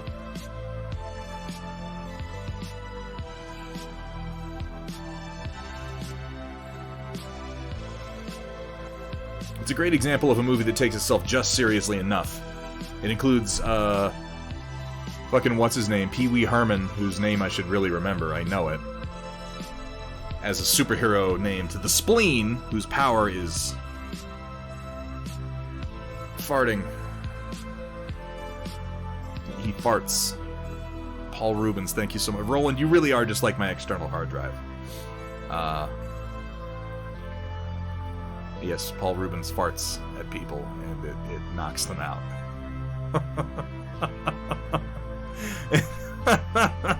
It's amazing. And Janine Garofalo with a bowling... She's a superheroine named the Bowler, who is the daughter of the original The Bowler, so it's a generational superhero. And her father, Carmine the Bowler, was killed by the Disco Boys, and she has his skull in a bowling ball that she bowls with. It's... I like, describing it doesn't do it justice. You just kind of have to watch the movie. You ask what the favorite Sean Connery movie is? Ooh, man. Favorite Sean Connery movie. If I say Zardoz, am I immediately a hipster? I think maybe, because if I'm being honest, it's not my favorite Sean Connery movie. It is among my favorite Sean Connery movies. I do like Zardoz. I don't particularly love watching it. It is very, very boring at times. But I appreciate its existence, I guess, is a good way to put it. Favorite Sean Connery movie? I don't want to just pick a James Bond movie. He did so many of them, and a lot of them were really good. I like The Rock quite a lot. I count that as a Sean Connery movie. It was, you know, it was him and Nick Cage, but Nick Cage didn't completely steal it like he does with a lot of films that he's in.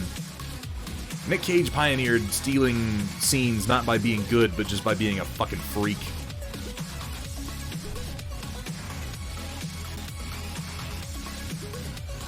The gun is good. It shoots seeds of death. The penis is evil. It shoots seeds of life. Yeah, you heard me. You fucking heard me, Twitch.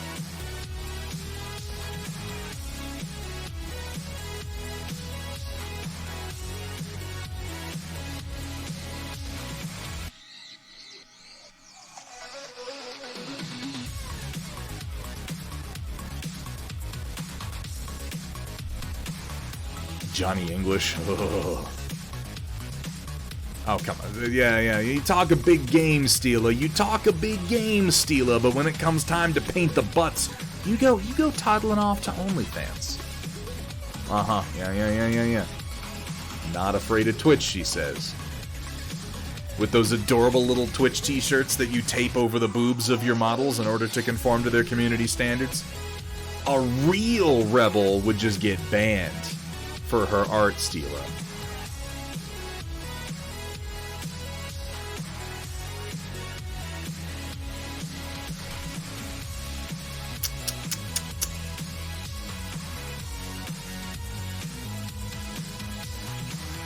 I'm a smart rebel. Maybe. It's just important to be self-aware is all.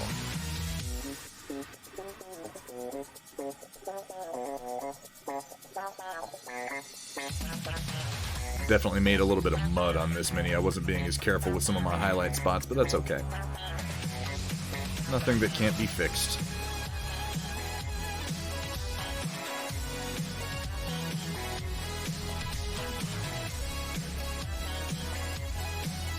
No one is acknowledging the greatest Sean Connery movie. Lay it on us, Roland. And you'd have to pay to be an oily fan. Thankfully, you can have free memberships on OnlyFans. Steela Rebel's like a gateway for a bunch of nerds who have managed to avoid going on OnlyFans and falling victim to cosplayers. But I think single-handedly thanks to Steela Rebel and a bunch of people going, well, I'll just get on OnlyFans just to follow Steela and watch her paint minis.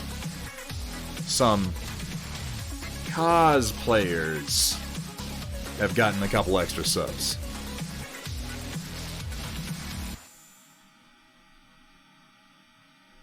Were my air quotes contemptuous enough for what I was trying to get across? I hope they were.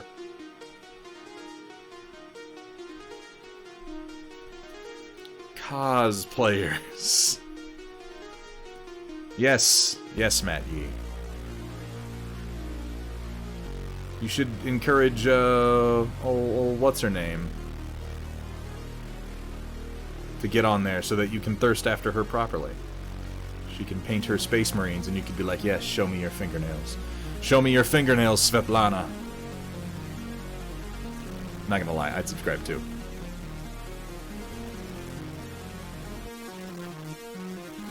How you doing today, Matt Yee? It's good to see you, man. Could we pretty please get a shout out for the talented Matt Yee, a truly excellent paint streamer, another oil painter for you to follow if you're interested in the process. I look at okay, so there's the top of the pyramid, right?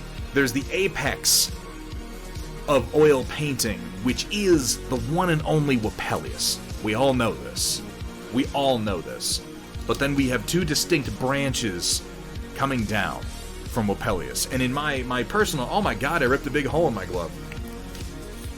In my personal pantheon of oil painters, it goes from Wapelius down to Steela Rebel, and then in the opposite direction down to Matt Yee. Steela is very meticulous and organized, no matter what she says. She's also full of crap, apparently. She's very meticulous, very organized. She lays out her colors, and she pre-glazes, and she pays attention to her mixtures, and everything is very clean, and her palette is very organized.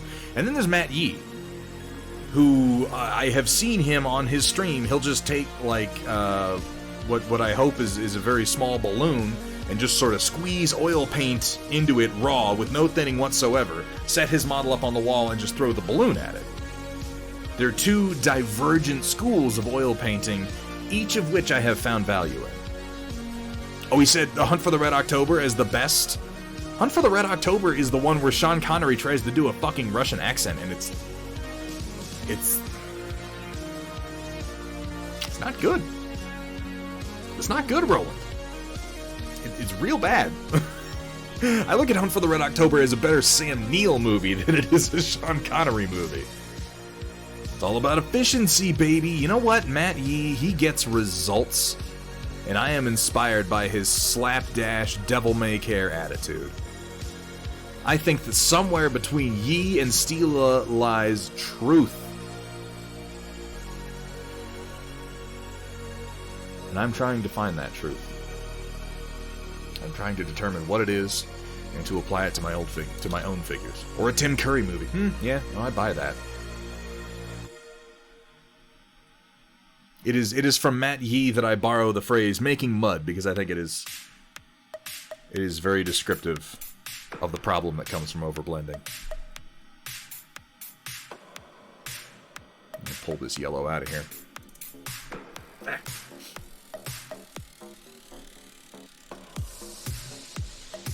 How are things, Matt Yee? I have been out of the Twitch loop for the last week, so I'm just kind of getting caught up on things.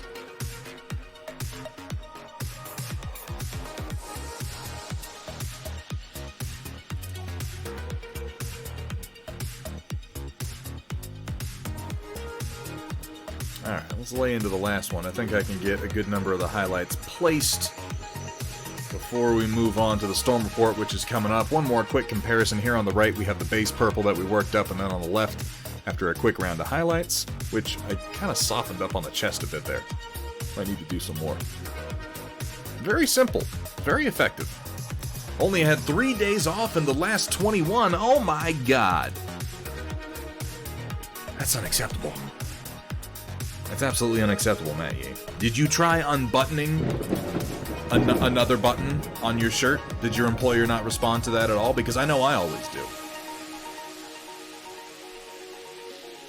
Gus Schultz with the 7 months of subscribing. Gus, thank you so much for that resub. Thank you so much for your patronage, my friend. And thank you for being here in the stream.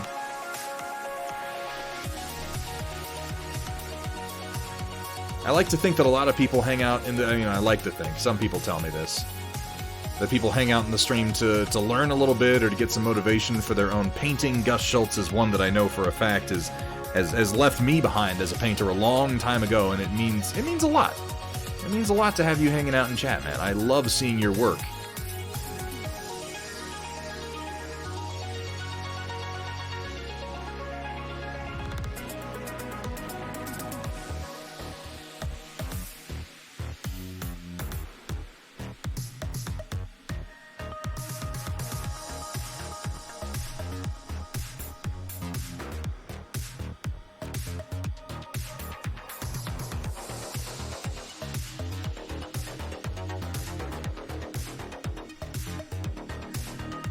For those of you who might not hang out in Matt Yee's stream and might not understand what I'm talking about, Matt Yee dresses like, that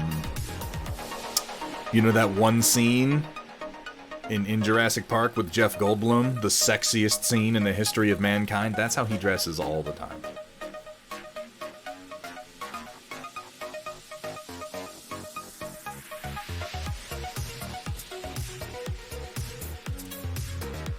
Techno Sugar, how are you doing today? I appreciate that. Yeah, make sure Pity's doing all right. Sorry to hear that the fireworks affect him so much. It's wonderful to see you in chat. Come for the voice. Stay for the bod. Get trapped in the oils.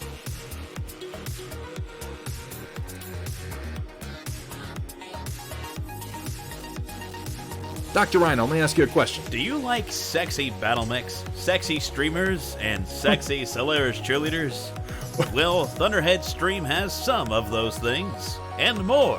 How perfectly timed. What the fuck was that?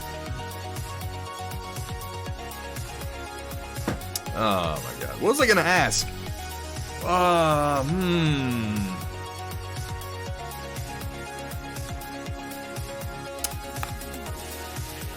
What was it? Fuck!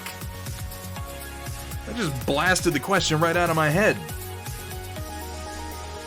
I'll think about it for a second. It'll come to me. The Untouchables. Ooh, Hypnotic Mom. That's a good choice. Ooh, The Untouchables is a fun movie. Well, okay. Maybe not a fun movie, but it's a good movie. Thank you for getting that shout out, Project Dark Fox, for the very talented Techno Sugar creations. Over there and drop a follow. jump in for the next stream and see some quality art getting done in real time.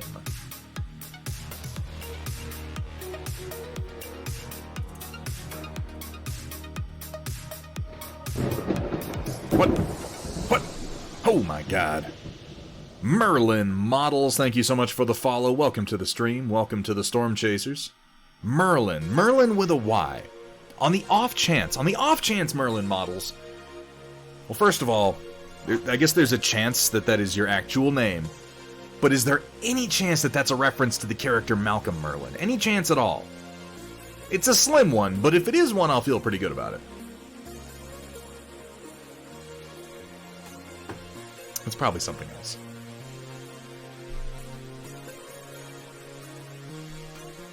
Zero chance. Damn it! We had a chance, Merlin Models, to have a real connection there, and I missed it. Now it's gonna be awkward like the whole time. Oh well. Sometimes you gotta take a risk.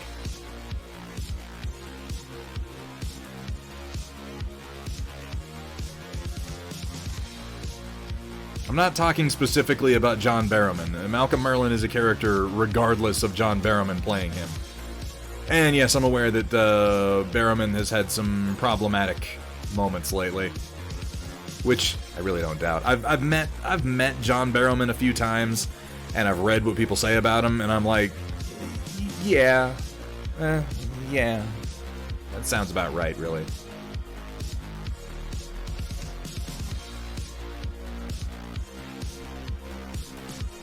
It's not even remotely surprising.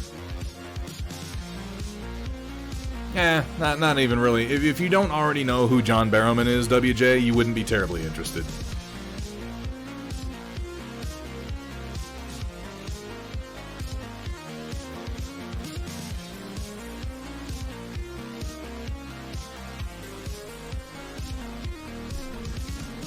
Yeah, I feel the same way, Merlin Models. That's what I mean. Like, I've met John Barrowman on a few occasions, and then you read the things people say about him, and the negative things people say about John Barrowman, I feel like he hasn't hid any of this. This has been his personality the whole time. It's just like, he was inevitably gonna rub people the wrong way. No pun intended there. It was just inevitably gonna happen. And I'm like, we know. That's John. I feel like he generally is a well-meaning fellow.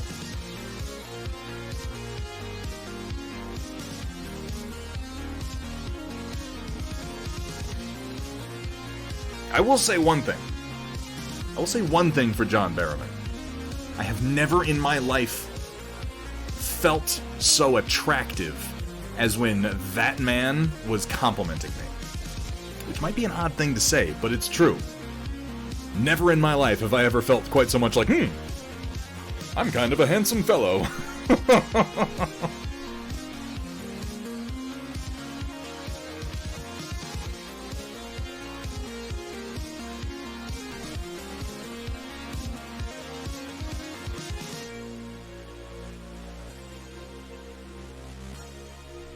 Oh shit, it's about time for the storm report. Okay, I'm gonna finish. I'm not gonna go up to the upper torso. I'm just gonna finish his pelvis. Oh my god. Oh my god, Happy Man O'Coral. Dropping that 17-month blah blah blah streak right on our 17. Oh my god. I've been streaming for 17 months? Oh, Coral, how long have you been on a... I just noticed this. How long have you been on a tier 2 sub? You magnificent bastard, you. Thank you so much. Merlin Models, I think... You know what? I'm going to go out on a limb here. I'm going to go out on a limb here, and I'm going to speak for everybody. We're doing variously from pretty damn good to kind of shitty but having a good time. Please feel free to correct me in chat if I didn't cover the spectrum accurately. Happy Man O'Coral, thank you so much for that resub. Also, Thick Mike, oh my god, all my favorite people are coming in tonight. Thick Mike, thank you so much for that resub. Hope you're having a good one, man. Hope things are looking up for you. Guys, if you're not following Thick Mike, he is a very talented painter, a damn good dude, a good streamer, and he plays a whole lot of Apex Legends. Why don't you go on over there, Drop him a follow. Check out his next stream. I think you'll like what you see. And if you don't, you know what? Your money back for that. Your money back for that follow. I will refund your follow. Get it? It's because it's free.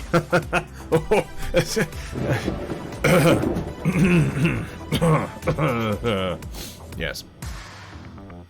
No. I won't do that. Oh, Coral. Metalcore Collectibles also hitting that 17. Oh my god. So many subs. So many subs. You guys set off a level 2 hype train just before the storm report. You guys are out of control.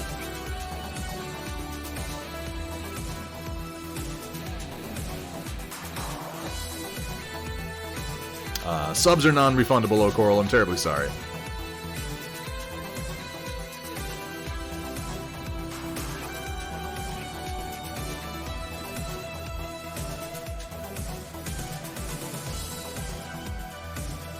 I'll get these blends done. I don't want to let this sit.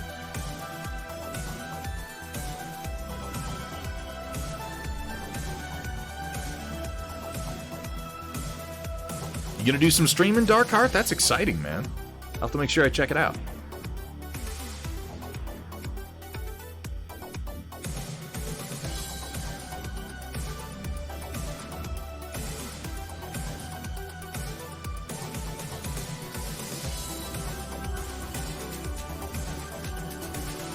Merlin Models, you stream, yes? I'm gonna guess that you stream just based on your name. I don't believe I've been into your stream. But I'm going to make sure that I drop you a follow right quick. Hang on 1 second. Oh, it's on my other screen. Curse you, dual monitor setup.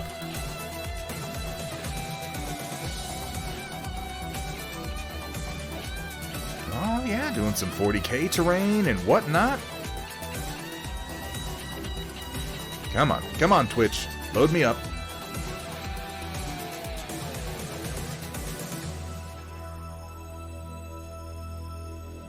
Why won't you give me the follow button, Twitch? You son of a bitch. Come on. There it is. Boom. All right. Just Yo, like I heard you liked battle mechs, so I put a battle mech in your battle mech. And now Thunderhead's 3D printer is broken. One of these days. One of these days, that's going to be the day that my printer explodes. Alara Kerensky, happy America Day, everybody. Go out and detonate some indigenous artifacts. Make Here enough at light Thunderhead that the eagle Studios, won't see a shadow. It's okay to be sloppy. Bonus points if it's white paint. If we all blow up enough explosives, the magic sky cloth will freedom all over us. And that's how you know what it means to be an American. Alara Kerensky, how are you doing today, man? It is fantastic to see you. If we could pretty please get a shout out for Alara Kerensky. We have a lot of very talented streamers in the chat tonight, folks. Alaric does not do painting, but holy shit, does he ever know how to fly a plane and a starfighter. You enjoy some good, competitive, skill-based gaming. That is a stream that you want to be following. When watching Thunderhead stream, you may feel the urge to do the cha-cha, because he likes to slide it to the left, and then slide it to the right, and Nonsense. then hold it off screen entirely. Nonsense. Come on, Thunderhead, put it back on camera. Alright, so that's going to be it until the storm report starts. We've made some good progress today. Let's take a look at these three that... Now, all the gray parts need a little bit more detailing, and then, like, the eye lenses and stuff all need to be done. But I'm liking these colors so much more than what we had before. So much more than... You see the flat gray parts, that was essentially the entire mini before. And this has been a remarkably easy process to work up this kind of... I don't want to call it burgundy, it's much more of a deep magenta. And then I brought it pretty high with the highlights, but I think it pops really nicely. These are going to be some good-looking mechs.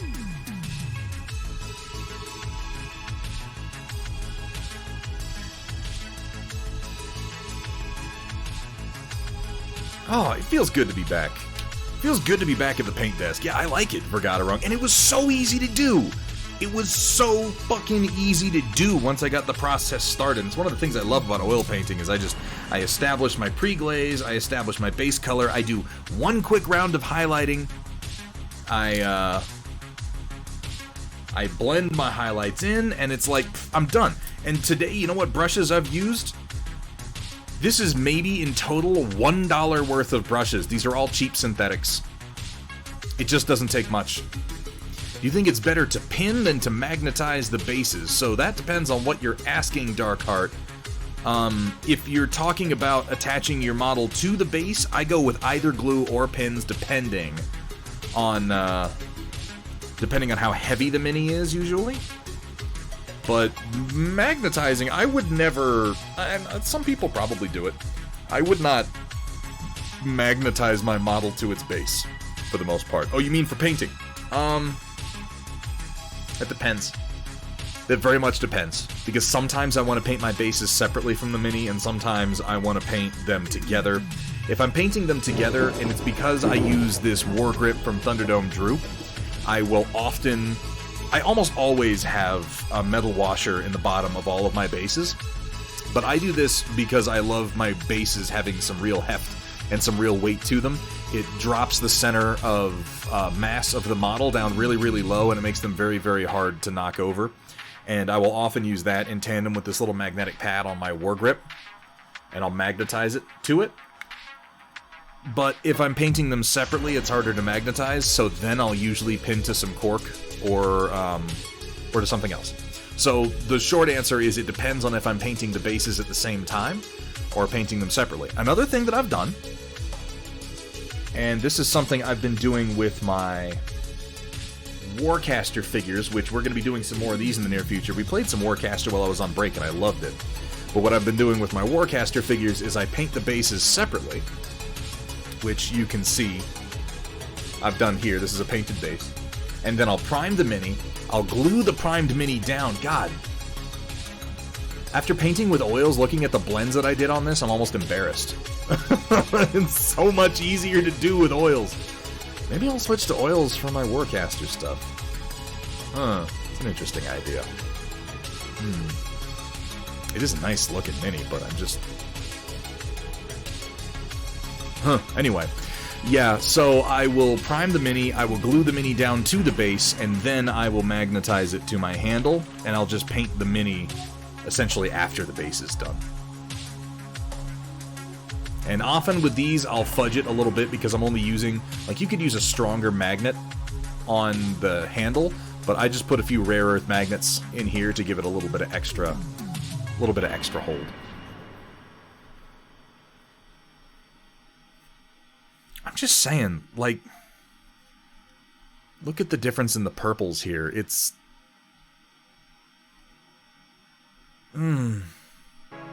No. I'm painting Warcaster in acrylics. I'm painting them in acrylics. Stop it, Stila.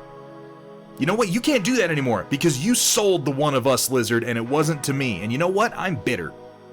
I'm bitter about that. You're not allowed to do One of Us anymore. Because she's gone. Because the magic has been replaced with avarice and money. And I'm jealous and disappointed is what I am. I like that lizard. I had a connection with that lizard. And now all my dreams have been shattered. So here we are. Let me put my oil palette aside here. Someplace where I won't jam my elbow into it and make a huge mess out of everything.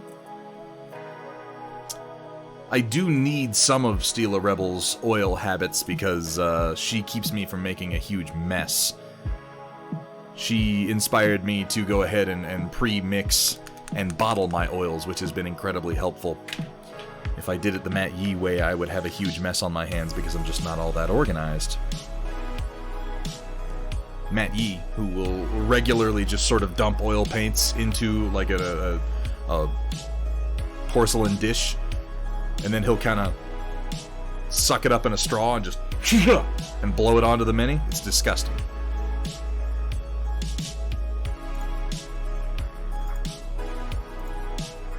Alright, let me get this out of the way so we can actually look at what you people are posting. What you fine folk have been posting to the Storm Report. But his models would all be done by now. What do you gotta rub it in? What are you doing to me? What are you doing to me, Dr. Rhino? I'm meticulous. It's not a race. It's not a race unless you say we're racing, and that's not something we've done. Sphere, you are an incredibly talented painter, and I'd love to see what you could do with some oils. Hamburg, thank you for the reminder. Oh god, and one more for Merlin Models. You're slow, that's what... Oh my god, all the painters are just taking shots at me tonight. This is terrible. Alright, let's go ahead and check out the Storm Report and see what people have been posting. Alright, locusts and gentlemechs, get ready to feast your eyes on glor paint and wet palettes with the occasional culinary atrocity thrown in on tonight's Storm Report. Brought to you by viewers like you. I'm adjusting my chat window.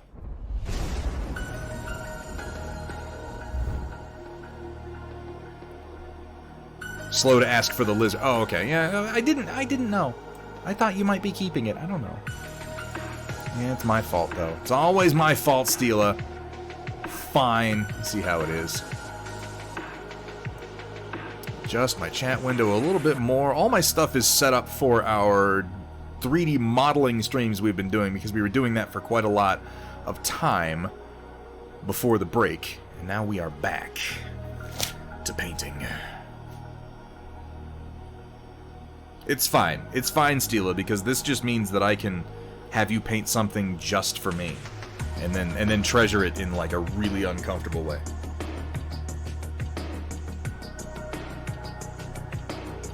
I'm used to taking my time. I'm the same way, Merlin Models. Like, I don't do speed paints. Like, Walter's Workshop does like once a month. He's like, we're doing speed painting. And a lot of people do speed painting. I don't do it. Sometimes I'll rush through some paint jobs, or I'll make myself hurry up in order to get like a force done, but I like to take my time for the most part. And it's not a race. It's not a race, folks. Unless you're Matt Yee, and then you're just a super fast painter, and you can be like, oh, I take my time, I'm just really good at it. And I can sit here and just be jealous of everything about him, including his amazing button-up shirts.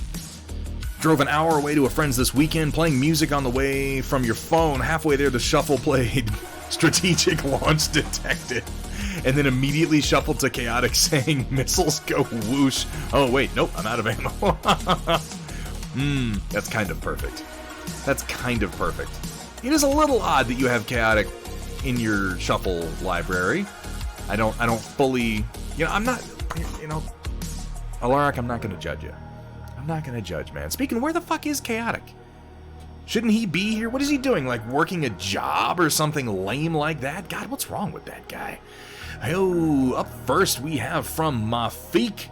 Got my second vaccine today, now fully vaccinated. Congratulations, Mafik. I am glad to hear that. 2 new waifu tanks. The German concept SPG Waffentrager. That was bad. That was bad attempt at an accent. Model PZ4 and KV3 with the ISIS-2 main gun. Good morning, comrade. Blah. Somehow it's better if I imagine her with the Russian accent. Oh, baby. Them tank waifus. He's passed out from exhaustion. Yeah, he got pretty far. Well, okay, look, it's all I said. Magnetize 4 trees to terrain, 1 more, and then you'll go to bed. Merlin Models, it's good to have goals. I mean, look, all I said was you guys should post something as a challenge to yourself. To, like, before and after, I'm going to challenge myself to paint this thing, and then we're going to paint it by the time we get back. I didn't tell Chaotic to challenge himself to paint an entire 40k box set. He did that to himself. 3D models will win. Oh my god. If the Tank Waifu project progresses into like cheesecake pinup model 3D models, I don't know. I don't know if that would inspire greater hope in humanity or kill all of of what hope I have left for the future. I don't know which. It could be the greatest thing, it could be terrifying. It entirely depends on the execution, I suppose. That said, we definitely have some people here who'd be into that. Not just Alaric.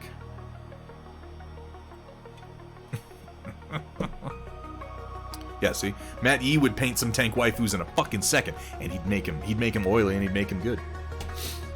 It would be, I'd watch that. I really would.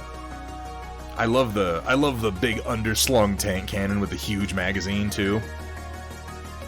She's really trucking this one. She's moving along. Nicely done. And of course, the classic little Russian hat. And then this is the Panzer. Oh, I like how the shape has been worked into the pose. This sort of leaned back, really far back on the chassis cannon, so naturally she's just kind of like, kind of leaning back into that one. Real casual pose over the shoulder. The hand in one pocket. The arrangement of colors, she has kind of an R2-D2 thing going on. Just a little bit of one. And the counting up the tank kills is a nice touch. Oh my god. Mafik, I think you got a few fans in this stream, man. He's done a bunch of these, Matt. He's done a shitload of these. You should jump over into the Discord, go into the 2D Showcase channel and look him up. Mafik has done a whole series of tank waifus, and they're pretty fucking great. Really nicely done, Mafik. Oh, man. Alright. Coming down. Here we have from Rio. Been spending 20 minutes a day to put something on paper. Post notes to keep it small and quick while ballpoint pen, so I couldn't correct mistakes. Apparently people love my office girl as she goes through a standard 9 to 5. Yeah, I've enjoyed this series. It's been expanding just one at a time. Ooh, Thundercat logo. This is what immediately drew my attention. Yes, Rio. Do the Thundercat logo. And then a collage thingy, and then maybe a question mark. Sure, yeah. How can you have 3 question marks on your to-do list? That seems...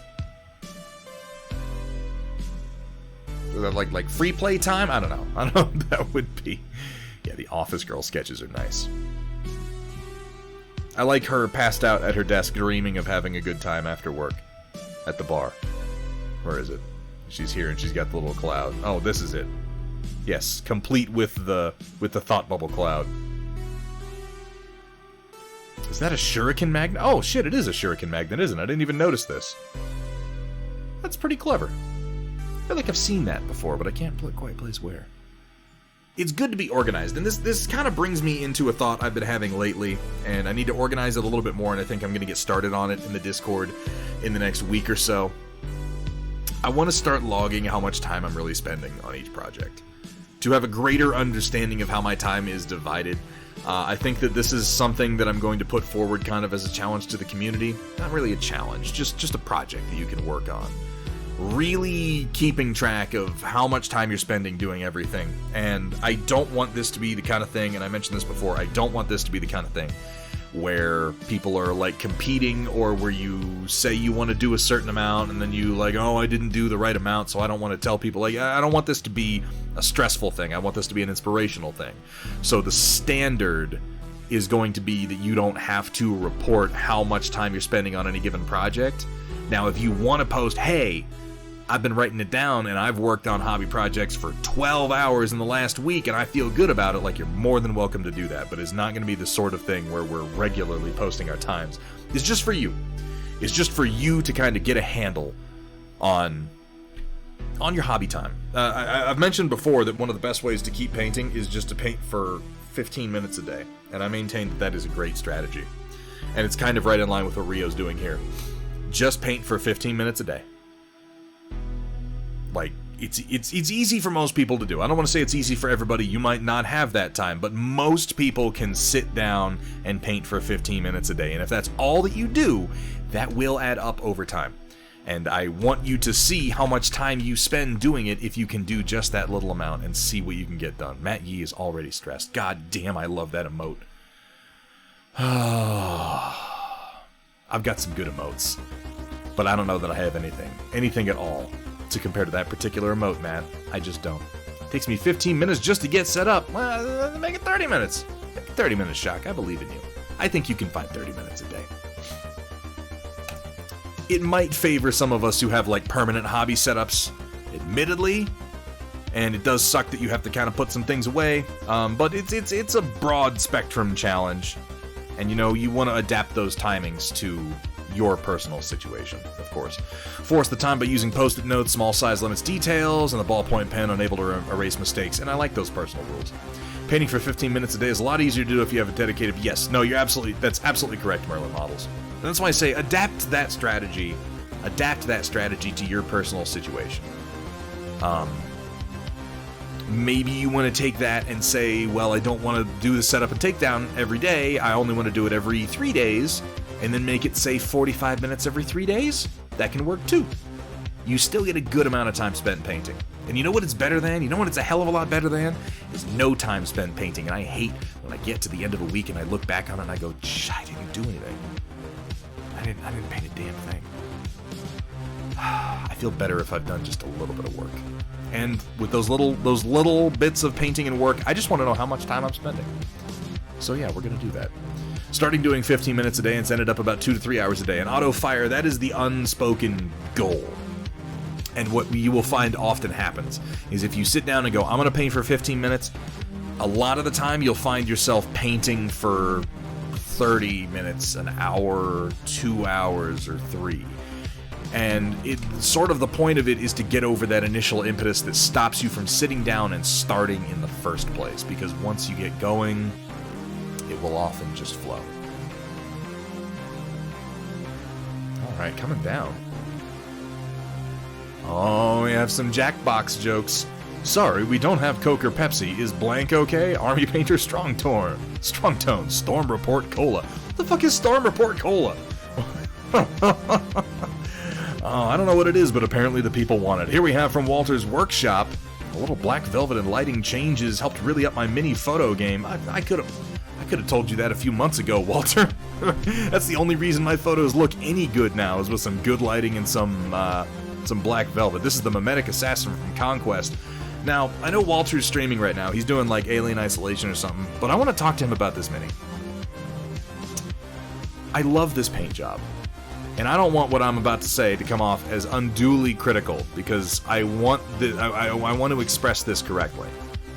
I love this paint job. I love this model. I watched him paint this. I didn't see the final steps, but Walter, at some point you toned down the colors on this model.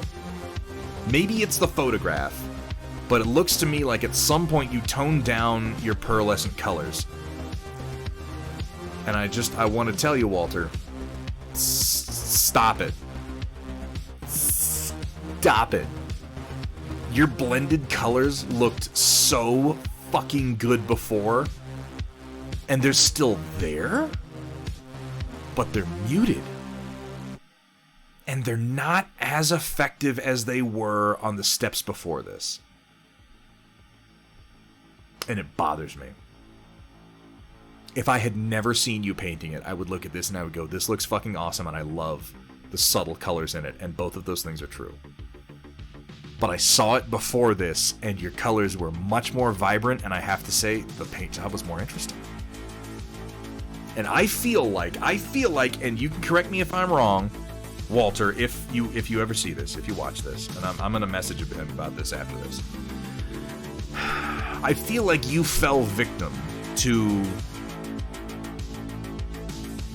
the tendency to look at the model right up close as you're painting it.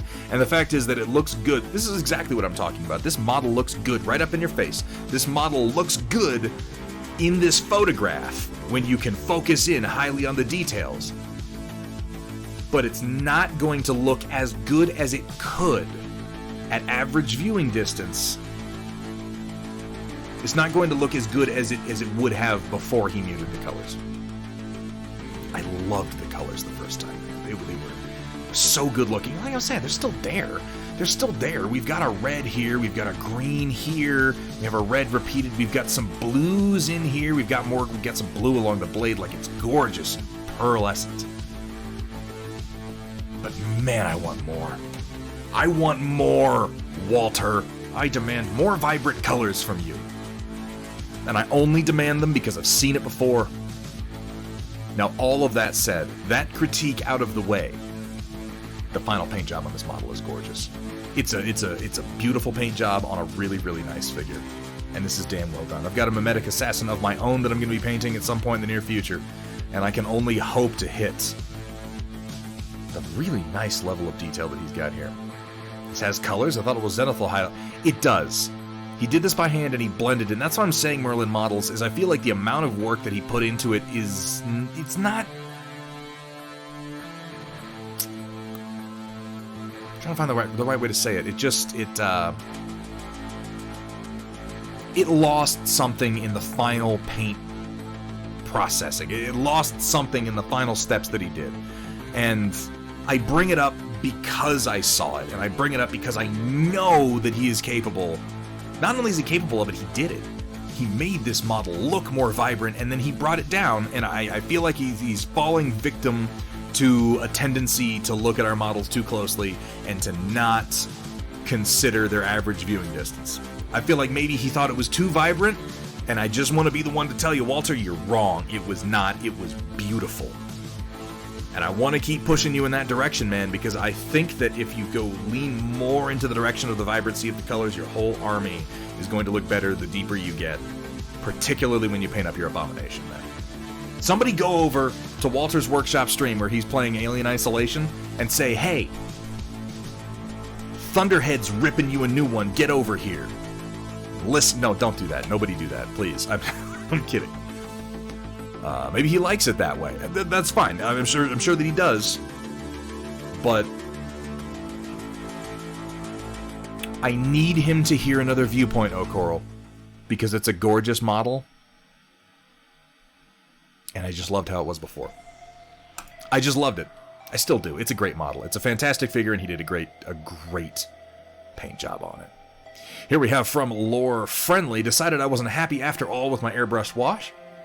Plus the olive gray was suffering to brush on. So tried airbrushing the olive on and brushing the metal instead. A lot easier, so going to do that from now on once I buy more olive gray anyway. Already out of one bottle of it. I remember you having some trouble with that before, Lore Friendly. But yeah, this is easier. Definitely go for this. Absolutely. He does. He does, O'Coral. You're not wrong. I'm not saying that he needs to change the way that he's painting.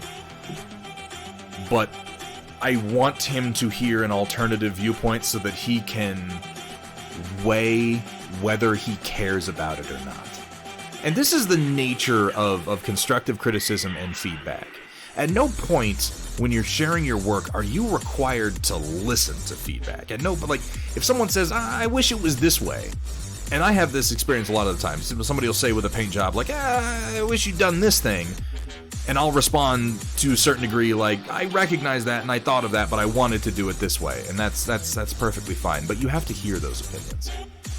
Because as I said earlier in the stream, and I maintain this is true about even the best artists out there, we're our own worst critics. And I do mean to say that we're the harshest on ourselves, which is true. But in addition to that, we are the least qualified to judge our own work.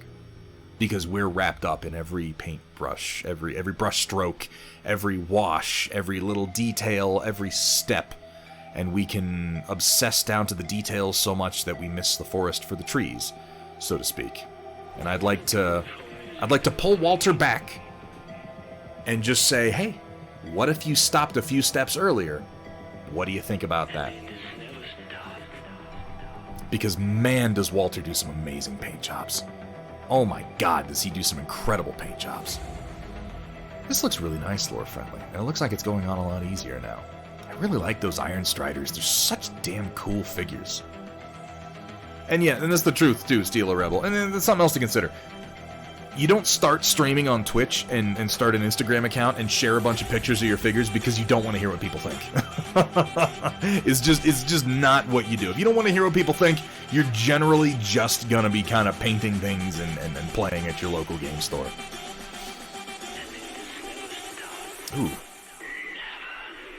I like the combination work that you've done on the hands here too.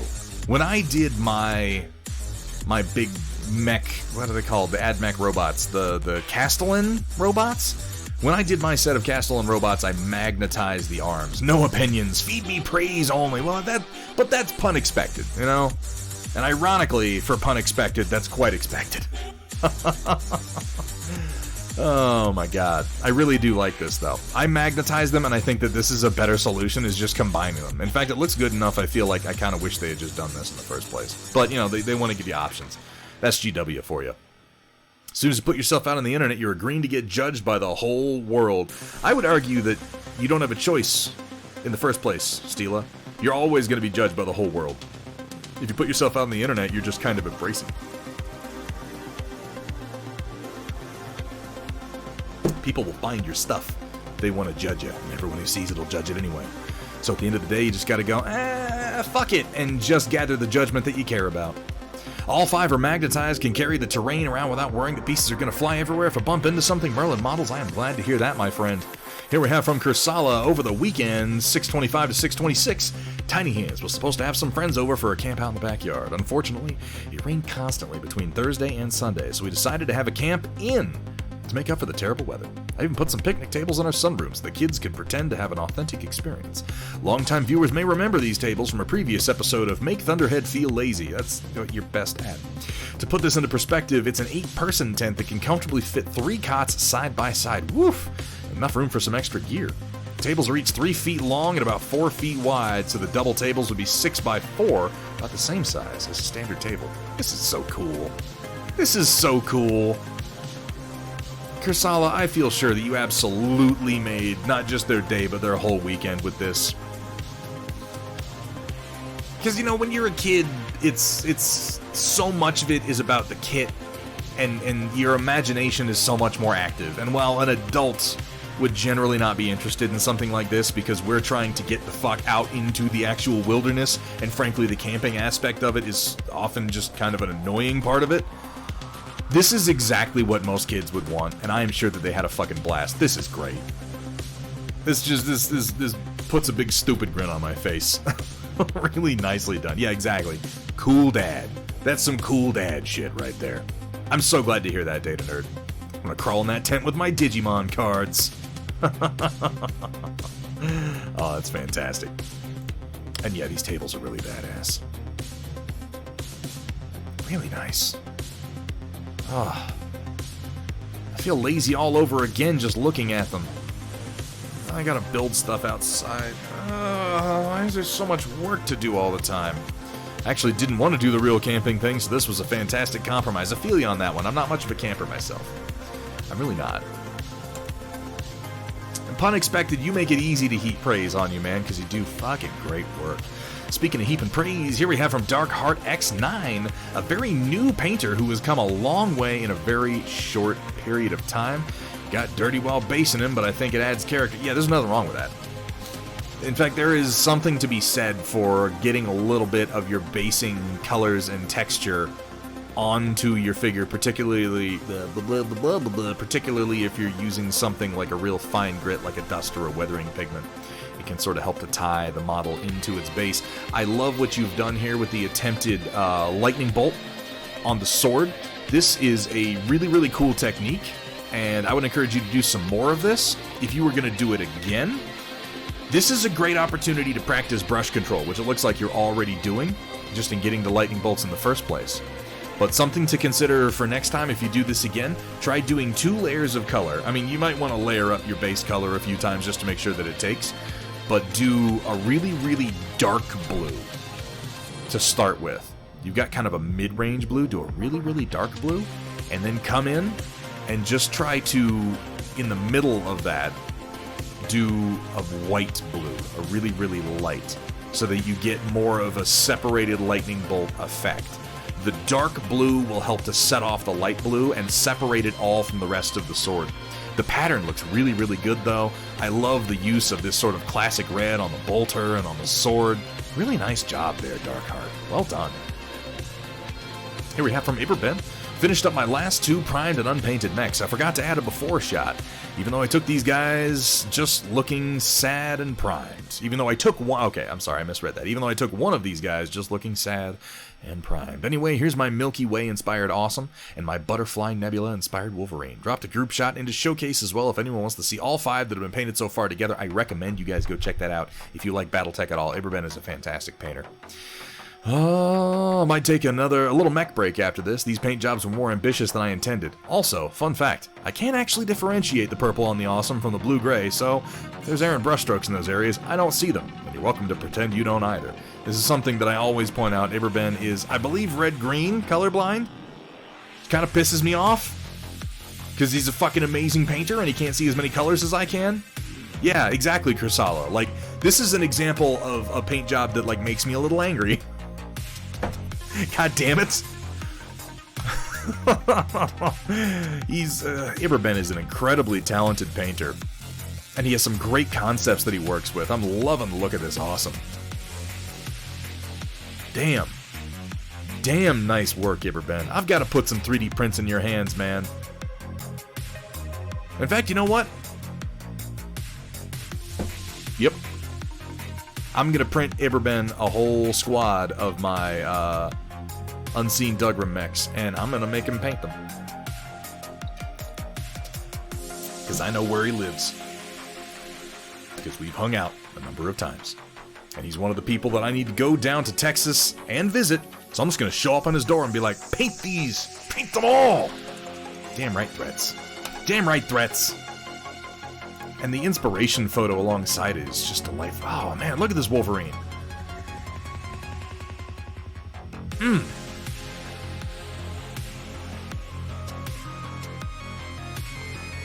lensing is subtle and effective.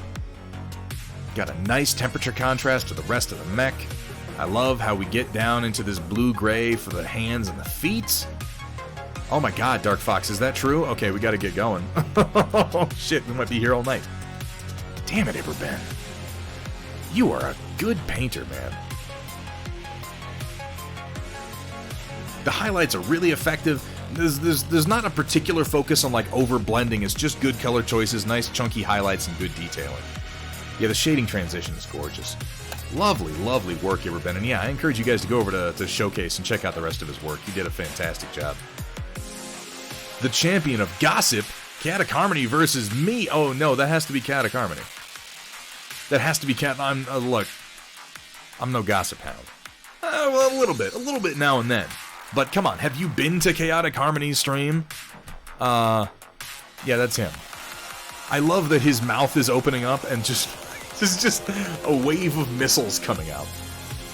Gotta go find something to stream, Alara Kerensky. I'm sure you'll have no problem doing that, my friend. You have a fantastic night, dude. Thank you so much for stopping in. It's great to see you. Guys, if you're not following Alara Kerensky, you should really go make that happen. I've gotta get into some of these that's gossip barrage. These are all rumors. All rumors and shit talking. Easily Chaotic Harmony. Yeah, I just rant. Chaotic Harmony contributes to vids like Big Bullocks, MechWarrior Online. We'll fuck your nostalgia. That's right, we'll fuck your nostalgia. Look up blank in the dictionary and there will be a picture of Roland. Culinarian pun atrocities or Thunderhead's random fact rememberer. Yeah, I'm going for the second one. Because Roland really is sort of like my external hard drive for trivia.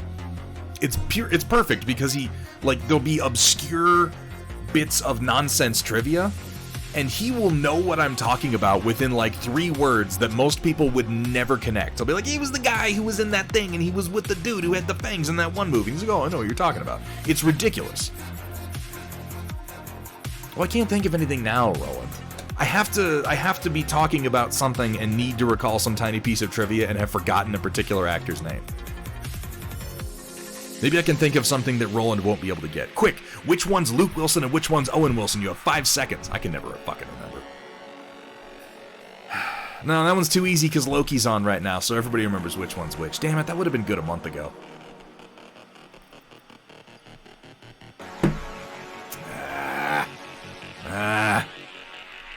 Alright, here we have from the POV 42.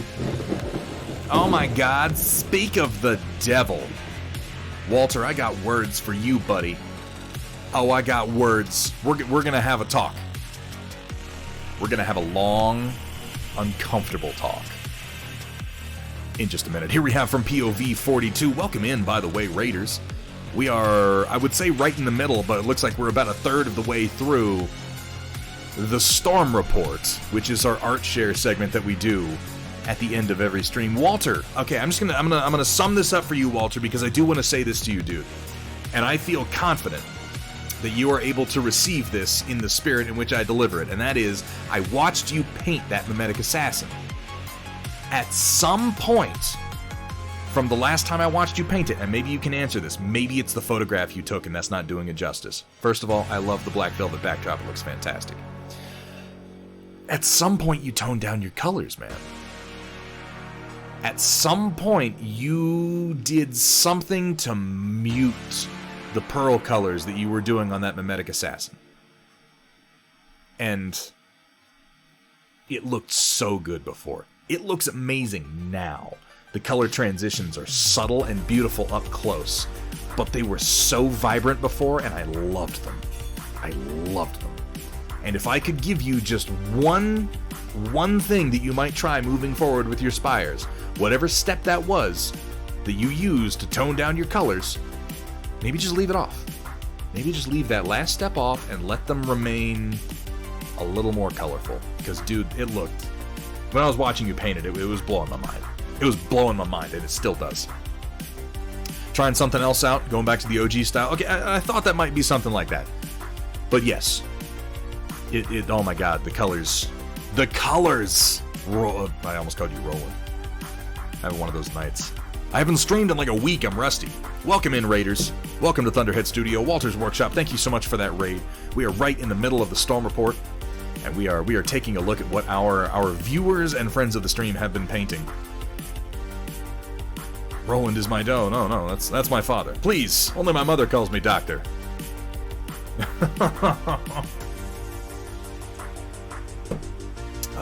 We playing Alien Isolation?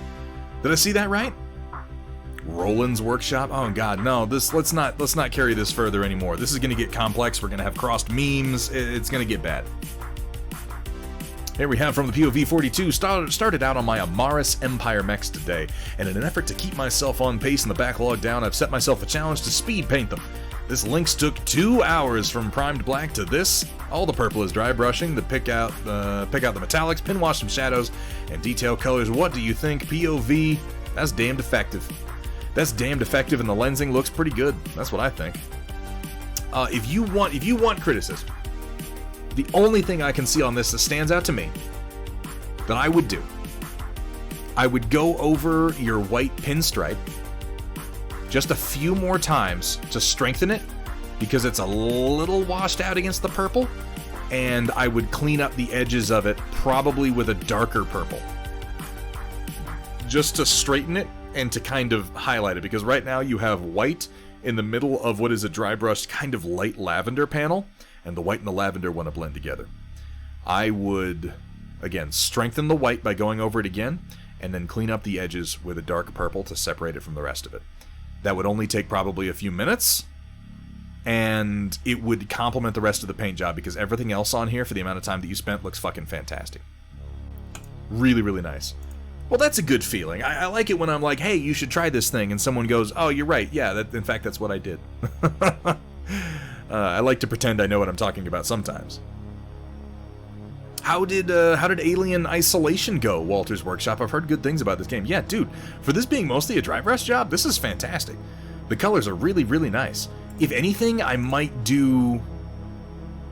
Yeah, clean up the white stripe, which you've already talked about. If I were to add anything to this, and this is something I learned after doing dry brushing for a very long time, maybe do one final higher highlight dry brush and only hit limited areas. And I'm talking like the end of the knee and the top of the thigh, but not the middle of the thigh. Just boop, boop, just really quick, just to catch the edges.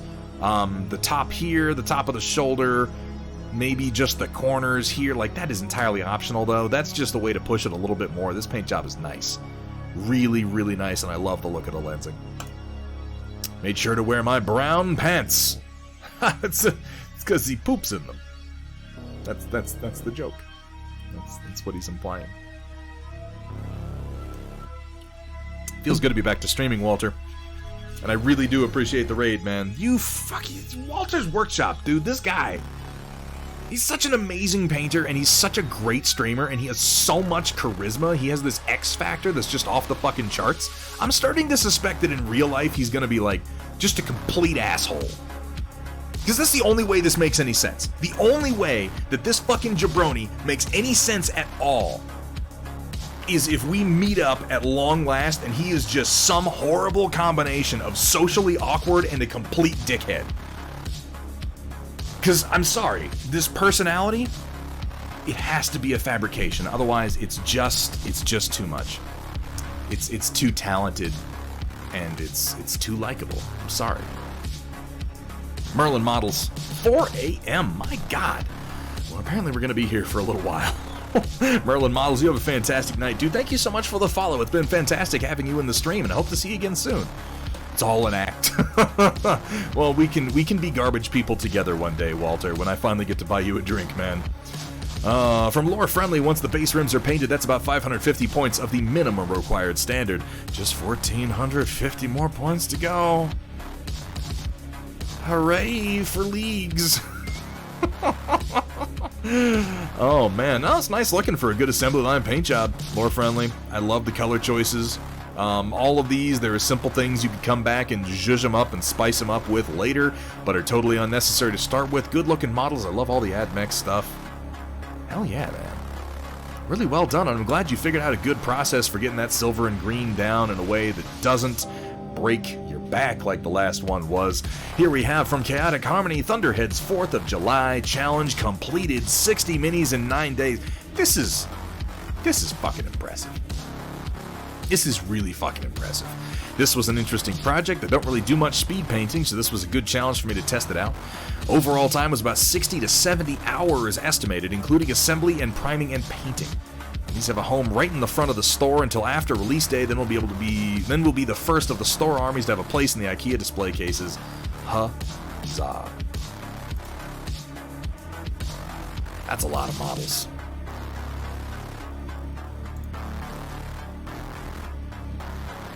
That's a lot of models to paint in that short a time. And for reference, I left on the 26th. I left on the 27th. The last stream was just a few days before that. It was the Thursday before the 26th, so that would have been the 24th. And, or no, we did Friday. So it was the 25th. Okay, so on the 25th, I challenged people to post there before and to just commit to something like, I'm going to paint this in the week that Thunderhead's gone. And Chaotic Harmony, being the absolute maniac that he was like, I'm going to paint the entire new box from Warhammer Age of Sigmar. And I will be completely frank with you, I not only had my doubts were very, very strong. And he did it. He fucking painted him, man. It is not even like you sacrificed quality to get them all done. These are solid tabletop paint jobs, and having watched him progress as a painter over the last year and a half, like, this is not Chaotic Harmony skimping. This is Chaotic Harmony's good work, using everything that he's learned on these figures, and he has done a fucking fantastic job. Big boss Waztech. I'm not sure how you got here either, but I'll tell you, I'm happy to have you. It was probably Walter's workshop. He's always doing that. He's always just kind of slumming into chat and kicking open the back of his fucking van of reprobates and kicking you all out into my yard and be like, hey, watch this guy paint. How the hell are people still following me? I don't understand it. Gaddock is fueled by spite, so of course he pulled it off. Yeah, it was probably my doubt that made him do it. I love the wash that we have here on the weapons, giving them this slightly kind of rusty patina. Really nice mixture of colors on here. And the thing is, like, I know he's going to come back to a lot of these, too, and do more work on them. Look at that. I like how the wings are silver. Oh, man. Hey, Big Boss, my lurkers are some of my favorite people. Yeah, I try Dark Heart. This is, oh, man. I love the stonework that he's done on here, too, that and the wood. It's all very simple but effective. Again, Games Workshop makes some truly fantastic models. I have things to complain about with Games Workshop and Warhammer 40k. Those things are not that they make bad models, because that's just a fucking lie.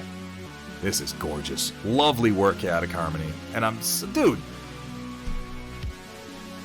for what it's worth, Chaotic Harmony, if when you are able to watch this, when you wake up from your paint coma, I'm proud of you. And then there's a head pat for you. That's me patting you on your head. You just go ahead. Just position yourself in front of the camera in such a way that this feels like I'm patting you on the head. Okay? There you go. Just for you, pal. Looks an awful lot like a Heroscape unit. Not that that's a bad thing. I missed Heroscape almost entirely. Like, I remember it being sold, and I never really looked at it. Here we have from Lore Friendly and done. That's the other two Castellans added, and it's over 750 points. So I just need to finish another 1,250 points. Hey, that's something. Yeah, now he's got to paint his own models, the poor bastard. I love that he's been enjoying painting as much as he has, though. I love... Vergaderung, dude, thank you so much for your contribution to getting him really going on the paint train, because I couldn't be happier with how far he's come. Hell yeah, dude. Nice, simple basing job goes a long fucking way. This is a good-looking army for a growth league, Lore Friendly. Nicely done. Rio, did I miss anything? Oh my god. Oh, this isn't all gonna show. It's not all gonna show. How do I show it?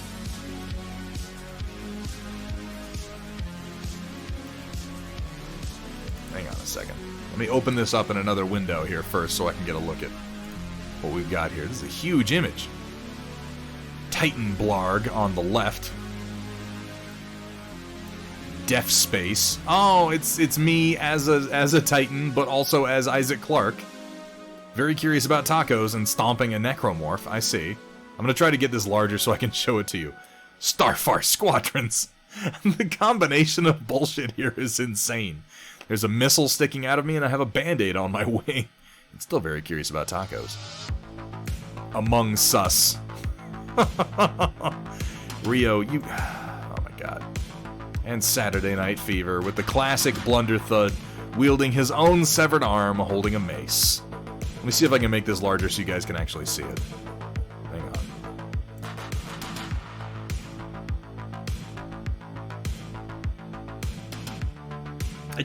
I can't zoom in and scroll inside of Discord, which is the challenge that I'm having here, Rio, and I'm sorry about that. I have to... how can I zoom this? Well, I'm unable to zoom it, and I'm very sorry about that. Without swapping my windows entirely, and it's because of the way my overlay is set up. But I can't say that over here. This is the classic Blunder Thud Titan, and then we have the Dead Space version here with the plasma cutter stomping on a bug-eyed necromorph. Yeah, go guys, if you're on the Discord, I strongly encourage you to jump over and check this out. Rio, please post this also in your artist channel. And then Starfarce Squadrons. Starfarce. Me as a TIE fighter, which, what can I say? I love TIE fighters. I like the missile sticking out of my back here.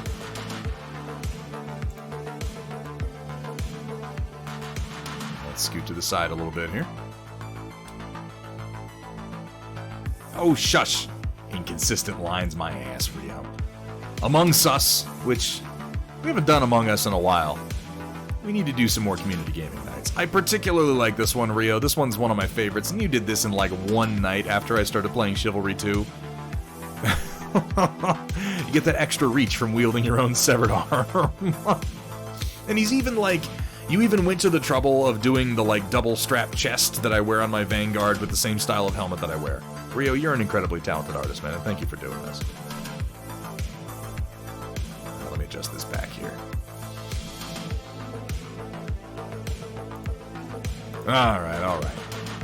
Let's come down and see what we've got. Sumatha. Chips and fries. Crisps and chips. Tea. Fish food. Oh. American freedom holidays. I like how he's wearing a pair of sunglasses and then also dressed up with the... famously, they dressed as Native Americans for their tea party. Go USA! Oh shit, I'm out of beer. Alright, let's keep going. Here we have from Roland completing his own before and after project. Ooh, this came out nice.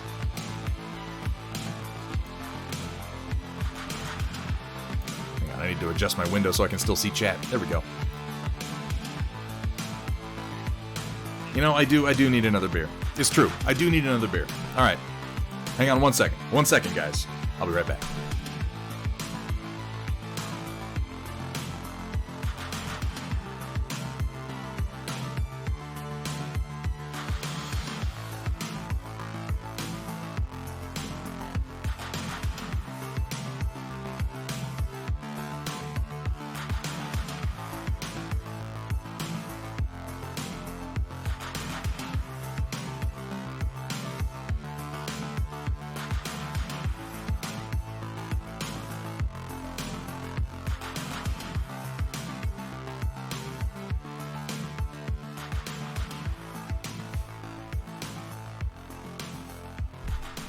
All right, let's keep going. The Aller main battle tank. I like the use of the green and then the sort of yellowish drab on the sides there. That's real nice. Little splashes of orange. As far as color composition goes, I think these are a good choice. That little bit of warmth on the side and then kind of repeated in the center. And then we've got the cool gray on the tracks. Nicely done, Roland. Everything looks like he got nice smooth coats on everything. Good coverage. Hell yeah, man. Isn't it nice? Isn't it nice to be like, I'm gonna do a thing, and then do the thing? I'm gonna try doing that one of these days.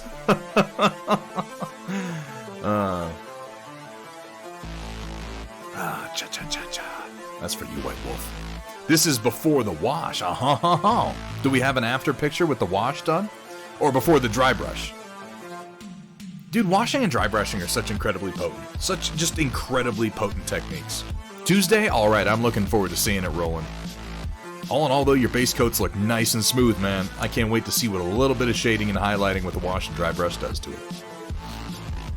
Here we have from Project Dark Fox, which I saw this one on the Battletech Discord. I thought it was... I was reading that Project Dark Fox. The dude was like, oh, that's a... That Marauder's about to overheat. And you were like, that's a fucking king crab. What are you doing?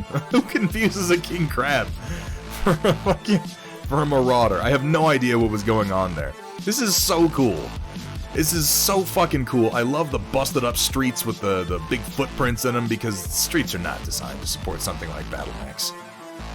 I cannot see this Ost Scout up here and not think, I want this Ost Scout just going back and forth, just being flipped, just mirrored over and over with a party hard meme. Because that's totally what he's doing. He's in the party hard pose, is he not? Tell me I'm wrong. It's simply true. And how incredibly flattering it is to have one of our Trinity City University pieces, this building, the inspiration for the structure right here is Trinity City University, one of our 3D Battletech pieces that I designed and that is for sale through Steel Warrior Studios. It is incredibly flattering that you used it in your art, man. That's awesome. Party hard with some Pop-Tarts. Yeah, right, Data Nerd? Like, it's the king crab. It's one of the single most iconic and easily recognized mechs. And I sympathize, because Battletech has something stupid like 8 billion mechs in it. Like, I get it, but it's the fucking king crab. It even looks like crab. It's not hard to identify. Now, I appreciate the work that you did on the Gauss rifles down here, giving them the triangular cross-section on the barrel and the crazy little magnetic coil spin thing kind of going around it. Looks really good. Really nice work, Project Dark Fox. Yeah, and the dazzle pattern is a little... oof. It's really well replicated. It does the job. It makes me go a little bit cross-eyed when I look at it. Give him the clamps! I'm gonna practice my stabbing. Oh, here we have from Shock 21. A couple of Space Marines from long ago. I'm pretty sure they're Games Workshop from sometime in the 80s that sat in a box forever. I don't know what that thing is sticking off the back of the missile launcher, but it's too thick to cut off easily, so I painted it.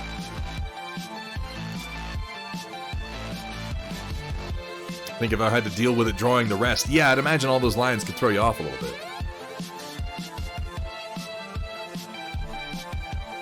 Oh, yeah. Yeah, these are some old, like, Rogue Trader era figures. This bit hanging off the back with the big, like, rotary magazine on the missile launcher. Yeah, these are old Rogue Trader minis. I don't even know if these are Space Marines. These might have been Arbutus. I'm not sure. Look at the weapons. This dude looks like he's got like a Bright Lance or some shit. Gave you headaches having to stare at it for literal hours? I can imagine. And you know who's to blame? Vergata, as he is for so many things. Just did the standard letter size right now. Do a fancy big print soon and frame it. Dude, I want one. I want one. I want to put it on the wall. I want some Project Dark Fox to hang up. Ah, shush. Yeah, my fault. So many things are Vergatarek's fault. So many things. Having access to really cool minis to paint, to print and paint, having access to like some badass hex rivers that have gotten just sort of stuffed further and further into my backlog, thus imposing stress upon me. This is Vergatarek's fault. If he didn't make such awesome fucking shit, if he wasn't kit bashing awesome AdMech armies, I wouldn't want to paint 40k so much. God, Vergata, why do we even tolerate that guy? I don't know. I just don't know. Here we have from Sphere. Ooh. Is this a new Necron unit? I mean, it must be. Obviously, it must be. It's clearly a Necron unit, but it's not one that I'm familiar with. I say that like it's surprising, like I've been paying attention to 40k releases recently. Interesting combination of colors, though. Necrons are usually not so colorful, but I love the kind of heat glow that we have here on the blades. That lime green really kind of offsets the orange in a wonderful way. And this is some good composition, because we got orange, orange, orange, orange, and then green. It's all very pleasing to the eye. Crypto Thralls. Huh, okay. Probably the same reason y'all tolerate me. Why do any of us tolerate one another? We're all in the same boat here, Metalcore Collectibles. And then we got this guy who we saw an earlier stage of painting on this one. It looks like you're done with him now, Sphere, and goddamn, I love the color you have on that linen. I love how the green eyes, again, offset the kind of warm colors we have in the linen and then on the sword. Ooh. Really, really nice work on the soft, non-metallic metal effect on the armor. I know that you were focusing on it this time, but it's very, very effective. The deep shadows beneath the arm really help set off your highlights up here. And then it's all about focusing your highlights and being okay with, because like, look, this whole portion of this leg is in shadow. And it works so well to sell the shape of the knee plate and the foot plates. Really, really nicely done, Sphere. I think this came out just wonderfully. And really, really good job. I like the gold, how it's kind of soft and a little bit muted. It kind of blends in with the rest of it and helps to complement the other warm colors. Very nicely done. Very nicely done. Here from Dr. Rhino, no reference attempt on an Eye of Terror cape. Ooh. Damn. That's effective. That's real effective. I buy that. Yeah, at first glance, I totally buy this. This looks fantastic. Yeah, it looks like you did the spatter effect for the stars, but I'd be curious what tool you used, because you got a really fine spatter. I've never gotten a spatter pattern quite that fine, Dr. Rhino.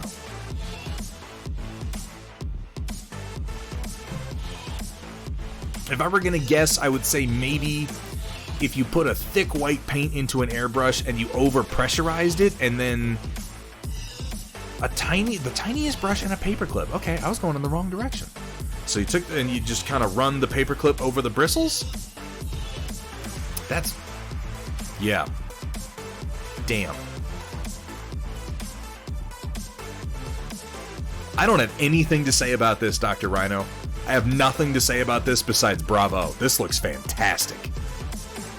Looks really good. I'm even getting the effect of this kind of galactic core here, like I'm buying that there's a big bright sphere of stars here surrounded by sort of an accretion disk.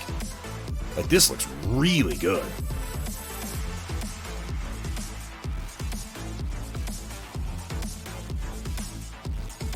I wish I could criticize this. I wish I had something I could look on here and go, hey, try this other little thing. But no, this is great. If I was going to suggest, like, I'm searching for something.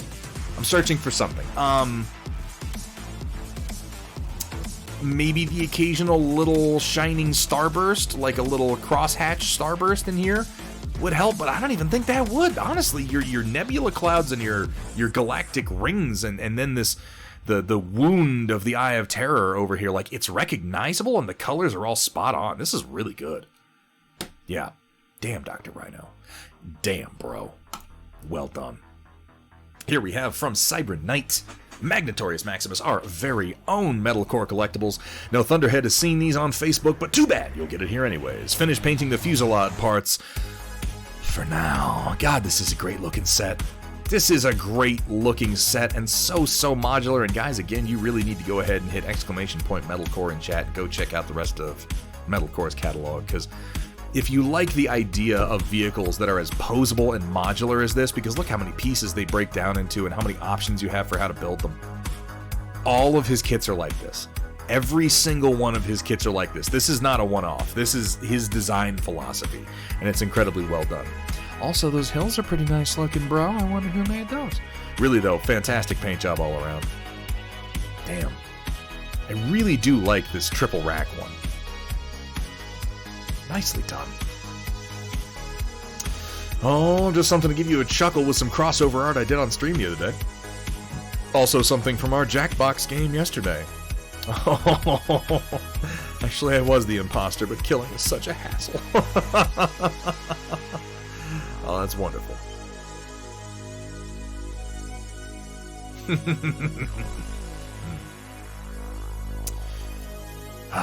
And this would be, of course, on Twitch, this is Techno Sugar Creations. So if you haven't gone over and followed Techno Sugar, and you want to see some excellent art coming together, definitely go give her a follow. Excuses for being late. Maybe you're early. Wait, that's something that I'm saying? Well, you know, that's a good question. Maybe you're early. Maybe you are, though. Have you considered that? And I am the one arriving precisely on time? I suggest it's a solid answer. Here we have from White Wolf, been working on my EV quick. 2 days of work for seam line removal as well as panel lining. Next up is a varnish, followed by some oil brushes to give his fur more depth as well as fully conceal those seam lines, since I don't do sprue goo. You can't expect me to remember the things that I've said. Look, I don't write down or remember the things that I've said, okay? I just say them. I just open my mouth and the words come out. That's all there is to it. No before pick, because I took one at the exact perfect angle where none of the seams show. Oh, shucks. They're bad on this kit, really obvious. Almost like the kit's aimed at single-digit age kids or something. It's just possible. Oh, but it's cute. Oh, yeah. Yeah, I can see adding a little bit more depth after we've added a little bit more effort to something like the scruff around his neck and the separation on the tail. Hell yeah. It's a good-looking kit. Damn, Eevee is cute. Oh, classic Pokemon. Said I didn't do sprue goo. Oh, okay. Yeah, I gotcha. You sprue goo all the time, but don't have any spare glass containers to use for this color. Sometimes I read things fast. I'm sorry, White Wolf. Oh, here we have, also from White Wolf, because there can never be enough gunplay, SD Command Gundam with some panel lining, and will at some point see a matte coat of varnish. Well, it's fun to build, but boys, some of the joints are finicky, as in shoulders and thighs pop off readily. No, I could not resist going with those eyes. You get 4 to choose from serious looking forward, serious looking to either side, right or left, and then the I've got missiles and a fucking machine gun, bitches. And yeah, I went with the last one. Oh yeah, I can totally see that. It's just joy. There's just joy. What an interesting little kid. He's adorable for wielding as many horrific weapons as he clearly is. Whitecap Tamiya cement worked well for you? Well, I'm glad to hear it. What an insane little kid. Oh. You guys sometimes, in fact quite often, help me to understand, for as much as I am immersed in the world of miniature wargaming and the models associated with it, there is an entire world of plastic kits out there that I am only beginning to know that there is a surface to scratch. Just beginning. And for setup Sunday, arguably a part of the after section, since I spent all bloody week working on various things for this setup, including updating my lighting. Oh yeah. And setting the height 4 times because of a disconnect between my ass and the Mark I eyeballs. Not everything is in yet, like the sprue holders. And my dust filter is topless because I hate the look of plastic chrome and it's highly reflective. So it's getting a proper Foxy treatment courtesy of Wicked Opaque Dioxazine Purple. Oof, that's some intense shit. Love the lamp even if it's a pricey one. Much better than my old IKEA Tertials. Oh, IKEA Tertials. I'm assuming that's a model name for the old lighting. Especially for even lighting, and it doesn't block anywhere near as much, I want to say. Oh, yeah, we've seen them before. That's right. I'm sorry. My brain isn't working tonight. I want a second one for the painting side. It's a nice looking workspace. It will take no time before it's covered with stuff again. This is an interesting lamp. The way it curves outward, I would imagine it provides some nice even lighting. I have not used one like that before. Hey, we got a paint mixer over here. Got the same one. Hooray! Nice looking workspace, White Wolf. Got those oil brushers all lined up and ready to go on the Eevee. Ooh, that's a bit of a kick in the pants, White Wolf. I mostly 3D print and do my own lighting anyhow. Here I have from Darkheart X9. I think I hosed it washing it. I don't think so. Are you saying that you think you did a bad job washing it, Darkheart? Because I don't think so at all, man. A lot of these details are popping out more, particularly on the weapon. I like the wash that we've got done here. If anything, I think that you could go a little heavier on the wash on the Chest Eagle. And if you do wind up going a little heavier, pin washing just means applying a wash in specific areas as opposed to all over. And if you were to pin wash this, if you focus on the inside of the primary rib here, just to kind of separate the feathery part from the outer part, like this shape here and this shape here, I might pin wash that. I don't think you've got too heavy at all. It looks nice. Nice work, Darkheart. Oh, here we have again from Metalcore Collectibles. Have you gone back for cleanup yet? Oh, I'm sorry. Haha, 3D printer goes brrr, which also means I need to work on processing all these parts, plus all the ones that have been sitting on this desk for like the last 6 months. Oh, God, don't we all. You process so many parts, though. So many parts. I'm not gonna do it. I'm not gonna do it, Metalcore. I'm not gonna make a joke about the guy that we both know who owns a bajillion printers and does 8 million prints a day and knows everything about everything. I'm not gonna make the joke. It's too easy and it's mean-spirited. But you know who I'm talking about, and you know what I want to say. So just imagine that I'm telling the joke, and we can both chuckle at it, okay? It's pretty funny.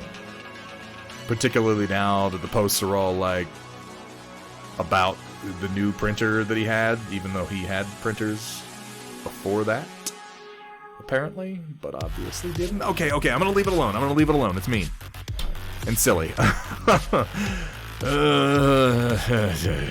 I got to in my efforts, I only got one good day of painting in this week, but I got the test breacher finished and almost all the base coats done on the rest. Also got the red and coal black coats done on the Flappy Men.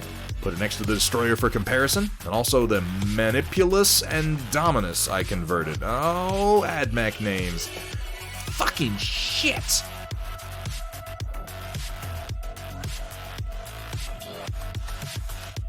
That looks fucking good. That looks really fucking good. This is a fucking great conversion. Oh my god, dude. I actually like that you didn't get the rest done so I can see the difference that the shading makes to the final one. This looks so good. The conversion is amazing, and the paint job really brings out all the details. Forgot them. These are A fucking plus work, dude. Damn. Oh, yeah. Oh, forgot it wrong. You've got to have one of the best looking overall. Like, I think, honestly, you've got to have one of the best looking. And I know that there are better out there, so don't even come telling me that there are better. I know there are better. But I'm talking, you have got to have in the top. I'm going to be conservative. I'm going to be realistic here. I think for Goddard, you probably have one of the top. A lot of people play 40K. Top 30. Is that fair? Is that fair for Gadarong? You probably have one of the top 30 overall best looking AdMech forces on the planet. And let's be clear here. I know there are a lot of people who play 40k. I know there are a lot of people who play AdMech, but you know as well as I do that most of them are not to standards like this. And they certainly don't have this many kit bashes, modifications, unique pieces. They certainly don't have that. And I'd say you probably have in the top 5 best Merrick militia battletech forces on the planet. I think that's probably me not even, like, I think that's probably not even accurate. It's probably in, like, the top 3 for the Merrick militia, dude. But between those two armies, dude,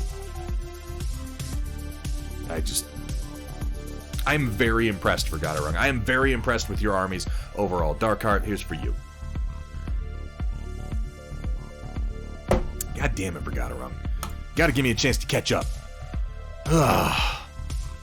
Oh, Project Dark Fox. Me this afternoon after getting my pills from the pharmacy from 2019.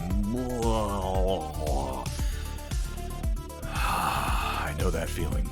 I've gone through the pharmaceutical rigmarole and the medication modifications enough to know broadly what's being expressed, PDF.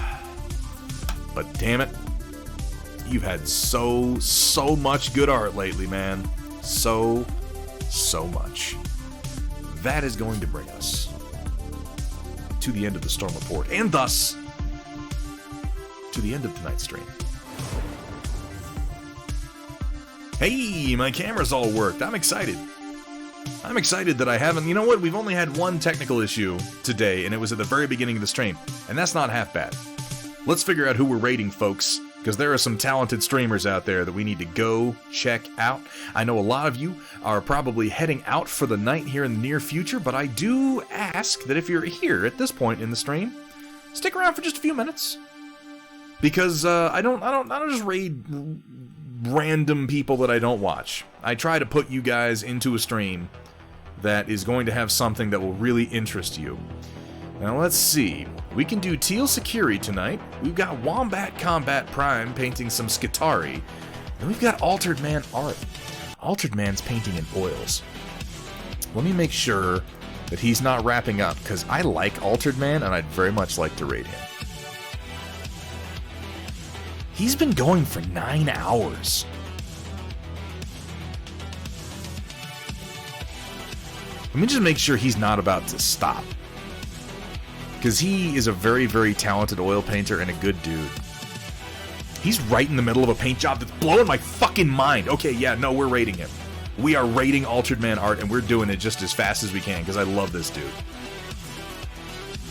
This is a tough one tonight. There are a lot of good people to raid, but I think you guys really want to see Altered Man. If you want to see what oil painting can do, he is going to impress you. Guys, stick around for a few minutes.